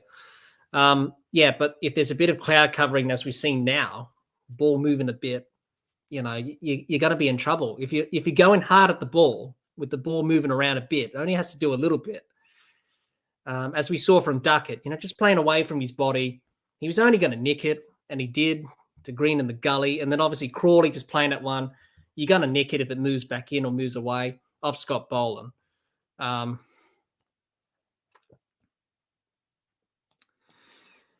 But yeah, they're trying to replicate that here. Here in England. John says, good question, Jihan.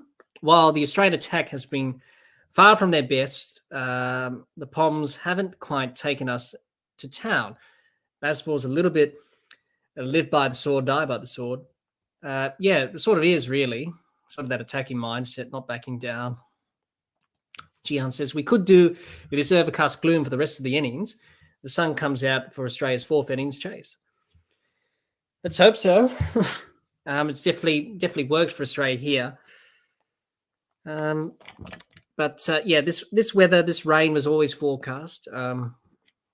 But at least it's a good start from Australia to take these couple of wickets before this rain delay. So it's a bit frustrating.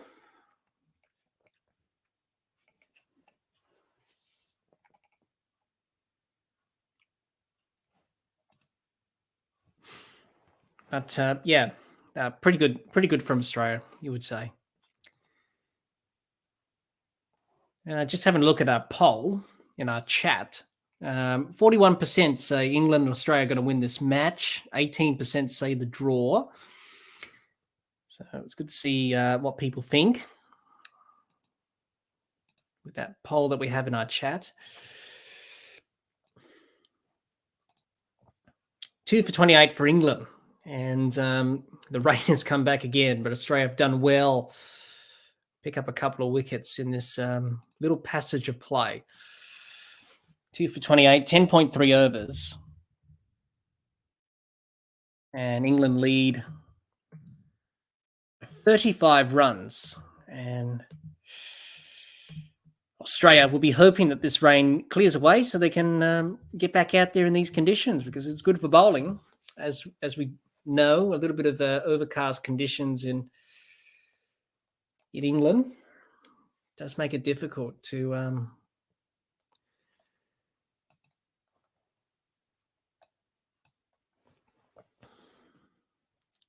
play in these conditions with the ball seaming around, just moving a little bit off the seam. So definitely a good little passage of play there for Australia.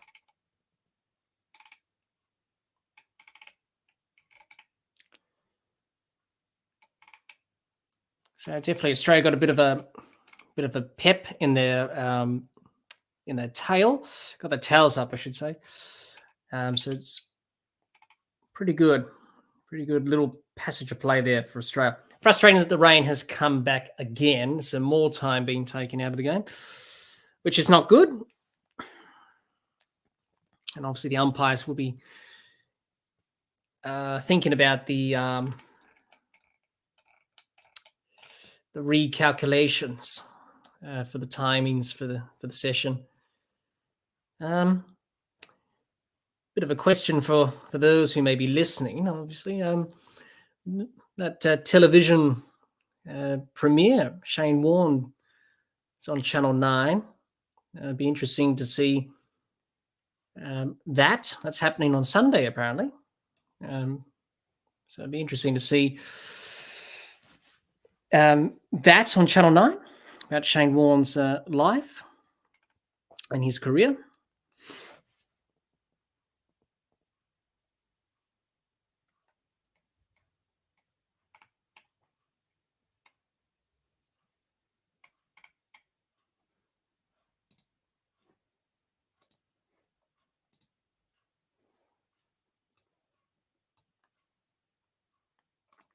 Jihan, you say, I can't see this working in Australia with all those expensive shots. Outside off stump, there'll be a lot of catches to the slips and gullies.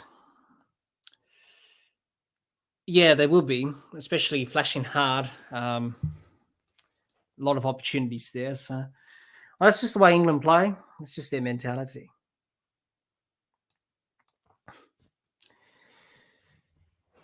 But it's the way they want to play, that's for sure.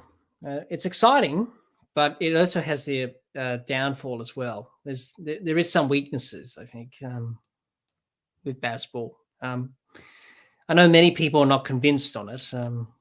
Other people are. Other people think it's exciting. Other people think it's not. So, John, you say you're going well. The honey and lemon must be working at this rate. You'll get through the whole day. Well, thanks for that, John. Yeah, well, it depends if we get back on, because the rain's falling at Edgbaston. But which is frustrating at the moment. But Australia have done well. They picked up a couple of wickets, and that's the main thing. So that's where we are in the match. Both openers are gone for England. Duckett and Crawley. Cummins and Boland got the wickets just before Australia went off for another rain delay.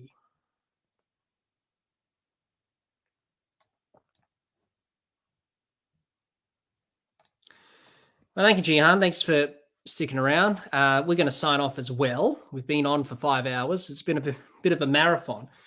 But, yeah, so we're probably not going to get some play today. Hopefully, it looks pretty grim at the moment, but you never know. You always got to be positive. But thank you, Jihan. And we hope to see you back, as always. Alrighty then, there we are. So rain delay again. England 2 for 28, 10.3 overs have been bowled. They lead by 35 runs. There's another rain delay. Looks like could be the end of the day here. It looked more threatening than it did before. So hopefully we can get back out there in some capacity, but it looks pretty grim. So let's see what happens. John, you say sure about the warning. It's Channel 9 after all, so it will be sensational. Yeah, it was quite interesting just having a look at that. Obviously, about his life, his career, warning. So it'll be interesting. That's a new television series that's going to be on Channel 9 after this first test.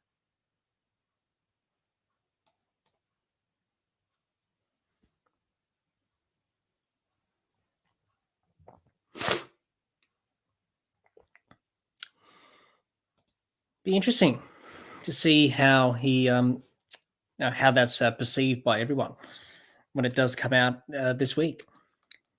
Alrighty then. Well, thanks everyone for joining us. We've been here for more than 5 hours, obviously. A couple of rain delays now, and we covered the first session. The second session we covered a little bit before the rain has stopped play again. But thanks everyone for joining us. Let's hope we get some cricket today, but it doesn't look good at the time being with the rain and the weather around. So, oh well. But Australia, a couple of wickets to the tally, which is always nice to use the conditions well. So good to see that. So thanks everyone for joining us. I hope everyone has had a pretty good day of cricket. The first 2 sessions have been interesting, that's for sure. Alrighty then. If we don't have any last comments in the chat or anything like that, we're going to sign off, and we will be back in some capacity. John says, boils down to how they portray him. I'm on the fence. Yeah, John, it'd be interesting to see how they portray him, as you say. That'll be the big test, obviously. So, be interesting. But obviously, it's warning, so be interesting to see how they capture him as the person. But it should be interesting. I think a lot of people will tune in for that. Alrighty then. So if we don't have any last comments left, we'll sign off. Pull up stumps, as they say, as we say in the game. Alrighty then. So we will be back for another live stream. Probably we won't be back for the remainder of this match, but we will be back for the Women's Ashes Test. That will be on. That will be next week. So we're going to be live streaming the Women's Ashes Test between the England women's team and the Australian women's team. So that will be happening next week. So we'll be doing day 1. So do join us for that, for the Women's Ashes. And then obviously the second test at Lord's with the Men's Ashes, we'll be back for that as well. So thanks everyone who's joined us for the couple of live streams for this first test. And we hope to see you for the next couple of live streams, the Women's Ashes Test and the second Ashes Test for the men's, which will be played at Lord's next week. On the 28th, that is. John says the How's That stuff had the ring of truth back. I took it with a grain of salt. That wasn't bad. That How's That series, looking back to Kerry Packer's World Series cricket days. That wasn't bad. It's always hard trying to replicate things that happened many years ago and trying to get it accurately right. So that would be the big test for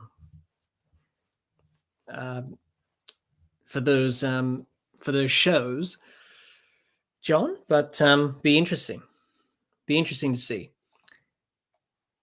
All right, so just a recap of what's happened. The rain's come back again at Edgbaston. England 2 for 28 by trial by 10.3 overs. Sorry, 10.3 overs. They've bowled Australia. Lead is 35. The rain has returned. It looks pretty grim at the moment. We may probably lose more time and probably the end of the day as well, which is a shame because we've had some good cricket thus far. Alrighty then. Without further ado, if there's any last comments left before we sign off, do let us know so we don't miss it. But if there isn't, it's been pretty enjoyable. Thanks everyone for joining us for the last 5 hours. It's been pretty full on. We've seen some action today. We've seen some runs, wickets, catches, everything, rain as well. So it's been quite an interesting day 3 of this first Ashes test from Edgbaston, as you would expect in an Ashes contest. It's always going to be pretty good. John says, I'll probably watch it, but I won't take it as gospel. Yeah, John, that's fair enough, I suppose. You know, it's always difficult with these shows trying to replicate different things that have happened. It's always difficult to react to and watch. Anyway, the proof will be in the pudding, as they say. Alrighty then.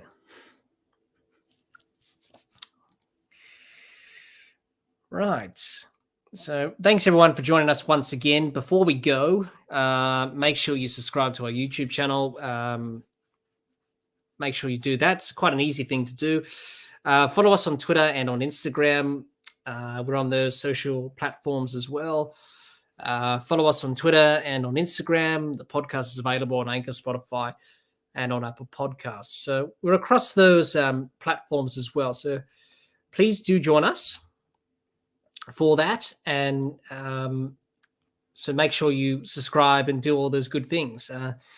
And I really do appreciate the support from everyone. It's been good. Thank you, John. See you later. We'll see you back for the next live stream, which will be the Women's Ashes Test from Trent Bridge. We'll be covering that. And also the second Ashes Test from Lords. We'll be back for that as well. So thanks, John, as always. Good to have you in the chat as always. And we'll see you next time. And thank you, everyone, for joining us as well. Hope you enjoyed today's live stream. Make sure you subscribe to our YouTube channel. Click the bell so you don't miss out on all the episodes of the podcast. And stay tuned because we have some exciting episodes to come. More live streams during this Ashes series. Those are the Women's Ashes as well. And many things in the world of cricket as well. So do join us for all those great things. Until next time, keep safe and bye for now.